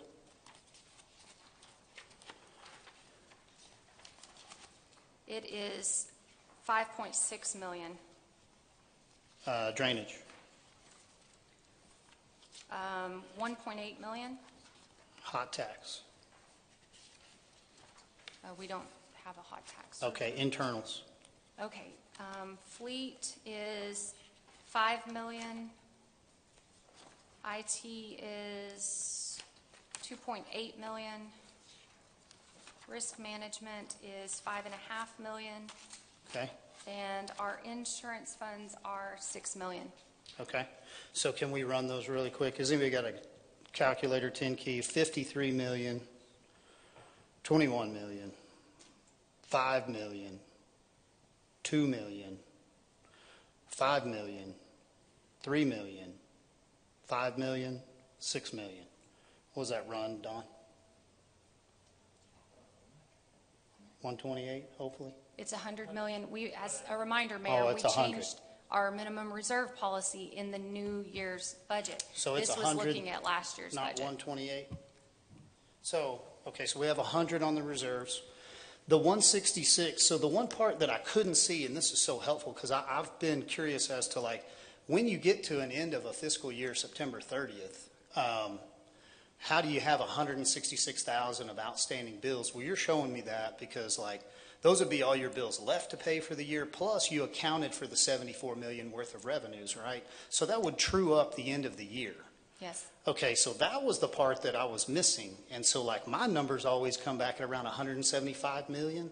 But I've been saying like, well, I think there's 100 million. But so there's a few other things in there that I did call, bond counsel and ask on some of that. So if you take the 128 as targeted reserves, you're not recommending that right now, right? You're saying 100 million would hit our target reserve? Yes, because we're no longer recommending that we, in the general fund, that we reserve general fund plus an amount equal to what's needed in IT in those departments. So we reduced it. Do you show, I show 106 on component units. Are you showing 109?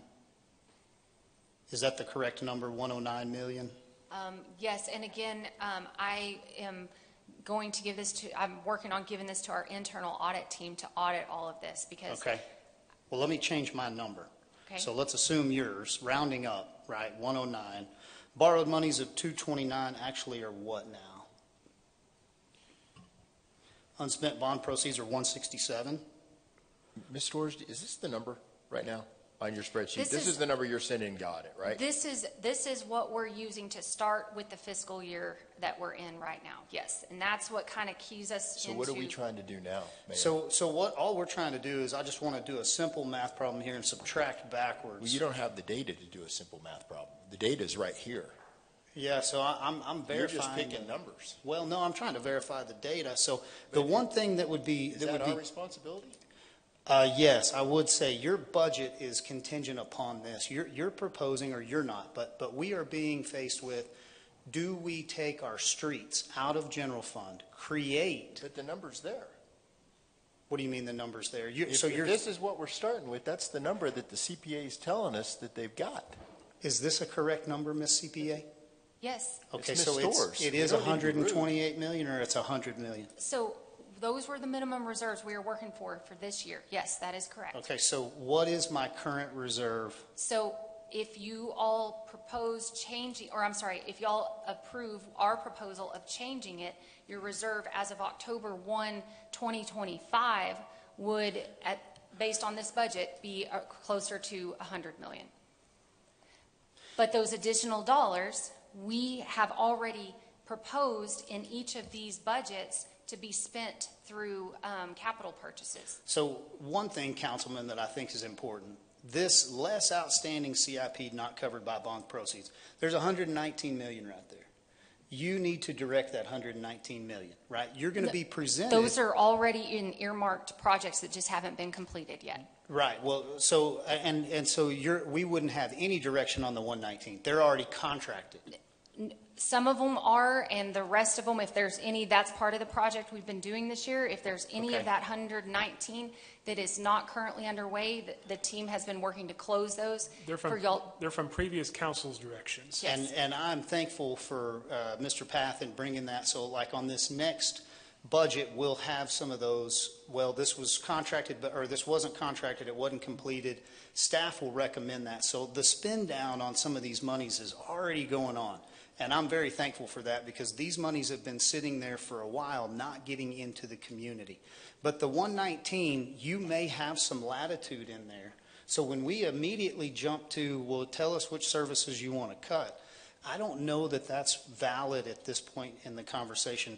I would love to know this, and then we can move on. Like if I don't have the data, let me get the data from you, Mrs. Storrs, and we can work on this and bring it back for a future meeting. But the debt service reserves, I couldn't get to 24 million in debt service reserves. So when I called Mr. Adams, he said that there were a few older bonds that required a reserve. Mm-hmm. But did you get that 24 million from him? I got it from our audited financial statements. And so those are mandated reserves by the bond covenants and the debt terms, right? Yes, sir. And they're up to date? So that was as September 30th, yes, sir. Okay. So that was another factor. The hot bank account and a few of these other ones. What is the special revenue funds, the 7.9? So that is like your public improvement districts. They have reserves, and so we can't touch their reserves. So we really would be at like 108. Well, and I say it's not even their reserves. Any money they have in those bank accounts and investments, we can't touch those. And yeah, going back we need to subtract going it. back to the CIP not covered by bond proceeds, the project we're doing for CIPs, again, that's one-time money. The street maintenance fee is not meant to be one-time funding. It's meant to be an ongoing revenue stream. So, I understand. So we can. The process we're doing now, I mean, your budget already contemplates some of that money we've already pulled out to fund some one-times. We're going to keep working on that. It's a long process to go through. We have to do a lot of research, figure out where projects are at, and we're going to keep pulling it out so that next year we have more. But those are in one-time funding sources for one-time expenses, not ongoing expenses like street personnel. And what's the date on this? Is this the September 30th? Yes, sir. So can we get this done up to the June quarterly and bring it back?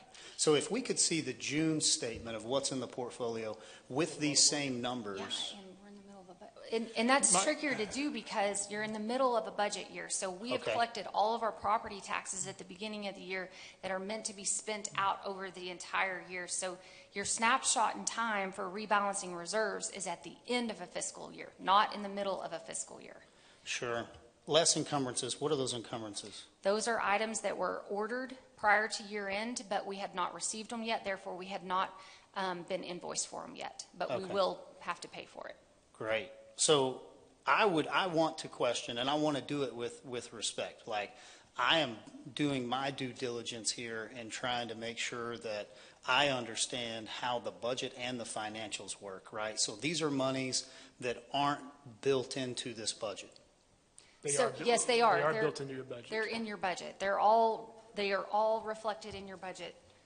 Because I thought we asked earlier, like the monies that after you're showing here, you have $10 million in reserves, right? Yes. That are built into this budget. So these dollars with all of the reconciling items down below are what we use to calculate your available funds at the beginning of each fiscal year. So So the all 70 of this plays directly into your budget. So you would run this calculation, and that would attribute to the 74 million at the top of the page? That is correct. Great. Okay, so you had to have done this before you produced this? Because No. the 74 is, This is in parallel as she had time. And again, my priority to her was working on the budget. So this is how did you arrive at the this 74? was a spreadsheet that she's been working on in her conversation with you one-on-one, trying to help you get the questions you've been asking. So we do available fund calculations by fund. This, as I mentioned earlier, is for the entire city and everybody, every entity that we manage money for. So we don't do available funds calculations for Chamber of Commerce. We don't do that. So this is taking a huge holistic view at something that we're going down to the reporting entity level to calculate the same information. And so I had to step way back and try to figure out, how do I take this and prove it back to exactly what we're doing on a fund by fund by fund by fund basis. Okay. It's all the same thing. It's all feeding into the same information. It's just a little more complex at this level because it's not just city funds. There's other things in there. right, I agree. So I'm looking for a really good outcome here. I'm not pushing against you guys. I'm just saying that from the looks of it, it looks like there is an opportunity to direct monies that are sitting over in reserve accounts that haven't been spent from whoever knows how long ago. So are you saying the difference between the 128 million and the 100 million we're saying now we need for reserves? Well, I'm saying you had 128 million on this piece of paper. That directed the 74 million calculation, and we just redid the number, and it's 100. So there's a $28 million swing just right there alone. Which is in your You're- budget currently. Yeah, the 128 million How would it be corresponds in my to the budget, though? $52 million now that we said would be the minimum reserve. And so, yes, there's a difference before. It's all outlined where that money went on page 4 in your budget. Okay, so council, hang in there with me just a second. I'll get off of this issue. We just reworked a math problem that went from 128 million in recommended reserves. Just take that one line item.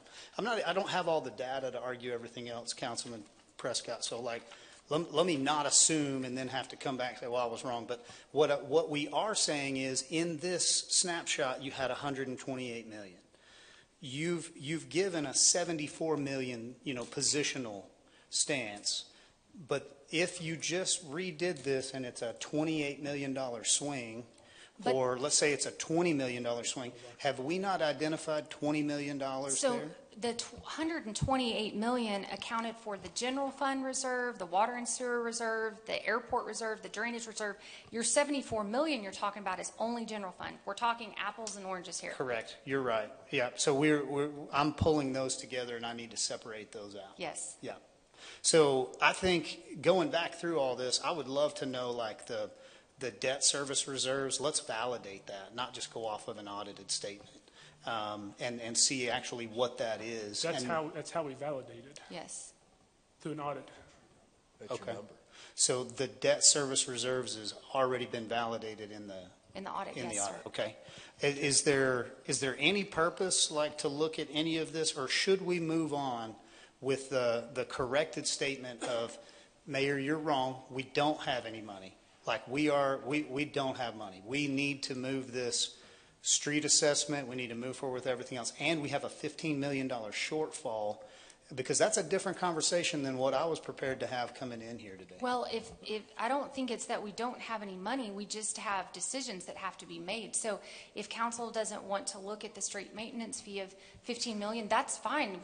We'll put it back in the general fund, but then we will start working on a proposal to reabsorb that 15 million, which means that we'll have to cut out, portions of raises. We'll have to cut out some of the supplemental, the overtime for our public safety. We can do that. There's money. It's just, how does council want to spend the money?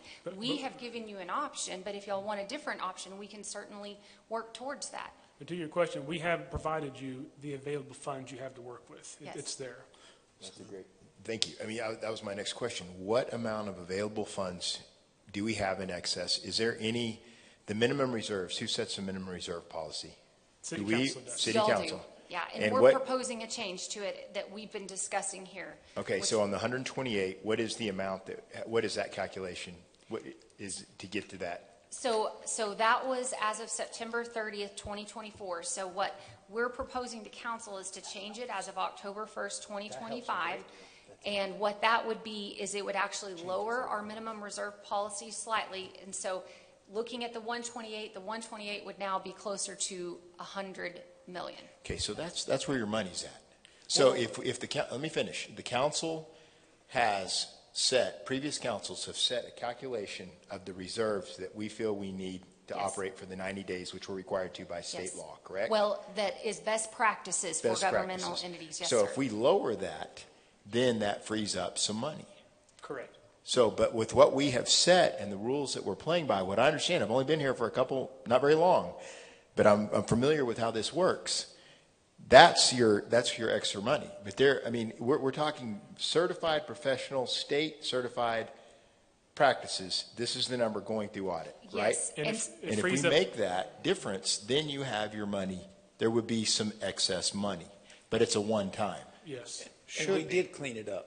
We did clean it up as they're addressing. We've changed policy. Yes. We reduced the amount. So what the number you're seeing here, and what they're saying is, yes, it did free up some monies. And then we cleared up the accounts that we had projects that were never closed out. So we had a little bit here, a little bit there.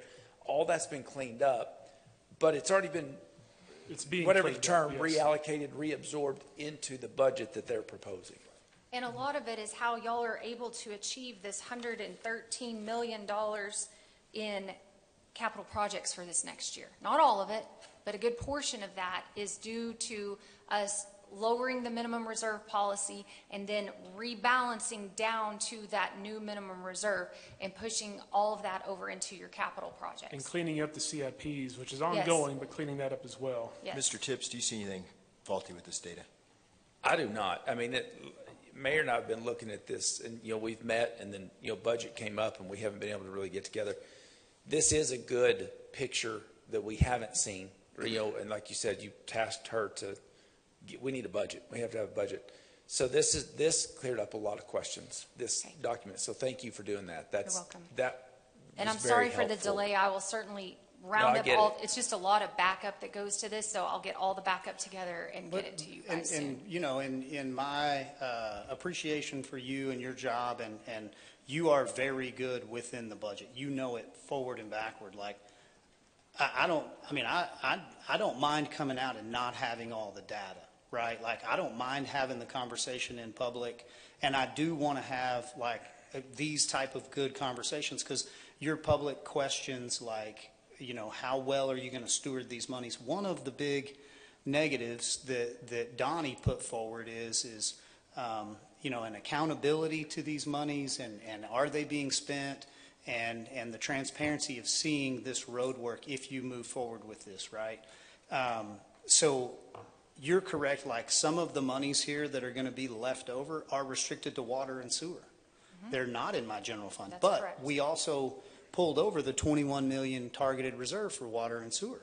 So even if there are restricted monies there and they have to remain in water and sewer, there's still an opportunity overall, comprehensively, for this council to help direct those monies into things. Now, specifically the streets, if there were $20 million available in the general fund, and you're looking at, okay, we want to implement a $15 million street assessment, and we want to go bill all of these entities and individuals, you would still have the ability of that $20 million spend down for the streets that you identified.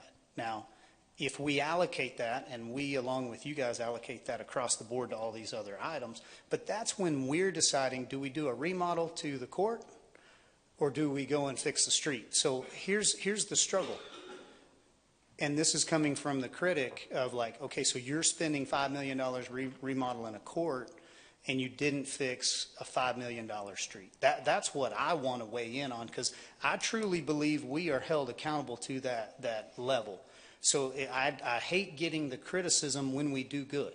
It's like, man, it's a good thing to go and update the courthouse. It's been needing it for so over long. But we've got to weigh that in what other mechanisms, and you've said this very, very well. If you pull this lever, let me tell you what else is going to pop. You're telling me to measure my outcomes, and I'm saying the same back to you. If you pull this lever of street assessments, let me tell you what's fixing to pop, right? Like, we've walked through this before with the drainage fee. It's a fee, it's a tax. It's a rain tax. Now you got a street tax. And then let's go back to the slippery slope. You want to put this on a water bill, but at the same time, we want to address a wastewater treatment plant. And so think about the timing in this. We may very well be at a place in our wastewater treatment plant discussion within 6 months when this is rolling out. And we're looking at a large increase because we have that piece of infrastructure that we have to do something with, right? Well, we didn't have to engage in a street assessment conversation right now. You look at this budget, even with the 15 million, I am still saying that, like, we've got a lot of monies going into the streets currently right now built into that rate. Do we need to pull back on that? Because I know Mrs. Storrs is allocating 5.4 million to INS. So we are moving things from cash outlays over to INS, like with fire apparatus. Yes, and that's how we have it filed and proposed, and if council would rather pay that out of sales tax or the operating side, we can certainly make changes. Let me say one final thing, we'll go back to Les. Okay, where does it stop? So, like, drainage was like, okay, we got to have a drainage fee. Now we've got streets. Then we do parks and rec. Then we do, is it, well, your taxes just pay for police and fire. Everything else is a fee. And is that the road that we want to get on? I have an answer for that. It stops when you cut something. That's how you stop something. You cut a service. Otherwise, unfortunately, given our economy, prices go up. We have to build a revenue to keep up with those costs. Which we're representing prices going up from 38 cents to 43 cents in order to provide all these services. What I was unaware when I read your budget was that the 38 cent increase to the 43 cent doesn't include $15 million worth of street assessments. Am I correct now? That's what these workshops are for, yes. That's what we're trying to illustrate to you all. That's why we want to present this to you all this week, to help you walk through with the 38 versus 43, the 15 million, your CIPs. Yes, so that's what this process is for. Councilman? Well, if you're waiting to get a pat on the back for doing something good, you're in the wrong business. So, but, again, our option, do we have an extra $15 million that we just had lying around in the bank that we haven't allocated for? Because it seems like there seems to be, is there $15 million out there? No, we've allocated everything in this budget here. Okay. While trying to meet your minimum reserves with the change in policy. And so, as I see it, there's three options to, but now if we feel that we're fine on our streets and we don't need any more money, that's fine, but we just got to go back in and find the 15 million for it and to be able to do it. Yeah, I would definitely direct the rest of the conversation that way today in a very productive way. If we work really hard and we can't find it and we end up where we can tell people, hey, look, I tried real hard, but I couldn't get away from a blanket pay study that I had to implement, right? I don't feel that. I'll pull the 2.2 off, I think. Let's work towards that. Take that pay study, work towards that over the next couple of years, phase that in. Police and fire, if we've got to go back to them and say, guys, we wanted 7, we're only going to get 5, right? But then as we are looking at, tell me, Mrs. Storrs, what happens if we don't do the fire apparatus, which that's not a good example. Yeah, that's done. What happens in this budget if we don't do a $12 million street outlay? That INS side can roll back over to, in your calculation, to the M&O? No. Why not? Because it's INS. Well, your debt side of your tax rate can go up and down based on how much your already issued outstanding debt is. It has no bearing on your operating and maintenance rate at all. So if you instead didn't want to pay for fire apparatus or streets out of the INS side of the tax rate, then your tax rate would go down, but you would have to cut that same amount out of your general fund budget to afford the debt service So payments. what you need to do, you need to, if the goal is to try to move the street fund back into the general fund, you will need to find ongoing O&M expenses to cut. Not the apparatuses, which is debt, not the one-time expenses that we have for like trucks and supplementals like that. You need to look, you cut positions, cut services, raise some other fees, I guess. We have a vector fee that we propose in there, which if you cut that, you're going to have to make up the difference there with that as well. But that's what you have to focus on now, is that. Yeah, so I know where I'm sitting, and I just, I don't know why we would look at the street assessment fee as the next step forward without looking backward and seeing, like you've presented a large budget with a large tax increase and pay increases, 44 It's positions. it's not a large tax increase. The tax rate, we're getting this, we're limited to the amount of additional property taxes that we can get. We're taking no more higher percentage than we did last year. So to say it's the tax rate is a variable. The reason why it went down the last couple of years is not because the amount of taxes paid by our citizens went down. It went up. It went up 2 years in a row, even though the tax rate went down. Let me finish if I could, please.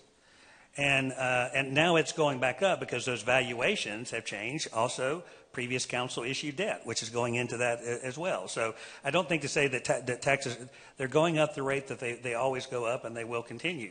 But how you're able, if you were a professional or if you were a business and somebody capped the ability to increase your income at 3.5% every year, at 2.5% every year, and you had expenses to go on, you'd have to be figuring out a side hustle to pay your bills, or else you're going to have to cut dramatically on these things.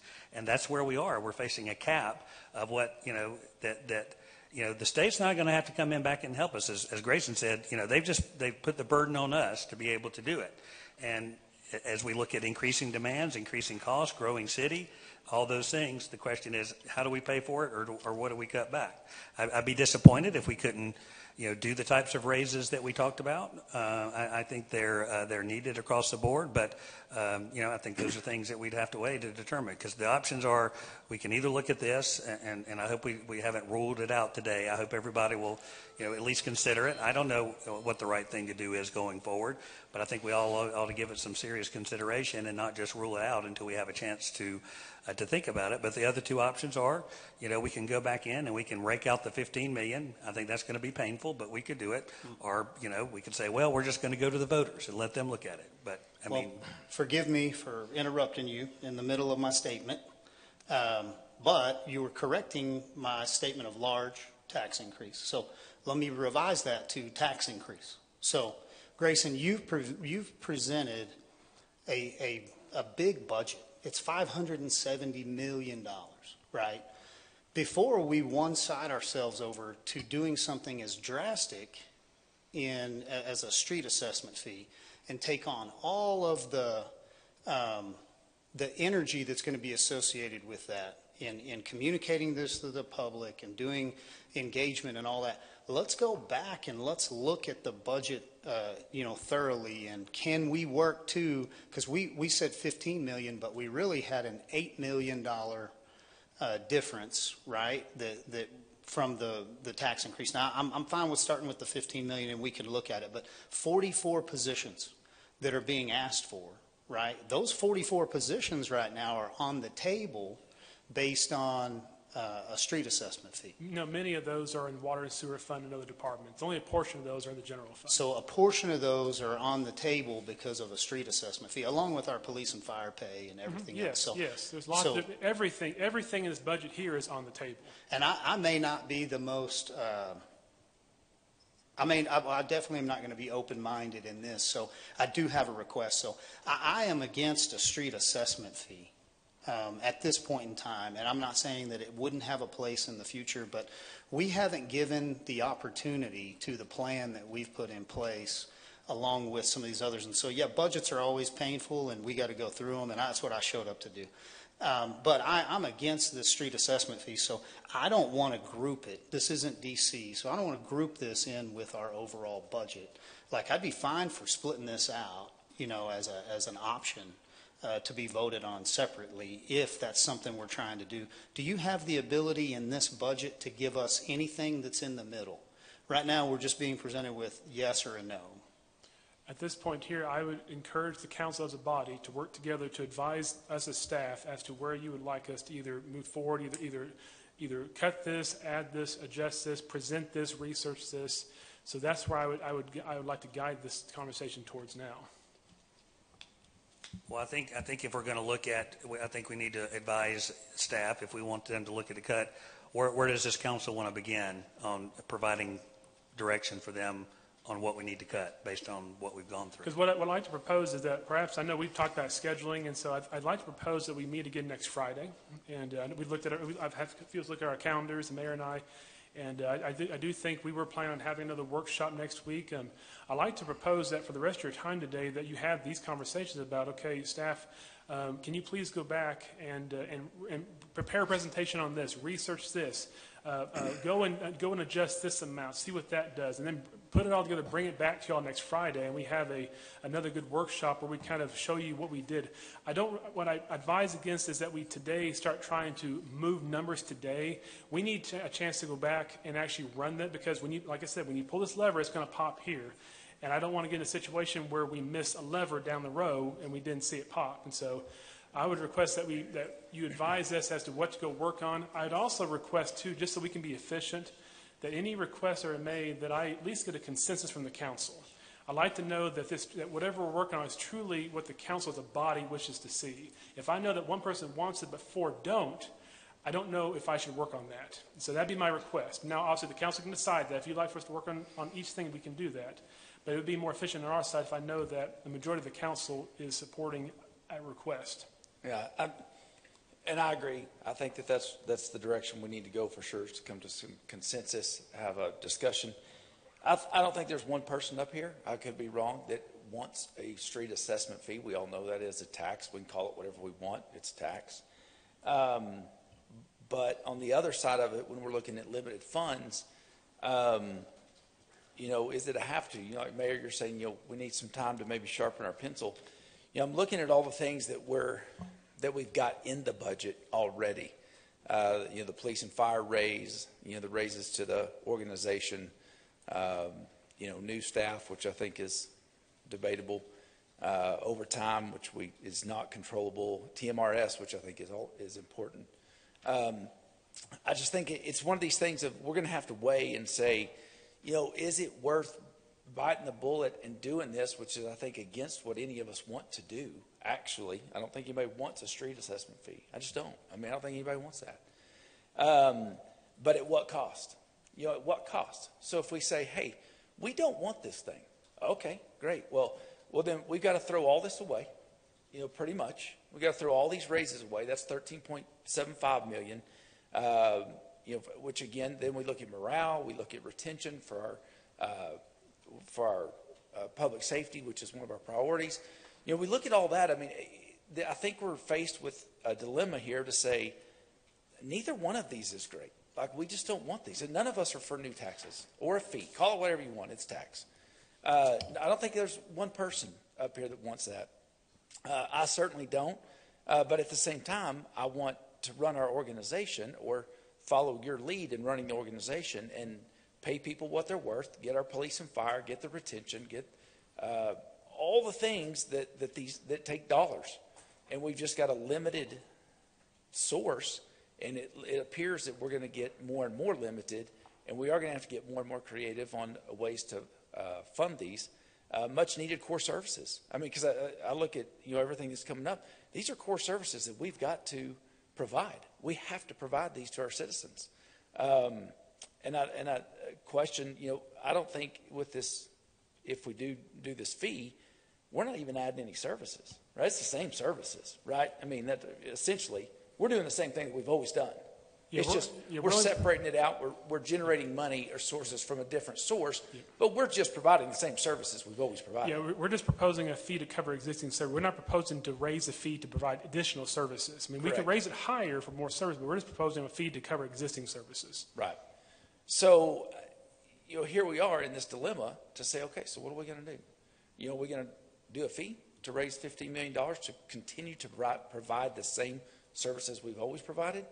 Or do we nix all of the things that we've already talked about in the budget? And this is before us, I think we had a goal of maybe increasing police and fire, above the 5 and the 4, getting them both to about 7, because they're asked for more than this, and we want to honor that. We've done a great job. We did a great job last year. I think that was our goal moving forward. But looking at it, this is like your household budget. It's like, man, there's just not enough money. I mean, we're stuck. So we're going to have to make some hard decisions. But I do agree, Mr. Path, that we've got to come to a consensus of like, okay, what direction are we going to go? And it's tough. I mean, it's going to be a tough decision, but we've got to choose. I mean, I don't know that we can sharpen our pencil enough and get to where we want to get. Is where I'm at. Do you know, so the 15 million, as I'm looking at these various categories, so there's certain categories that we can get this 15 million out of, and there's other categories that we're not going to be able to, correct? Such as airport. I mean, we can't, so the only category you have is the general fund operating up top. Yes. So if you're looking at 15 million of the general fund of 271, that's about cutting the budget about 5%, 5.6%, something like I have that. to run the number there, but sure, yeah. Yeah, but I mean, it's about a 5% reduction. We're going to have to, I mean, you're looking at either finding 5%. Every department goes back and cuts 5%. Maybe some don't have to cut, some do. But it looked to me, if that's the only place where we can get the 15 million, it's about a 5% reduction in the budget. Yeah, we'd have to run the numbers and see, yeah. Yeah, that's approximately right. Also remember that 50% of your general fund budget is public safety alone. So the vast majority of the cut would come from. And then there's some fixed costs that we can't cut. I mean, for example, the retirement we can't cut. Although if we don't give more raises, then I guess we're not paying as much into it. Yes, but there's certain things that we're not going to be able to cut, which just means those that we do have to wind up cutting, it could be more than, it could be 5 to 10% that we have to cut out of that area. Okay. Yes. So, Mayor, I would ask you, you've kind of said where you are, but after looking at it, what are you thinking? I mean, do you think we can find 15 million to put them back in the general fund and maintain this? Because now you're looking at 28, 29 million, and I just don't see it. I mean, at some point, we whether you want to say campaign promises, whatever, it's just our priorities. We're police and fire, infrastructure, and we're faced with these two things right here. Not to mention taking care of staff and the organization, which is very important. But we're faced with this, and I feel like we're at a crossroads of like, we got to choose. And I would also say, not that I don't think any of us ran on this, like no new taxes, but I think that that's all where we came from, right? I mean, we're like, we don't want taxes. Nobody wants to raise taxes. We don't want to, just because that's where we stand, individually, I believe.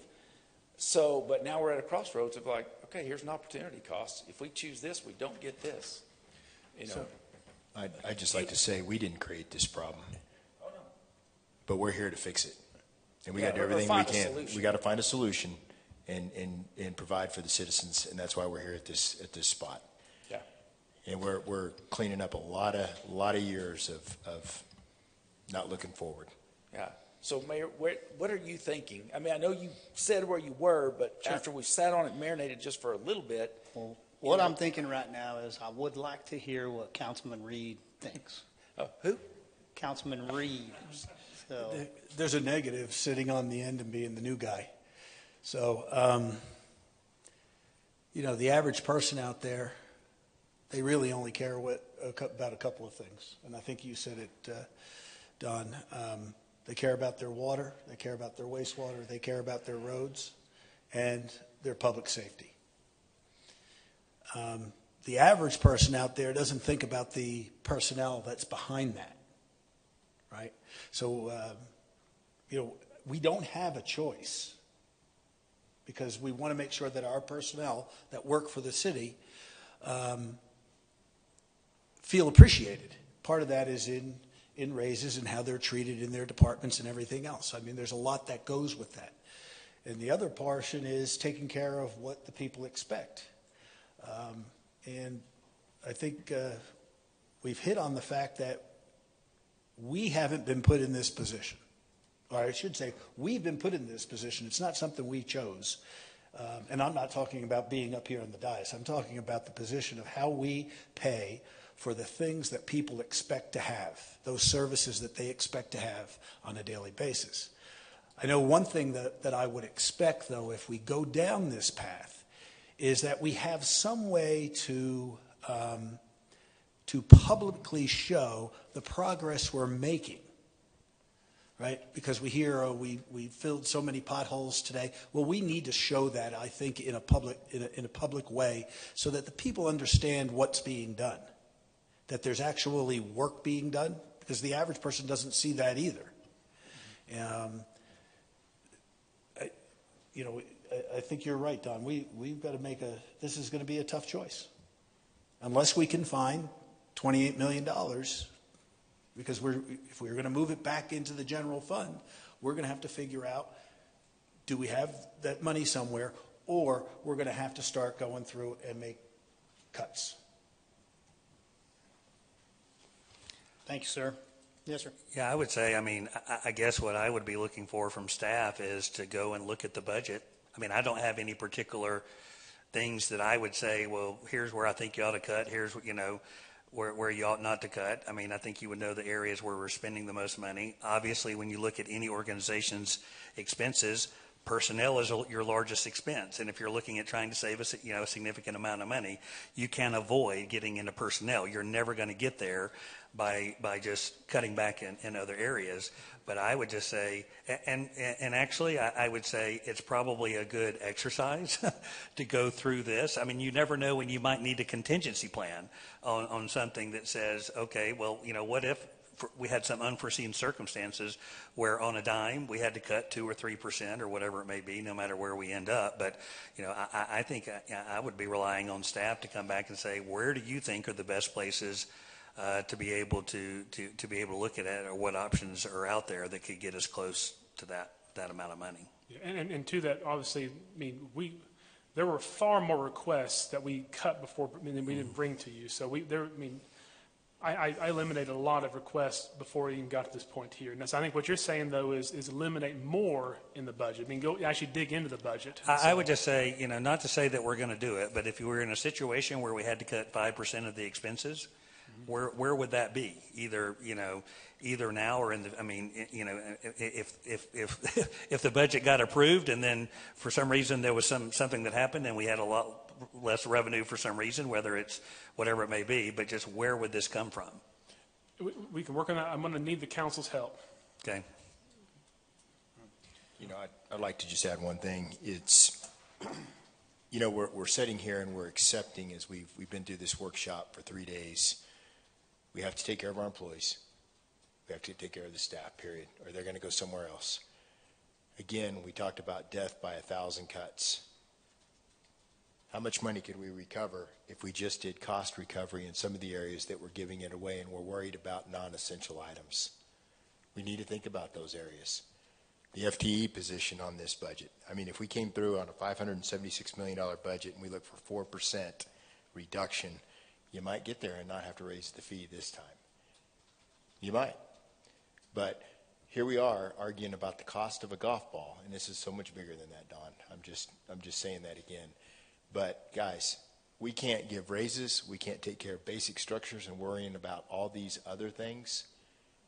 Everything has to carry its weight. The citizens expect us to run this city and provide the services, and we have to make the hard decisions. I think that's well said, and everything puts it all in perspective. I want to make a statement, and I want to see how incorrect it is, right?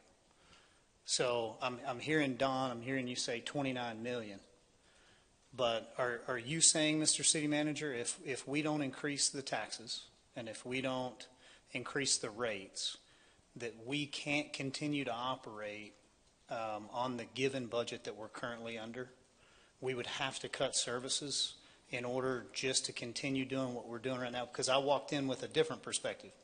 I had a balanced budget that I was working within. And so the amount of monies that we've already issued, right, that are going to need to go on the INS side, I'm not addressing with you right now, because that would be unfair. We already voted for it. We're in favor of doing these things. But outside of that, are you telling me that, like, my perspective was wrong, that I have an entity that cannot provide services without some sort of a change, which you're proposing a change of pulling the street department out and gaining $15 million? Or is it the $29 million as was stated? If we don't raise revenue, we will not be able to fund existing services. We'll have to cut back in certain services. So if we were to only increase the INS side, right, and we left everything else just like it was, and we didn't increase the rates, we cannot continue to provide the services that we currently provide.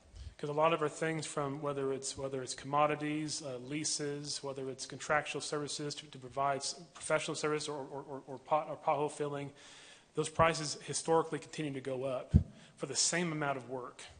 And so to get the same amount of work, we would have to, that alone requires raising revenue.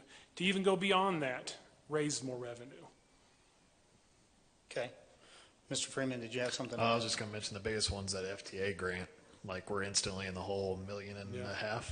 So that eats into that increase in sales tax and property tax. And that would be with no raises across the board. Right. No staff, no fire, no police. Yeah, you pay take away study, that $13 million, you put the $15 million back, that $2 million has to be made up. And that means none, not even an increase over the 5 and 4. That means zero. So, I mean, I think when we're talking about golf balls, like in how much we would need to increase, the golfers issue out there, I mean, we are actively taking care of other properties through Parks and Rec that we're covering the cost, and that's a $500,000 potential.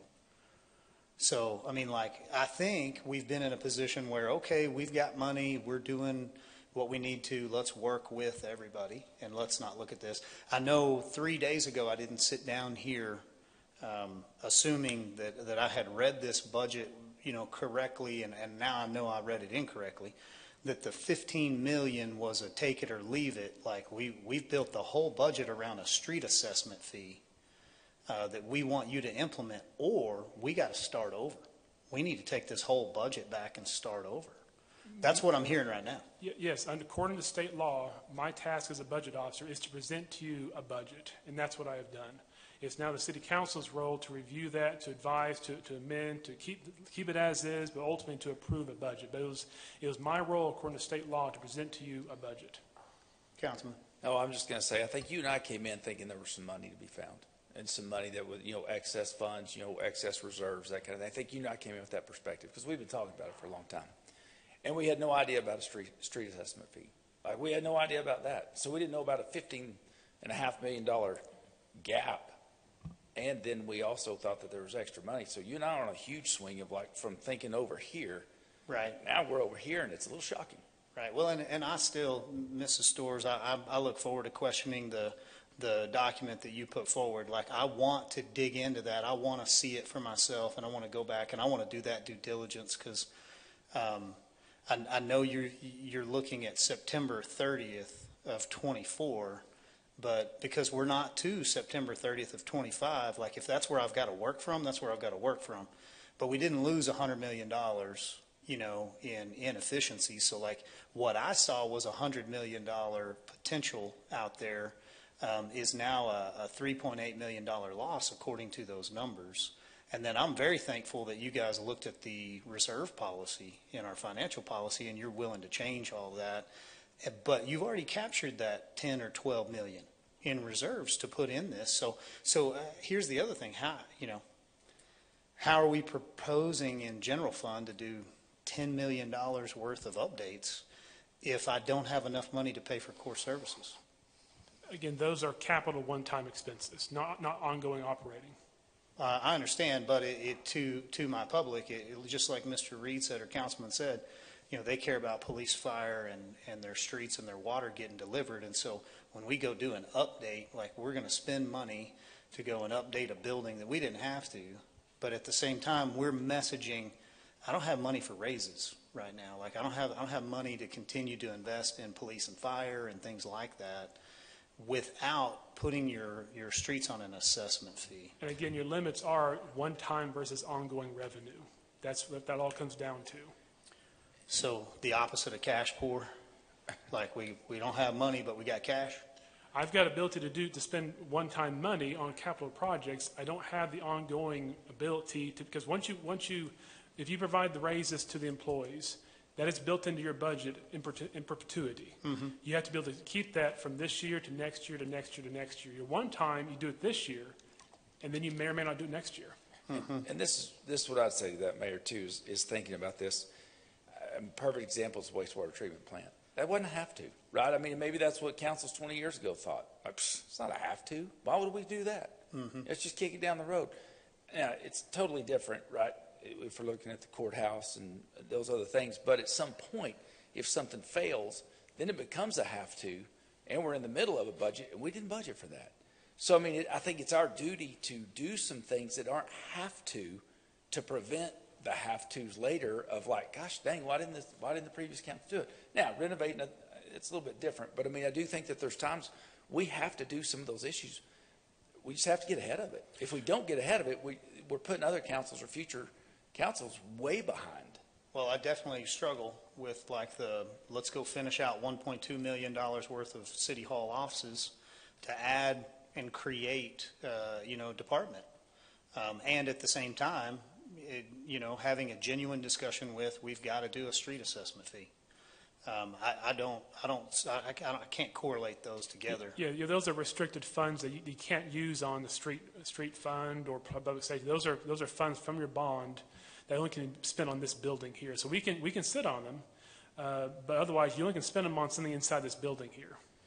Again, we have the city is a complicated entity. It's not simple. I know people want the city to be simple. It's not. Unfortunately, because of dynamics, demographics, different interests, right, left, everything. I mean, this is a very complex entity. Lots of different funds, lots of restricted eligible uses. I have grant funds that can be spent on this. I have bond funds spent on that. I have different taxing sources that can be used on certain things. This is a very complex entity. It isn't just one giant pot of cash. So we can use over and over anywhere. If we wanted to, and this is just a potential, if we wanted to, as a council, not direct you to move forward with the street assessment fee in the street fund, right? If we said, well, let's not do that. This is bad timing with wastewater treatment plant, everything else. It's a water bill issue. We're not willing to fight that fight. Then what we'd be looking at is you got $13.7 million laid over here, but not all of it is general fund. So we'd need to see out of the $2 million for the positions and the pay study and all that, maybe it's $10 million. I don't know. But over time, all of it, if you pulled all that out, you'd have to project sales tax higher to have a balanced budget and feel comfortable doing that, right? Yeah, which we're not comfortable projecting it higher than that. Okay. That's an example. That's an example of what Lubbock did, and they had to freeze a lot this year because they're millions short in their projections. I wish I could project higher, but I have to give you what we realistically believe it'd be. But then like just running transit based on what transit has instead of subsidizing it, 1.8 million, would come out in order to. We don't get the grant money for transit if we don't match it, so we have to put in. Well, I'm saying there was a $1.8 million reduction in services, is what I understood. Is that correct? Yes, yeah, we lost revenue. Yes, revenue, yes. Yeah, but that's only it's a 50-50 match. So if we wanted to make up that 1.8, we'd have to cut, in theory, almost $3 million of services out of transit. So I would just need to know what the council's priorities are. And so if the ultimate request is for staff to go back and bring back $15 million, I kind of need to know what you want me not to touch. What things are you okay with me touching? What things are you not okay with me touching? One thing I will say that we just need to remember for the last 2 years, we spent some money. I mean, we gave significant raises. We issued some debt on some things to get done. And so a lot of that is causing the pressure that we're facing this year. Not that we shouldn't have done it, but, we gave 8, 9, 12, 14% raises to public safety. All deserved, we should. But now when we're looking at 4 and 5% raises again, that's a lot larger number than if they had just gotten 4 or 5% that year. So what you're seeing is you're seeing pressure on the budget because, I mean, I was there, but the money the last 2 years that we've spent is adding to this pressure right now that we're feeling. I would say this. I mean, I don't think there's any way that you can solve this puzzle without looking at the employee side. I mean, it's just too much, and so in general, I mean, that's where you look at it sometimes starting with open positions. What open positions are open and available right now? Obviously looking at these positions, that you're looking at adding to. I mean, is it something that we definitely need or something? Because, I mean, from that side, I don't think you can just say, well, we don't. There's no way you can solve this problem without looking at something on the personnel side, and whether it's looking at open positions, whether it's reducing the raises. I mean, I think all the things, have to be on the table. I'd really love to go back to that 70% cost of living adjustment, but I think all those things are something that we would just have to look at, that something's got to happen on the personnel side. Yeah, I would agree. In order to make up the amount of ground that you need to make up for the 15, you're going to have to look at personnel. Right. And I highly encourage you to treat all employees equally. I would highly encourage you to look at your police, fire, and civilians equally when you look at that. You do not favor one or the other when you look at cuts. Well, I mean, I don't know if we're looking at cuts or if that, I mean, I don't know that we have the ability to look at cuts without giving up services. I mean, that to me would communicate that we're fat right now. That's what it would communicate to me. I don't know that we are. I don't think we are. I don't think you're running an organization that's fat, that we've got way too many employees that we have the ability to cut. Yeah. The only few places I can see cutting is, we get, not that this would be a huge cut, but, we get rid of the COLA. Not for the TMRS, but we get rid of for the COLA completely and we go on straight merit. Some people get raises, some people don't get raises. Maybe that helps, but we still got to cap it because we got a budget for it. We know where it is, I think that's, but again, we're talking maybe $1 million. I mean, maybe right there. We look at the ramp up of the 311. We don't go for it all at one time. It's a phase up, but again, it's not that much money. But to Prescott's point, I mean, the golf ball, if we do all these things across the board, I mean, I don't know what it adds up to. But if we're going to sharpen our pencil and find this, my frustration is, coming into this, not being aware that this was kind of a curveball to us. And a little bit, based on the way we did budget last time, is any excess that we found, we did on the, we created that working budget. Well, this year it wasn't that at all. So any efficiencies that were found were already absorbed into the budget. And I know, you weren't here, but I like that. I don't know what the other two, Mayor and Councilman Simpson, I kind of like that. And then we went through and said, okay, what are priorities? Okay, well, we've got this money over here and these things are requested or these things need to be done, and we would prioritize those things. I liked that a lot better. The way it is now, it's like the budget, it's been absorbed and we don't know where it is. I'm not saying it's being used frivolously. I don't think there's anything being used frivolously, so don't hear that. But I'm just saying we didn't see that, where we said, well, hey, the reserve calculation's been changed and we've gained this, we've gained some efficiencies, we've done that. But all this excess money, it's in the budget somewhere, right? I mean, we could find it, but good gosh, that'd be, pretty tedious. So in saying that, I don't know, I mean, again, to Les's point, if we're looking at personnel, do we have positions to cut? I mean, that's not even an option, is it? Well, again, when you cut a position, you cut it perpetually at that point. And yeah. So because again, your budget has to survive next year, the next year, the next year. But that's not viable to me. I mean, like you said, we look at personnel. That's not an option. Yeah. We're not looking at cutting people. Yeah, I don't get complaints that I'm doing too much. No, I don't think that. I think that's, to me, it's kind of craziness. I agree with Les, that's your biggest expense, but I just don't think that's not possible. In so many areas. We have, every area we're behind. Yes. And we're just finally making up ground. We cannot backpedal. I mean, and again, this just all not that back window, Yeah. I don't like it, but I just know when you're trying to solve this big a debt, this big a gap, you're not going to get it by buying fewer pencils and paper clips. It's going to have to be significant. And when payroll is your largest expense, if you're going to look at it, it has to be come into play. How much? I mean, we don't want to do damage, but it comes into Agreed. play. But we're not cutting, and this is my opinion, we're not cutting fire. We're not cutting PD. There's no way we're doing that. There's no way. And for you to say, well, we got to treat everybody the same. Okay, that's fine, but foundationally, and I'm not saying we can't cut, 911 operators. We can't, where do we start? That's craziness. We're not, I agree with what you're stating, but I also think that you're saying that to make a point of that's not doable. If we're going to try to find this money, that may be the only way to do it. But that's not even viable. That's not even an option. And so if you say there are certain departments that we don't need to cut, that just puts a larger bar. If Correct. we do look at I'm personnel. saying there's none. I'm saying we don't. I don't think it's an option to look at cutting any department. I'm not saying one is more important than the other. My point is that we're not looking at cutting people. To me, we're not fat. There's no way. Why is any of this surprising to anybody? Because we've had the lowest tax rate year after year after year for decades.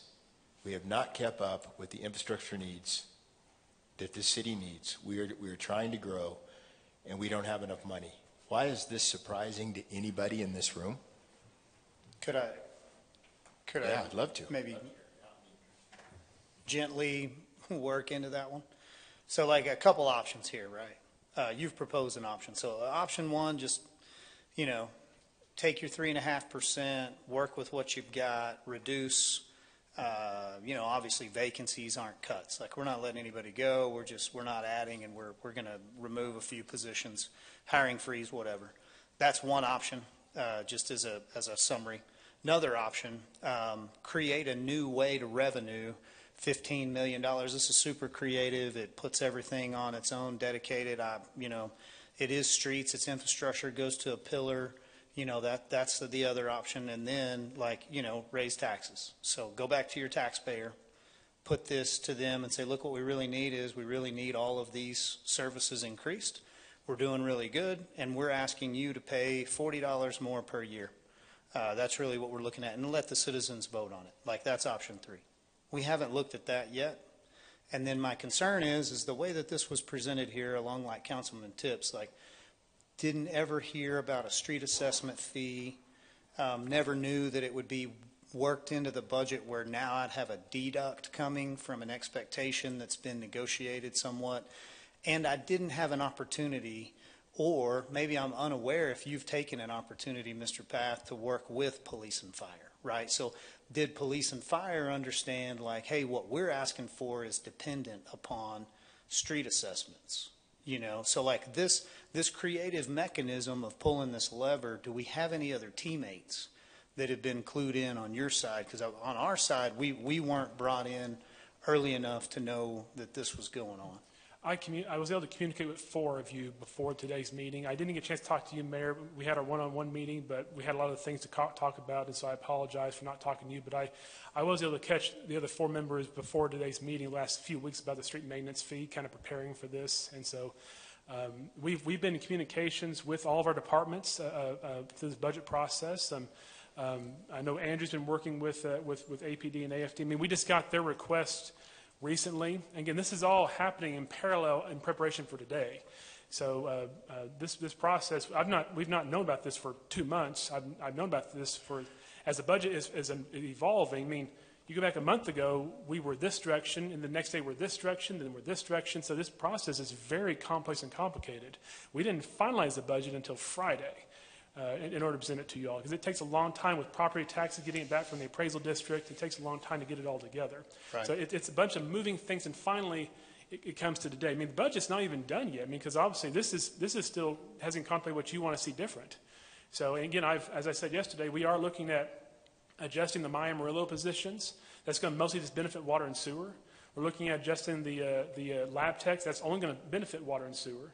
So we're looking at doing those things. And so the budget's not done. And so, but this is the next step in the process, is the workshops. So I think with just the experience in the past of PDP, I probably went to more than 20 meetings with the community discussing this as a potential, and how would this work, and what should we be aware of. We had lengthy discussions about in your tax rate, which is, what takes care of the maintenance of the city, right? And the day-to-day running of the city. Streets are considered part of that. In this understanding, it took a while to get people to understand, oh no, we could actually pull streets out and use it as a fee, but then the concern was, well, who caps that? Like over here, my taxes are frozen as a senior, but over here, this fee can grow exponentially. And so like how we walk into that, the conversations, we haven't had those conversations with any of the public. Those conversations haven't been had with me either. In the wastewater treatment plant issue that's coming up that we're really kind of gearing up for, man, we've spent a ton of time telling people, here's the condition of the wastewater treatment plant. So my messaging's been different up until now. Like, we're getting on these streets. We've got a mechanism in place. We're funding $12 million at a time. That's what we can go get to. Now, we're not going to catch up, because you never really catch up, but we're not going to fall any further behind. Mr. Hooper presented a street condition report that said, overall, we're actually looking pretty good. Now, where we're hurting bad, but we're going to get caught up. So we've gone from like that message to a totally different message of police, fire, staff, growth of the city of Amarillo is contingent upon a street assessment change in this budget. It doesn't have to be. I mean, again, this is your budget to mold, and so it's okay.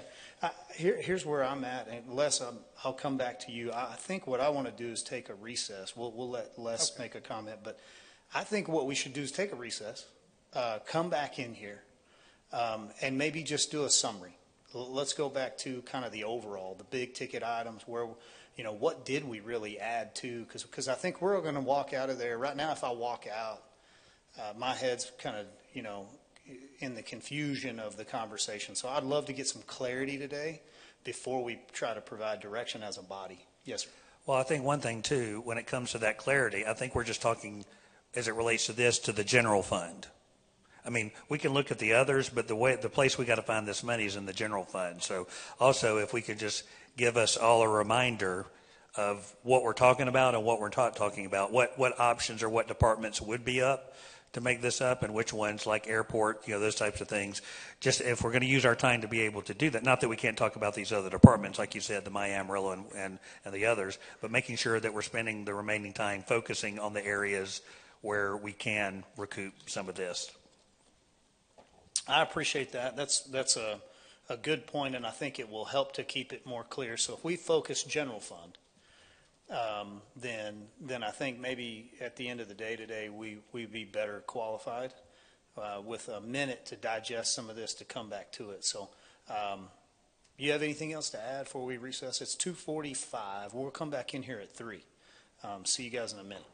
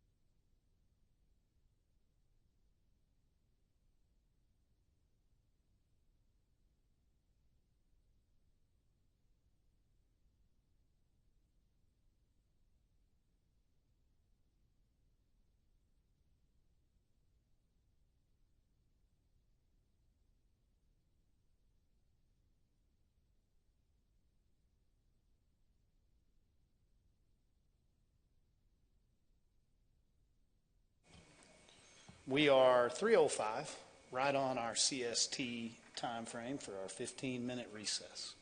So we're going to call ourselves back to order.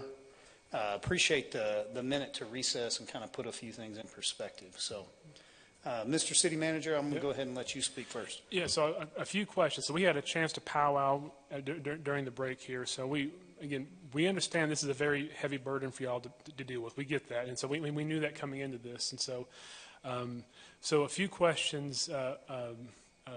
We have, I mean, if the request is for us to go and find the funds, I mean, we can get to work. I mean, and it's a very difficult thing for councils to try to work through, navigate through. This is what you hire a city manager for. You hire me to make some tough decisions. And so if the request is for me to go back and dig deeper into the general fund, I mean, we can start working on that. To do that, though, I would need to know what things can I not touch. The things you've seen the last 3 days, what do you want me to not touch?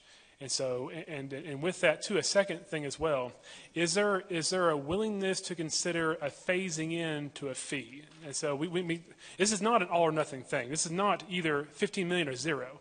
You can, over the next 12, 24, 36 months, work your way into that. So partially subsidize your property taxes, start working your way toward the fee over time. That's an option. If there's a willingness for that, that helps make the options more doable. But if the street maintenance fee is not on the table, then I just need to know what things can I not touch. Otherwise, we've got some things. I mean, we can give you some recommendations. We can bring some ideas back to you. But I would just need to know what can I not touch. Otherwise, please let me bring back to you solutions that you'll then work with. So. I think that's great. I just want to reiterate something that I said before. I just want to make sure it's clear. The way we did budget last year, and granted you weren't here, right? Or you're barely here. I got here that week. Yeah. So the way we did it whenever we found those efficiencies and we found the monies, right, which y'all have done, instead of it being absorbed into the budget, I think for council, maybe it's just this council, I don't know, to have that working budget to see where we've gained those monies, I don't care how much it is, so that when priorities come up, we could talk to you guys, and then as the departments come up and say, hey, we'd like this, whatever, we can kind of allocate that on the new things. Well, what I feel like is that it's already been absorbed, and so we don't really know where it is. I'm not saying it's not necessary. I'm sure that the asks were necessary or just simple growth or whatever. But when we had a balanced budget last year and we came in and we were great, well, now we've got a little bit of excess revenue, or not excess revenue. We have additional revenue. We have growth. We found some efficiencies. All the things, whatever. The additional monies. To me, it would have been way easier for us to stomach some of these things if we had that set aside and say, okay, we've got $22 million sitting here. We've got $50 million of asks. So what are you going to do with it? Does that make sense? And that's kind of off subject, but I mean, just for next budget, man, I think that'd be a way better way to do it. I think with council, I don't know if everybody else up here agrees, or at least the two that have been through it.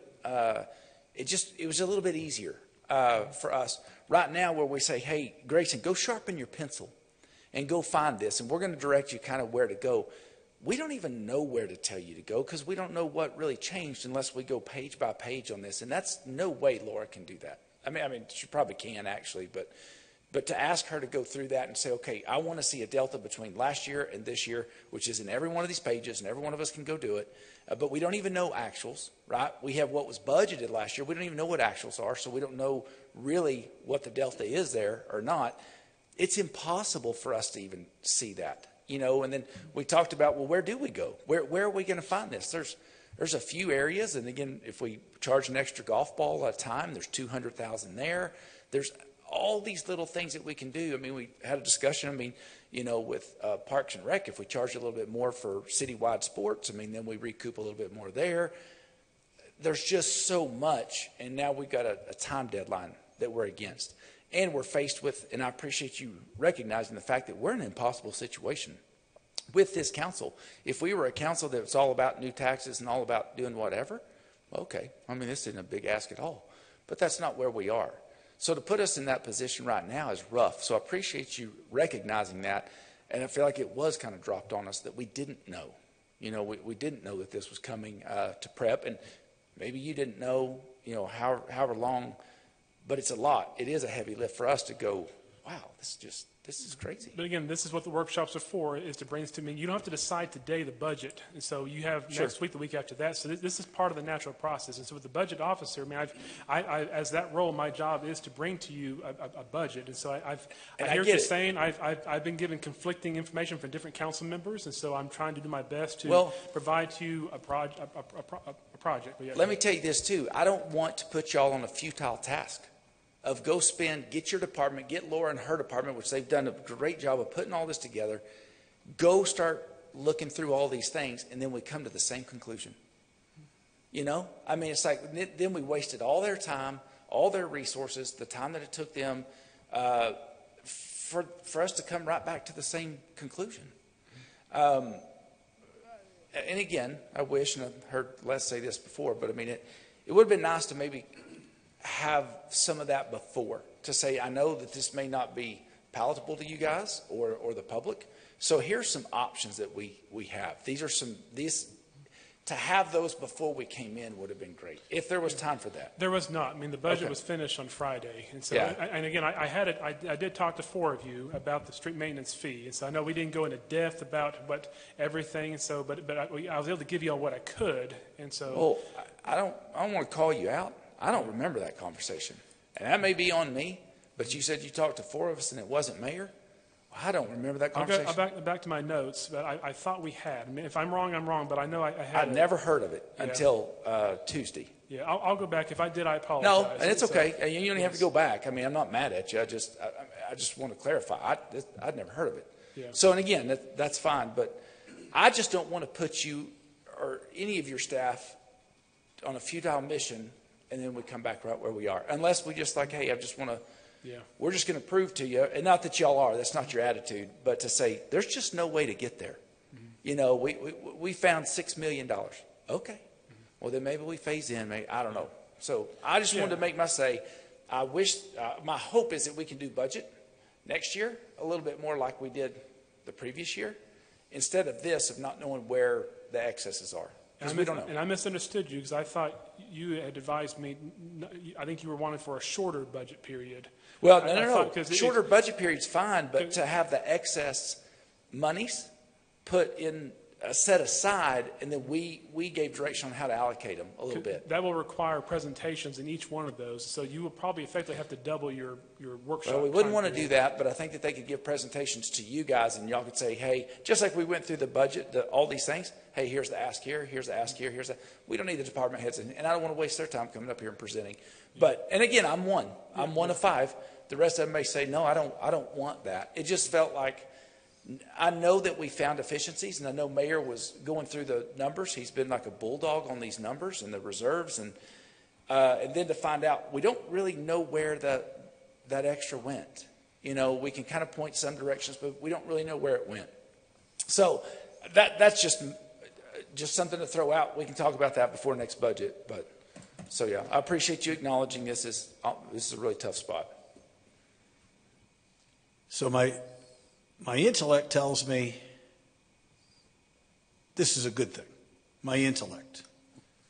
Because we look at it and we see that the money's not there the way the budget's presented.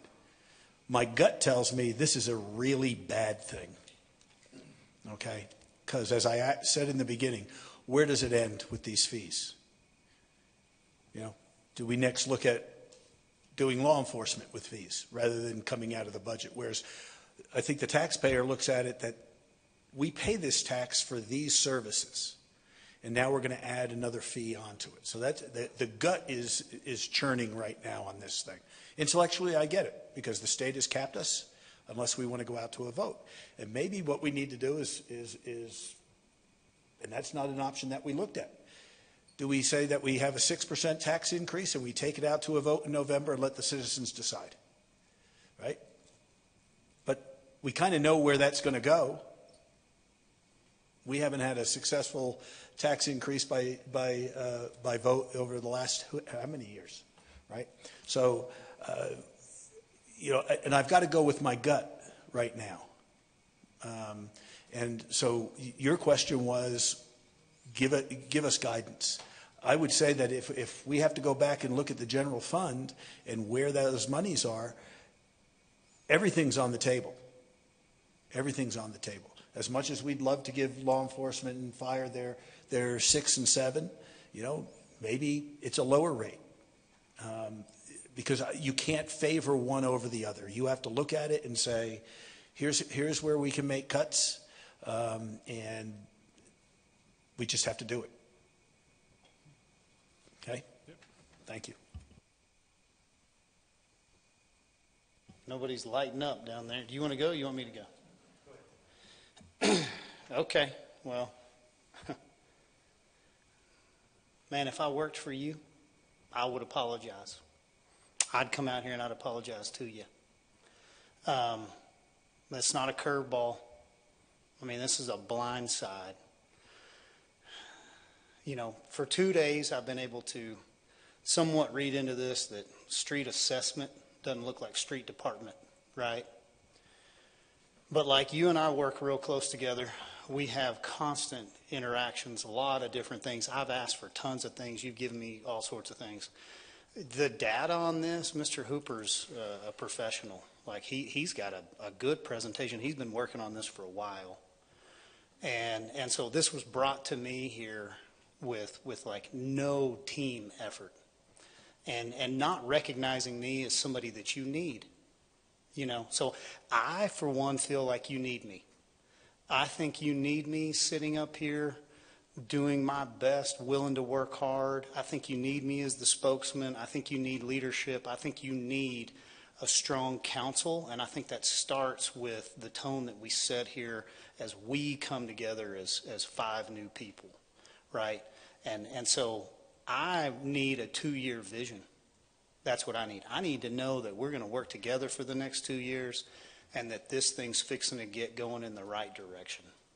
And so for me, what's not on the table is a street assessment fee. If you were to have come to me several months back and said, look, this is something we're looking at doing, I would have been right there with you and, okay, well, can we look at this? Can we look at this? Can we put this out? Let's hold town halls. Let's go and let's work all this. I wouldn't have put it together in a budget that was kind of pre-baked and it comes out where it's like, okay, if you want it, eat it, and if you don't, like, I don't know what to tell you. You're giving me a little misdirection. You're now saying, guys, give me guidance, tell me what, is on the table, isn't on the table. But a minute ago, you came out and you said, man, you just tell me what you want me to cut. Well, your job is to go and make those hard decisions as the city manager. Your job is to figure out where those efficiencies are. You said that a second ago. I want you to do your job. I don't want to come back out here without having the data and try to tell you how to make this budget work. But there is not the team right here. And so, if you're apologizing to Mr. Tips for not explaining to him in a conversation that you remember and he doesn't, I mean, I accept an apology if you want to offer it. I mean, there's been plenty of time for you to speak with me about this. And I mean, I'm here, our office right next door to you. So tell me, how is this a team effort? And can I help? Like, what can we do to work together? Is this turning into a performance evaluation? No, this is a budget discussion. And I'm looking for a 2-year vision. And I need clarity, because I just had a council member tell me that he doesn't know where the money went. I don't know how to respond to this point here. I mean, in the process, I can't work with you all individually to craft a budget. That's not how the law is written. And so, I mean, it's my job under the state statute, and I share that with you all, to provide a budget. And so then the governing body as a whole unit has to convene and it says public hearings. We're doing workshops even before public hearings. This is actually an added step that state law doesn't even contemplate. And so I can't go to each one of you individually to request, what do you think about this raise or this cut or this change or this thing? So I can't do that. I can't legally do that. And so I've done my job. I have done the best I can to give you a budget per state law. And this is the natural process. And so we've walked now for the last 3 days, walked you through a bunch of things. You're not deciding today what you have to do.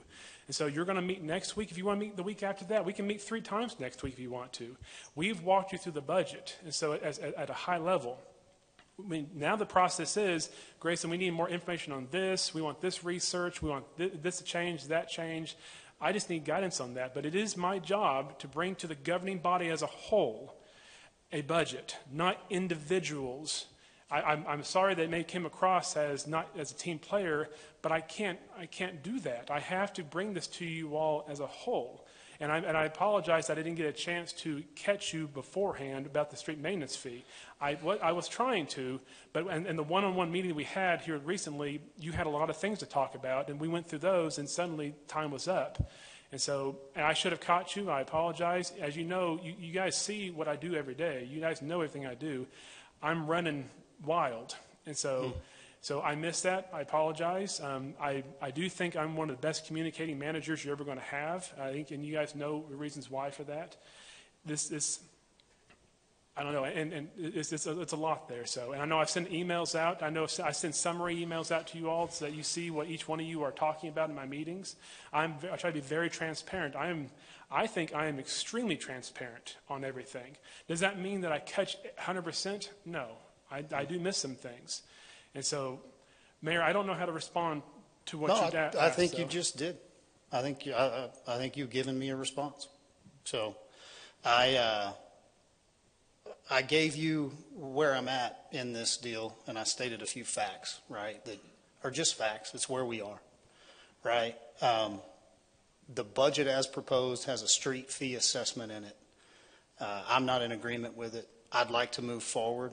That puts it back over on your end. So I think everything's on the table, and the best thing that we could get, if you're going to allow us to weigh in on like how we prioritize some of these, is for you to be able to put values next to decisions. So, you know, does TMRS 20% more in a COLA weigh more than, let's say, the overtime? Or does the overtime weigh more than the TMRS? You need to put values on things and then allow us, if you want to, for us to come back individually and say, this one's important to us as a body, you know, and let us give you that consensus. This one over here ranks 3rd, 4th, 5th. You know, and then, you know, what does a 1% raise look like? What does a 2%? What does a 3%? Those numbers and those metrics. Mm-hmm. As far as the pay study goes, I thought I would probably dig into all of that. I think that would be the largest waste of my time, you know, in trying to effectuate an overall pay study. I mean, I'd just be against it right now. I don't have the money. So, like, I don't know how we would say, like, we should just blanket a pay study across regardless of performance. So if we need to take a step back away from the metric of merit, maybe we need to do that. But the time to work towards a street assessment would not be this budget. I think if we were wanting to work toward that, it would need to be done. You know, I was a part of PDP meetings for months and months and months trying to get that right. And then that's a large enough issue that goes to the core of taxation that, yes, it should be taken to the public and let them vote on it. You know, otherwise, all we're saying, and quite frankly, I don't want to participate in that government if all we're saying is like, you know, it's always going to cost more, and when we run out of money, we're just going to take anything we need to, put it over into a fund, create a fee for it. Like, at some point, we have to decide, just like you said, you make those hard decisions of you saying no. Well, we have to say no to some things, so maybe that means we say no to raises. But like right now, it's like we're saying yes to everything, and here it is in the budget.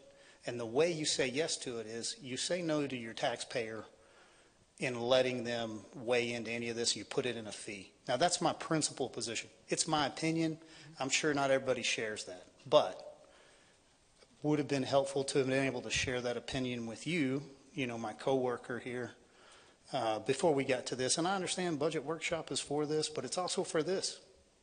Me, you know, talking to you the way that, you know, day-to-day coworkers talk. So like, that's where I'm at. I don't know if that gives council any direction. I think I'm echoing what Tim's saying. Go and look at it, pull it apart, bring it back within budget, and then show us these are the extra asks. Which ones do you think we should do? I think that's what Councilman Tips has said too. He wants to group them all together and show a negative in the budget and then be able to net out the difference. But those two are real similar in my mind. And then for me, I definitely want value, placed on each thing. So each lever you're pulling, the amount of money that would cost, and then let us rank those for you and try to put them back in your lap.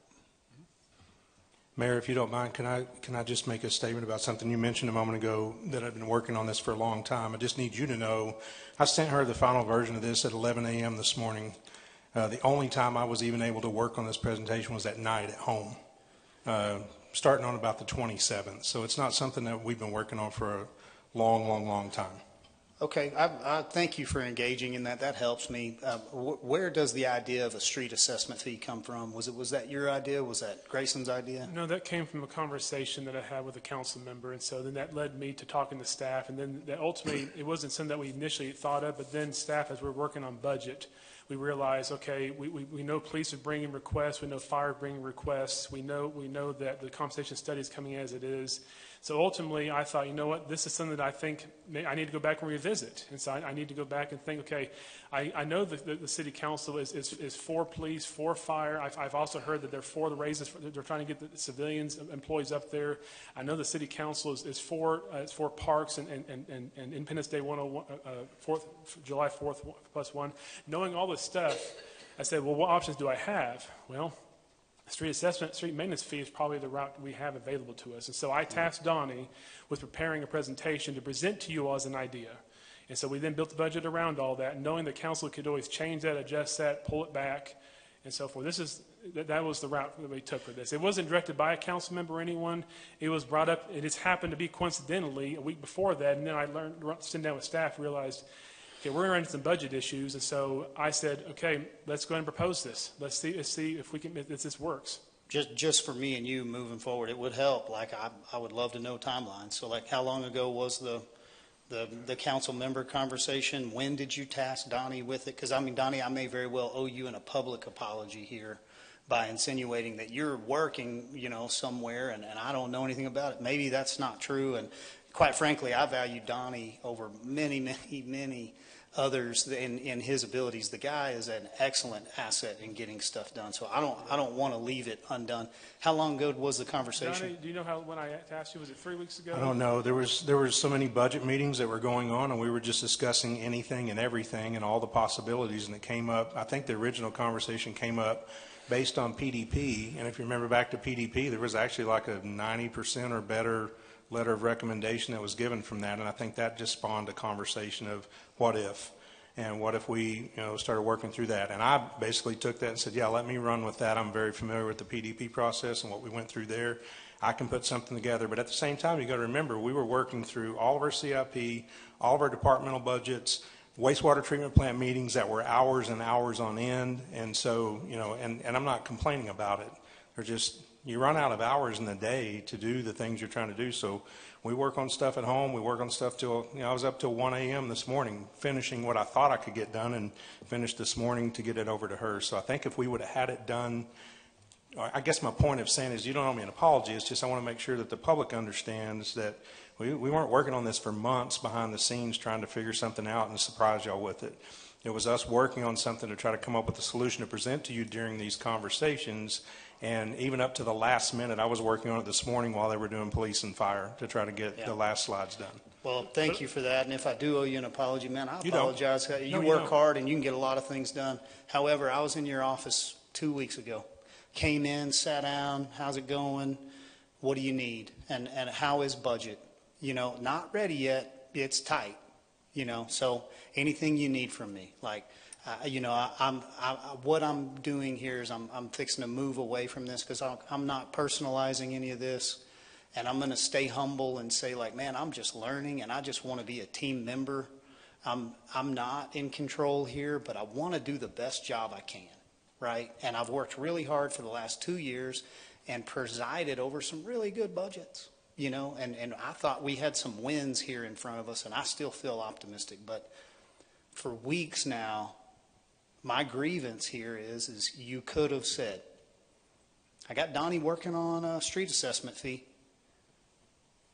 You know, so that's my grievance. But I'm fine to move forward from that. I just want to make sure I have it right. That was several weeks ago that you started working on it. So like, Yeah, I don't know, 3-4 weeks, I don't remember now, so. well, if I need to make myself more available, just let me know. So with this, I want the whole council and those listening here to understand that this was my decision to guide council, to guide staff towards working on this. This was not staff who drove this. This is mine and mine alone. So if there's any consequences that come from this, it is upon me only. I would like to ask a question. Mr. Mayor, we know your position. Are we taking it off the table? Is council taking this off the table? I hear your position, but I think everyone should have a chance to weigh in. I definitely heard that a council member brought it, so I would like to hear council's position on it, because I don't want to direct it. If it's something that council wants to move forward with, you only got to know how to count to 3. And so, like, we need to figure that out here today, right? I'm just curious. I think it's a great question. Yeah, that's my question. Well, I don't, again, I don't think it needs to be taken off the table necessarily, but I do think that, I mean, as Grayson and his team are asking, like, we'll go back and try to figure some solutions. To take a page out of Les's book, it's always good to hear that there's a problem before the solution's presented. Now, it's not necessarily, I'm not coming down on y'all, but at all, but it would have been maybe a little bit better just to hear, hey, we got a problem. I mean, and a budget problem, right? We don't have enough money to do the things y'all want to do, and we're coming up with solutions. But I appreciate the initiative of also just moving forward and trying to come up with something. But I think, again, for us to stomach it, it would have been better like, hey, if there could have been some one-on-ones, maybe there wasn't time to say we have a real problem with budget. I know last year we were pretty okay. We did some good things. But this year coming up, it looks like we're going to be way short. We've got to come up with some other ideas, you know, for revenue. So in saying that, I don't know that it's off the table. I know what Mayor, where he is, and Councilman Reed, but maybe. Are you off the table? I haven't heard that. Are you off No, the no, table? no. That's what I'm saying. Just saying, It's is not Reed off the table. Yeah, I was just wondering what everybody's position No, is. but I'm saying that, you know, I think that we need to look at some other solutions or possible solutions, give direction. That's my opinion, before any action is taken at all. But it may be necessary. Again, I think it's a cost benefit kind of a thing, of opportunity cost of, you know, do we vacate all this that we want to do for our team and our organization? Because I do think we owe an obligation to them as well, to take care of them and to make this, I mean, like you said, with Fermi coming and all this kind of thing, we could really hamstring the organization by pushing out. I mean, we could. I mean, I don't know. I mean, people could be pretty upset. I don't know. But I don't really want to be the one giving the direction to that, and I want to exhaust any possible solution before we do that. So that's where I'm at. And I think I was clear. When I intellectualize it, I see the necessity for it, but my gut is telling me this isn't a good thing. So I want to see if there's another option where we can achieve the same goal, and it may be incrementally doing some of the things we want to do. But I need to see that first. Where are you at, Les? I would agree. I don't think it needs to be totally eliminated. I think we need to see what's it going to take so that we don't have to use that avenue, and what are we willing to give up. You know, to try to provide some feedback on that, which I think is what you're looking for. I would say, you know, if we're looking at the cost reductions, I think it would be fair to do it across the board. I don't see any department necessarily being something that we absolutely don't want to touch. If I could give some further guidance, I think if you're just looking at the priority of past councils, and we'll gather what this council is, these basic core fundamental things are things that we would prioritize if we're looking at it. and you know what those priorities are. Again, I don't think there should be any department. I think it should be, shared as much as possible. But if you have to begin to prioritize what we're going to do, I think as much as we can retain those core services is where the concentration I would focus on, and then look at other things that, again, in a perfect world, we wouldn't be looking at anything, but I think historically, if we want to continue to fulfill the mission, I think those priorities that we've already indicated that are important to us in the community and the things that only we can do would be the priority. I don't know if that helps, but that's just from my perspective.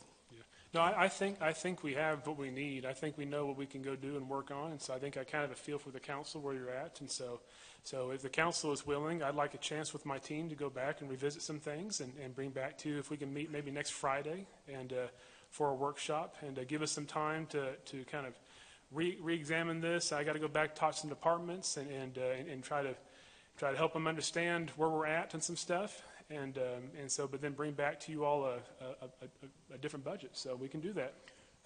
My position is the same thing. We need to scrub the budget as much as we can, get all the fluff out of it, and if we have to do this, and that's the only option, then at that time look at it, but only after we look at everything. I mean, I don't think we should immediately shelve it, but I think that we should have it there if needed. That is my position. And one question. Has there been any indicator that we had excess funds? I mean, I'm new. I've only been here for, 6 weeks now.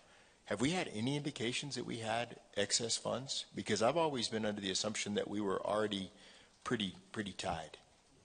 Is there an assumption that I'm missing, that we've had a lot of money that was ready to be used that we were just kind of holding on to? Yeah, I don't know that anybody could answer that other than me, right? So I've driven this. I'll own it. And if I'm wrong, I'll admit, hey, I was wrong and they were right. But currently, I'm presented with a document here today that has figures on it that I didn't have previous to this meeting. I've asked for multiple documents for months now, and I don't agree with that document. I want to validate and verify that document. I want to go see the bond transcriptions and I'll do the work on my own, like any good citizen. I want to see how much do we really need to reserve there, because my interest is not to show, hey man, we've got money here that y'all didn't tell us about. My interest is to put the monies that we have available into the city for the good of the community.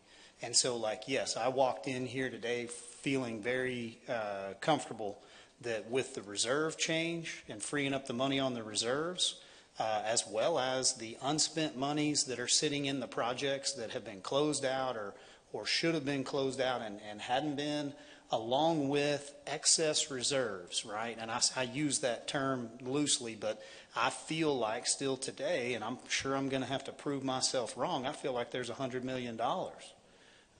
Even though you pull out the component units and you pull everything else out.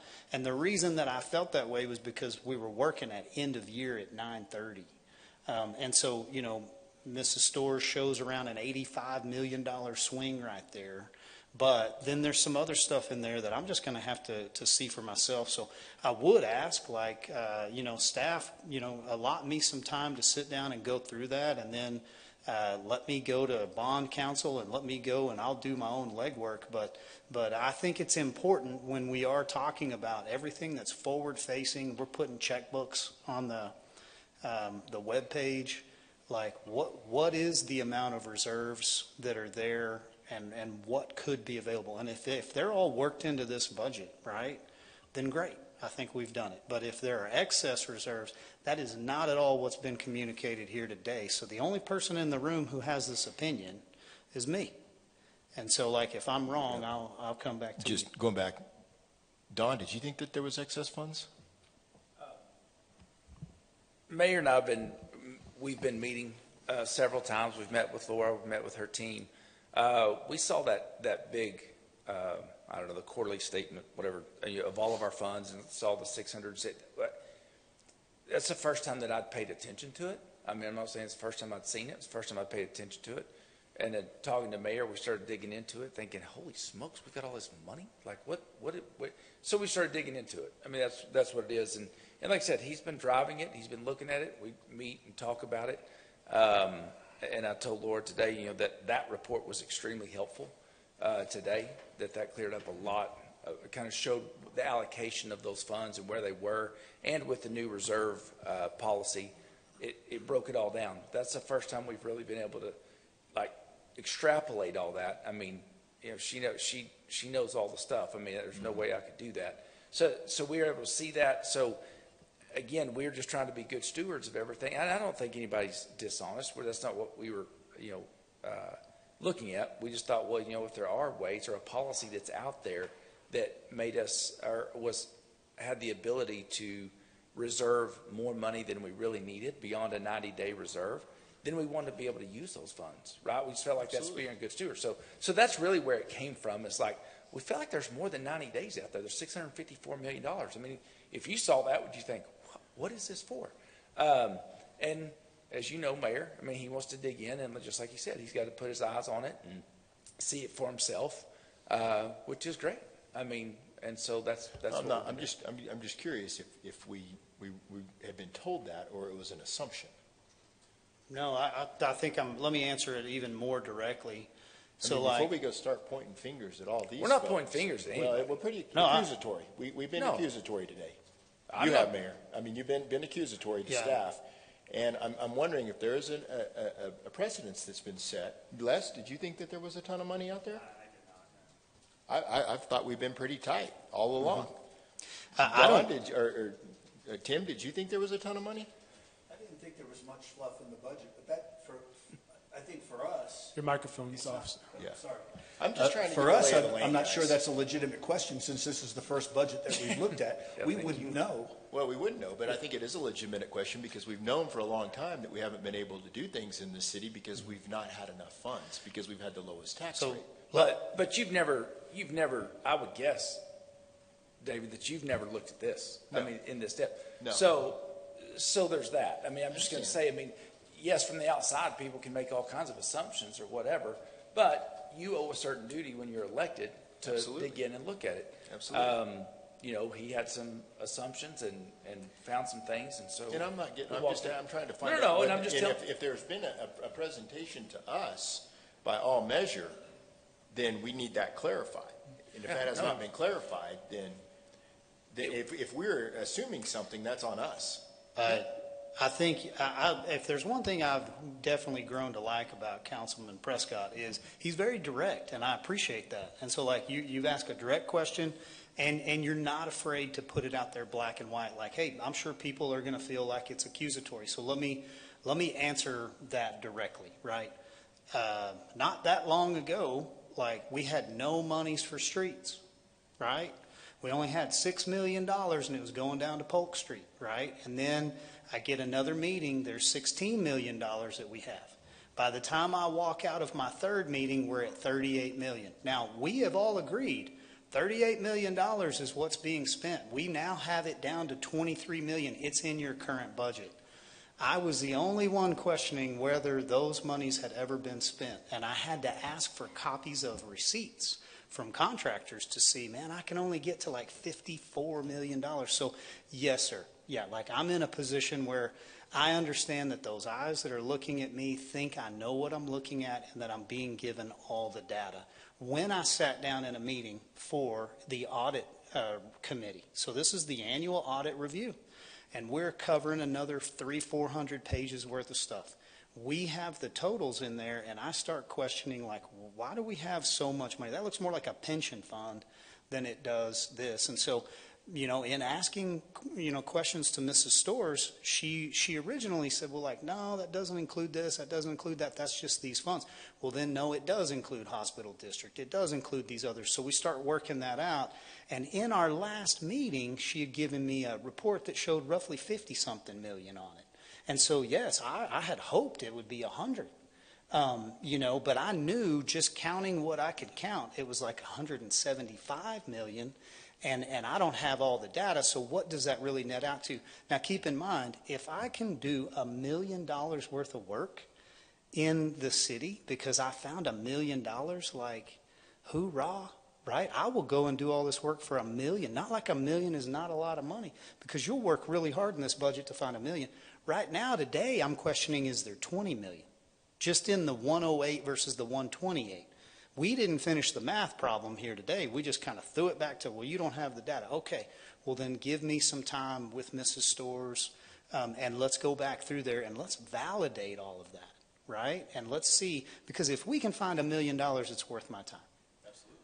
But if we don't find $1 million, or we don't find 20 million, or we don't find any of that, then I will, through that process, have educated myself a great deal and done the business here in public with very little regard on, like, did I look professional or not? Like, not exactly the best look I've had out here, right? I mean, I'm not accusing anybody of lying, cheating, or stealing. I am accusing the numbers of not being represented fully in here because of what I've asked for that I hadn't been given. And so that's not to any one person. That is, I can't follow it, and I need to be able to follow it. I'm not the only one sitting up here that needs clarity. We are asking for clarity. We are going to need to go out there and get in front of the camera and explain to the public what we're doing with their money. And as of today, right now, I couldn't do that very well. So with this, we have been trying to work with you, the mayor, I've been here for 12 months now. We've had many meetings, many hours of attempting to answer your questions on the finances and producing reams of paperwork for you. I mean, the finance part did come to me and said, the budget part, I said, Grayson, this is interfering with our ability to get the budget done. So I did tell the budget part, I said, finance, we've got to get the budget done. So it's on me for you not getting the report sooner, but it was going to interfere with our ability to get the budget done in time. Because it was a lot of work, a lot of questions, and they were never ending. And so, and in my opinion, they didn't seem to be taking us anywhere. And so I had to make a decision to work on the budget. So that's on me. And so the staff, they said, Grayson, it's either we work on budget or we work on this. I can't do both anymore. And so I told them, we've got to get the budget done. Yeah, and I'm not argumentative at all. They go hand in hand. We cannot do the budget without working on this, right? Like, you have to know how much money you have. And so, like, you have to be able to produce the report in order to have the available fund balance at the beginning of this budget, which you have, and you've represented it, $74 million.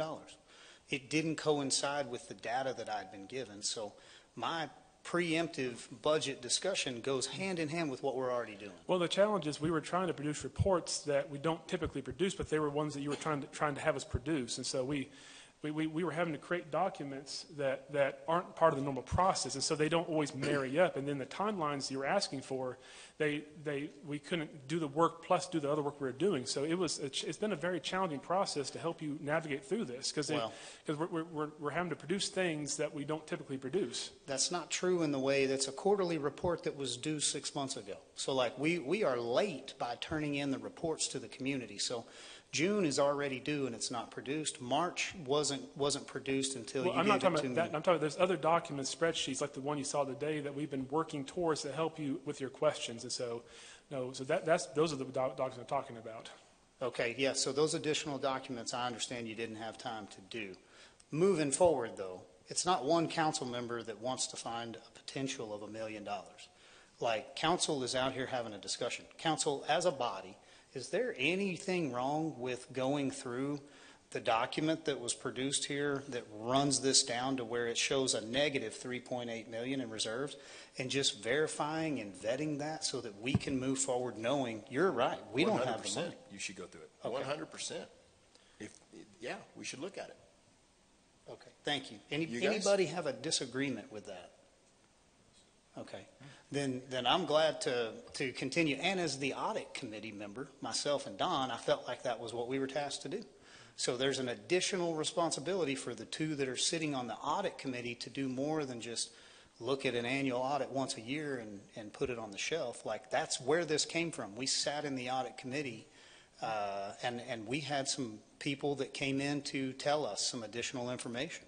So, like, have been working on this for, 6 months now. So yeah, this is actually a document that Laura had produced to try to help answer those questions. So again, we were trying to interpret the questions you were asking, and so trying to understand the direction you were trying to go with this. And so yeah, we'd be happy to next Friday walk you through that spreadsheet and discuss it and explain it. And so is that something, Laura, we can work on? That's wonderful. Thank you. Councilman Simpson, I think we got off track when maybe we needed to know where you were on this issue for street assessment. No, I answered that. So- I said, I don't think we need to totally eliminate it, but let's look and see. You did get what to it would go. take to get there. Okay, great. And then- I would just say this, I mean, we have a city manager who used an approach to give us the budget. I think instead of going around one-on-one to work out every single detail, he brought this out here in a presentation to make it public. We're doing the business in public, not back there one-on-one. And I think that's the way we ought to be doing this business. He had some things in here. Maybe I don't know the ins and outs of it, nor what I think. This is a workshop. We can make changes. That's why the discussion is here. I do take exception. It just seems like there's a feeling that the staff doesn't have the right numbers, that the staff is hiding money, those types of things. And I do think that, I've got to agree, that's a little bit of accusatory. This is what this is for, and to be able to come out here and do the business in public instead of talking in the back about, okay, fees, do we want to have them, do we not want to have them? And the other thing is, we don't need to make promises on the budget until we get in here and can start looking at things before we say, okay, yeah, we'll be able to do this, we'll be able to do that, because you just never know what the budget's going to present until we get in here and do it. So. But I think we will have plenty. I don't think right now is the best time to use for continued post-mortem on how we ought to do this. We'll have plenty of time after all this is over with to provide suggestions and improvements. Right now we've got a task to do. The staff has a task to do to be able to get us to where we're looking at what our choices and what our options are to be able to have a budget. Anybody else have any remarks here? I know we're getting close to kind of winding this up. Mr. Path, what else do you need here today before we can look at Friday availability? I'm good. Okay. Let's look Friday. Ms. City Secretary, do you have any conflicts that you know of? No, Mayor. So we are looking Friday the 15th? Morning or afternoon? Anybody unavailable? My afternoon is taken, so if we could do morning, that would be better for me on that Friday. Okay. That'd be fine. Open in the morning? Everybody open Friday morning? Can we do 8:30?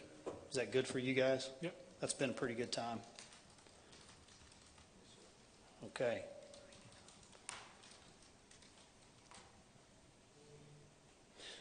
Okay, we've got that noticed.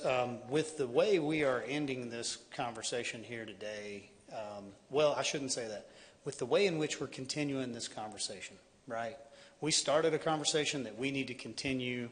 I'm not in favor of putting it on the agenda for Tuesday as a 43-cent increase, a 43-cent tax rate. I think we have enough time to push that out until the end of that meeting on Friday. Staff, would there be any issue if we could do it on that Friday? Does that give you plenty of time so you don't have to wait till the 26th? We'll definitely need to have the notice on the 26th for sure in order to hit our deadlines. So council, help me direct that. Is anybody wanting that highest rate that could be charged on Tuesday's meeting? Are you okay with having one more discussion here, continue this conversation, hopefully with a better education, then we put it out on that Friday? Or would you rather wait till the following Tuesday, the 26th? I think it's only logical to hold it till the 26th. Okay. To know what the numbers are. I'm in favor of waiting until then. I would just double check with staff. Are y'all okay? We're good, right? Yeah, we'll make it work. Okay. And if we had something else that we need to do, something comes up, then I would offer that Friday, the 15th, as a potential if we need to put it in there.